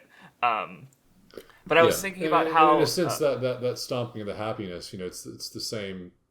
I'm going to get into that a little. You keep going, because that actually ties in exactly what I was going to go into here in a little while. Well, to bring up some historical connections, so there's the idea of the Fumie, which you've actually seen this before. Do you remember in Fishman Island where Hody Jones and his crew are making people step on a picture of Otohime? Oh, of course, yeah. Yeah, so in actual Japan, the emperor was subjugating Christianity, and he forced Christians to step on images of like Jesus Christ and Mary, basically. Interesting. So, you have a footprint of happiness being stepped on. So there's like by starting a war, like Urahara is both stepping on his own happiness, but he's and he's also forcing Soul Society to join into the war and restrict their own happiness as well. So I was just thinking, like, is that sort of kind of what he's referencing here? Because so just an interesting connection I thought of. In his mind, forcing him to step on false happiness, because that happiness is related to their order, in a sense, and it's created unhappiness for so many other factions. Huacamundo, the Stern, the Urahara's Quincy forces, or I should say the Quincy's, to the point where they literally have to live in the Soul Society shadow just to survive, right, and hide out, and never see the light, in a sense, which is. It's interesting contrast too. Like a lot of their abilities are associated with light, and they've been in the shadows for so long, forced to be in the shadows for a long time. And, light casts shadows. I don't know. I don't really know what to take to that symbolism. I'm not really leading it to a logical conclusion. That's but fine. Just just thought of it, and speaking of stepping on things, really cool visual imagery when they first get to the Soul Society for the invasion, and there's I think it might be Yuhabaha's foot there's this the sky shot panel looking downward at there's these soul reapers running get into position, and then the panel right below it is that same shot but with just all the soul reapers are covered by a foot, like we're here to stomp on all of you. It's a really cool visual depiction of what's literally about to happen. Really cool stuff. And speaking of really cool stuff, God, like you can tell Kubo, he's just going master mode. Like already, I'm enjoying 1,000 Year Blood War unlike ever before because I can really see how excited this motherfucker was to write this arc. Because again, the same character that has the sick ass line like both sides are just. He's sitting there, he's really scared, and then he's like, don't come a step further, he says something like, we're gonna have to detain you. And he's like, you don't even realize you've gone a step down from your earlier conviction because of your fear. The war has already started. There's no take prisoner. None of that is apt here.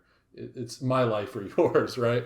Really fucking cool. It's like, your fear is taking hold, man. Like that's not the situation we're in right now. No one's taking any prisoners. It's just such a hard line, man, coming from Hoshwall. And then the really interesting dialogue between him and what I guess my question before I even talk about that is like, is this Yuha Baha yet? Like, has the replacement already happened? I think this might still be Yuha Baha because I think this is right before he goes to see Aizen. So it could still literally be Yuha Baha that Hoshwald. I'm pretty sure it's still literally Yuha Baha that Hoshwald is talking to. But really interesting dialogue when Hoshwald is like, should I kill these guys? And then Yuha Baha leaves it to Hoshwald to decide. Interesting. Really interesting. Because you would think, especially given Yuha Baha's earlier stuff, that Yuha Baha would be like, yeah, dude, it's like we're here to kill these motherfuckers. Yeah, just kill them. And no, he's like, I'll leave that to you. Interesting. Yeah, because that even kind of came up with the Arrancar, because like just the way that they were just being like herded, and there's just a level at which I kind of feel it's like the Arrancar have no hope, but he did say like after he took out Loli and Menoli that like Yobaha wants the ones that with like spirit, basically, like the ones who are willing to just like the one who was asking questions just got killed, right? But the ones who actually tried to fight him were spared, basically. So even though he hates conflict, he's also allowing the Arrancar who are better suited for conflict to live because he's about to start a war, right? So yeah. Then we get introduced to a bunch of the Quincy's, and they're some are more memorable to me than others, but it is what it is. And they just fucking start wrecking house, and steal the Bankais, which is fucked. Yeah, it's just fucked. If you want to talk about the most fucked thing in our reading, Baz B just absolutely eviscerating Kira. Just ruining. Yeah, super unfortunate because Kira is his stuff. I think personally, in Arrancar is really fucking good. It's really unfortunate to see him so early just get fucking packed up immediately. But I know in some way he does come back in a sense, and I'm already, based on the visual I have in my head, I'm already relating it a little bit to like maybe it's kind of supposed to be a visual depiction of what Yuha Baha's world could have looked like in a sense, where it's like people just the idea of not dying is a little bit more grotesque than you might imagine because it's literally maybe there's still in a sense these physical bodies still, like I said, retain their physical properties, but like even if they're decaying, even if they're broken, you can still move. And I don't know. I don't know why. I thought of that. You did make me think of how like one of the Quincy's ability is the zombie, and of course there's just there's just I think Kurasuchi also fucking stitches some bodies together and does some fuckery, So no, that's not my bad. Bambi becomes a zombie later on, but that's Gazelle, isn't it, or something like that?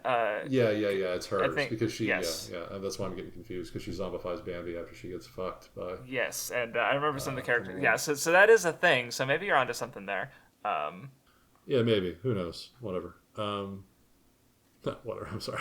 Not whatever. But, actually, not sorry. I'm saying whatever to myself. I don't need to be sorry. I guess I'm apologizing to myself. I think I only really have one more observation from this because it kind of just ends off like partway through the Ichigo's mostly won the fight.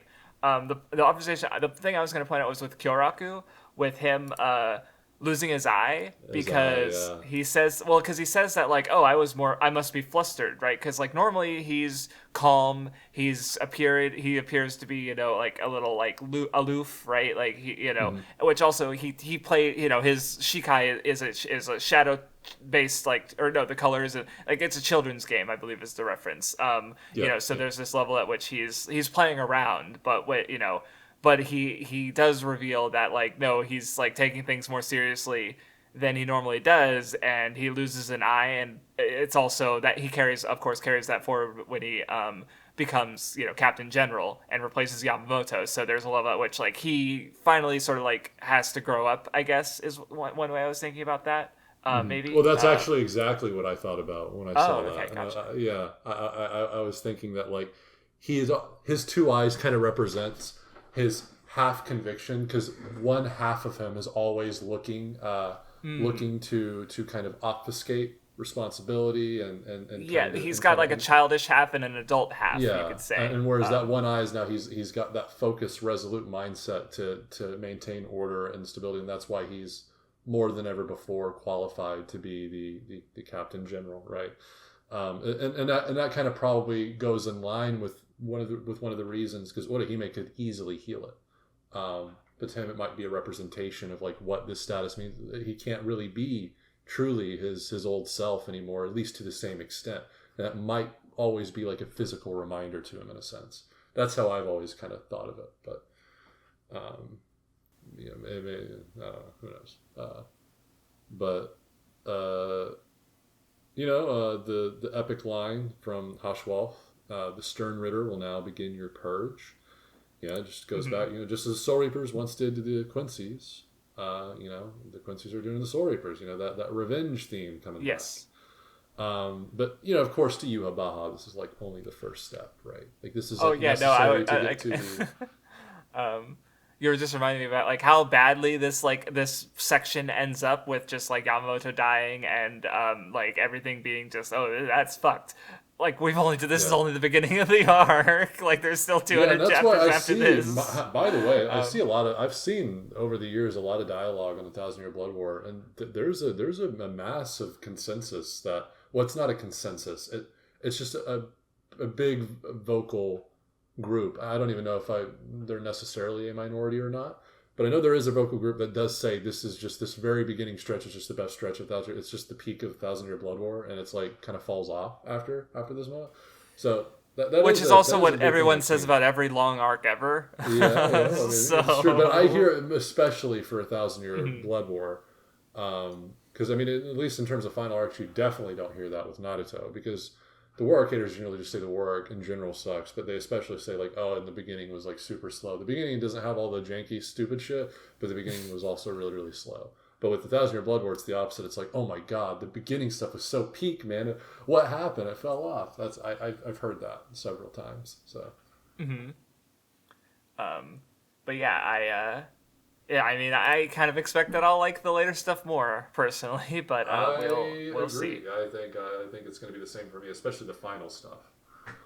Yeah, for sure. Even if like, well, because we know what characters probably aren't going to get. Well, I mean, I'll keep an eye out because like at the very least, like I'm hoping that like like Chad, like maybe I'll take something out of his final scene with him just fighting a bunch of mooks, even if it's like not a cool climactic fight, but at least it's something to cap off his character. Like that's because I guess to bring it back to Chad real quick because we didn't talk about him that much.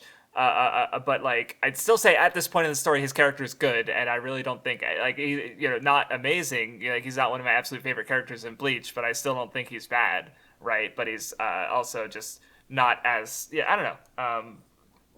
Yeah. We'll see. I'm curious to see how I'm gonna feel about all these characters. Yeah. Come time. Well, I gotta get to. But yeah, I guess that about covers it. Unless you have any more final things to say about this? Maybe. I did want to mention, just on a funny note, for those of you, and I don't know if you're familiar with, you're at least familiar with the series, but I don't know if you've played any of the games. I don't know about you guys, but Bambietta Basterbine sounds like a name like that just comes straight out of Guilty Gear.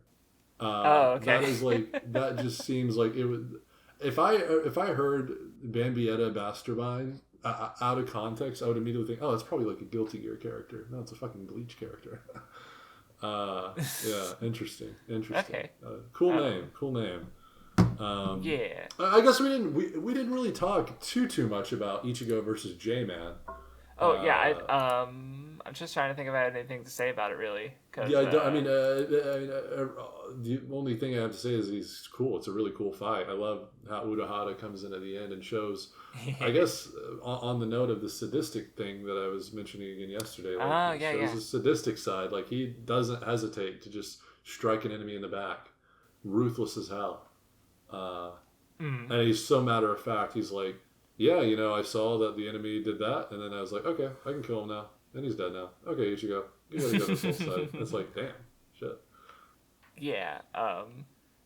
But yeah, mostly like a lot of I do have more thoughts in general, but a lot of them apply to stuff that we're going to read in the future. So it seems like I feel like I should just wait because I'm definitely gonna bring it up when we get there. So. We've already talked for an hour about just about 2 volumes. What's wrong with us? Oh, Jesus Christ! I was like, yeah. We didn't really talk much, and I just looked at the recording time. It's over an hour. Like, what the fuck, bro? Another 4-hour episode. Let's go. Let's go. Right. So anyway, next time we're gonna be reading volumes 57 through 65. I almost said volumes 57 and 65. Fuck all the stuff in the middle, I guess. Next time, guys. Next time we're gonna be covering this. Oh wait, actually. Oh, I just realized that. Hold on, I fucked up the numbering. I'm so stupid. Wait, hold on. Let me count. 6, 7, 6. Okay, yeah. So Okay, so yeah. So we'll be reading the 65. And then we'll be reading volume 66 to the end. I just realized that, because in my note to you, I actually wrote 67. So we skipped volume 66 originally, apparently, but I fixed it. Okay, so, cool. Yeah, and next time, guys, we will cover. Hopefully, you guys can hear this. We'll cover this.